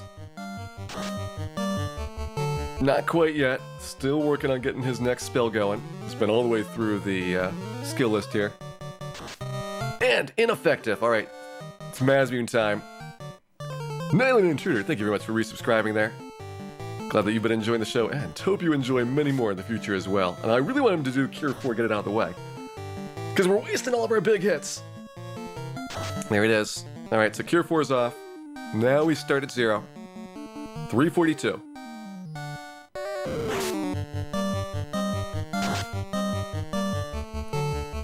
$620. It's been good so far. $748. Didn't get cracked. $803, that was a little bit of a weak one. $874, we're going in the wrong direction. Not looking good for our physical damage here. Still going down. Dan is clearly exhausted from all of this Masmuting. 12! Dan, get your act together. Get your act together. Alright, 227 is a little bit better. 372 is really good. Chaos is up to nuke next. I'm gonna have to cure 3 for safety here. We're gonna have to slow down to avoid getting killed. No, this is not good. Very not good. Still in it. Still in it. But he's got coming up another slow 2, which would be devastating for us. And of course, cure 4. If we get to cure 4 again, we're over. So here we go. Back to the damage. Dan needs some big rolls here. He's coming up on being terminated. 34 hours, 25 minutes, and 26 seconds in. Chaos has gone down to our solo White Mage. No class change, no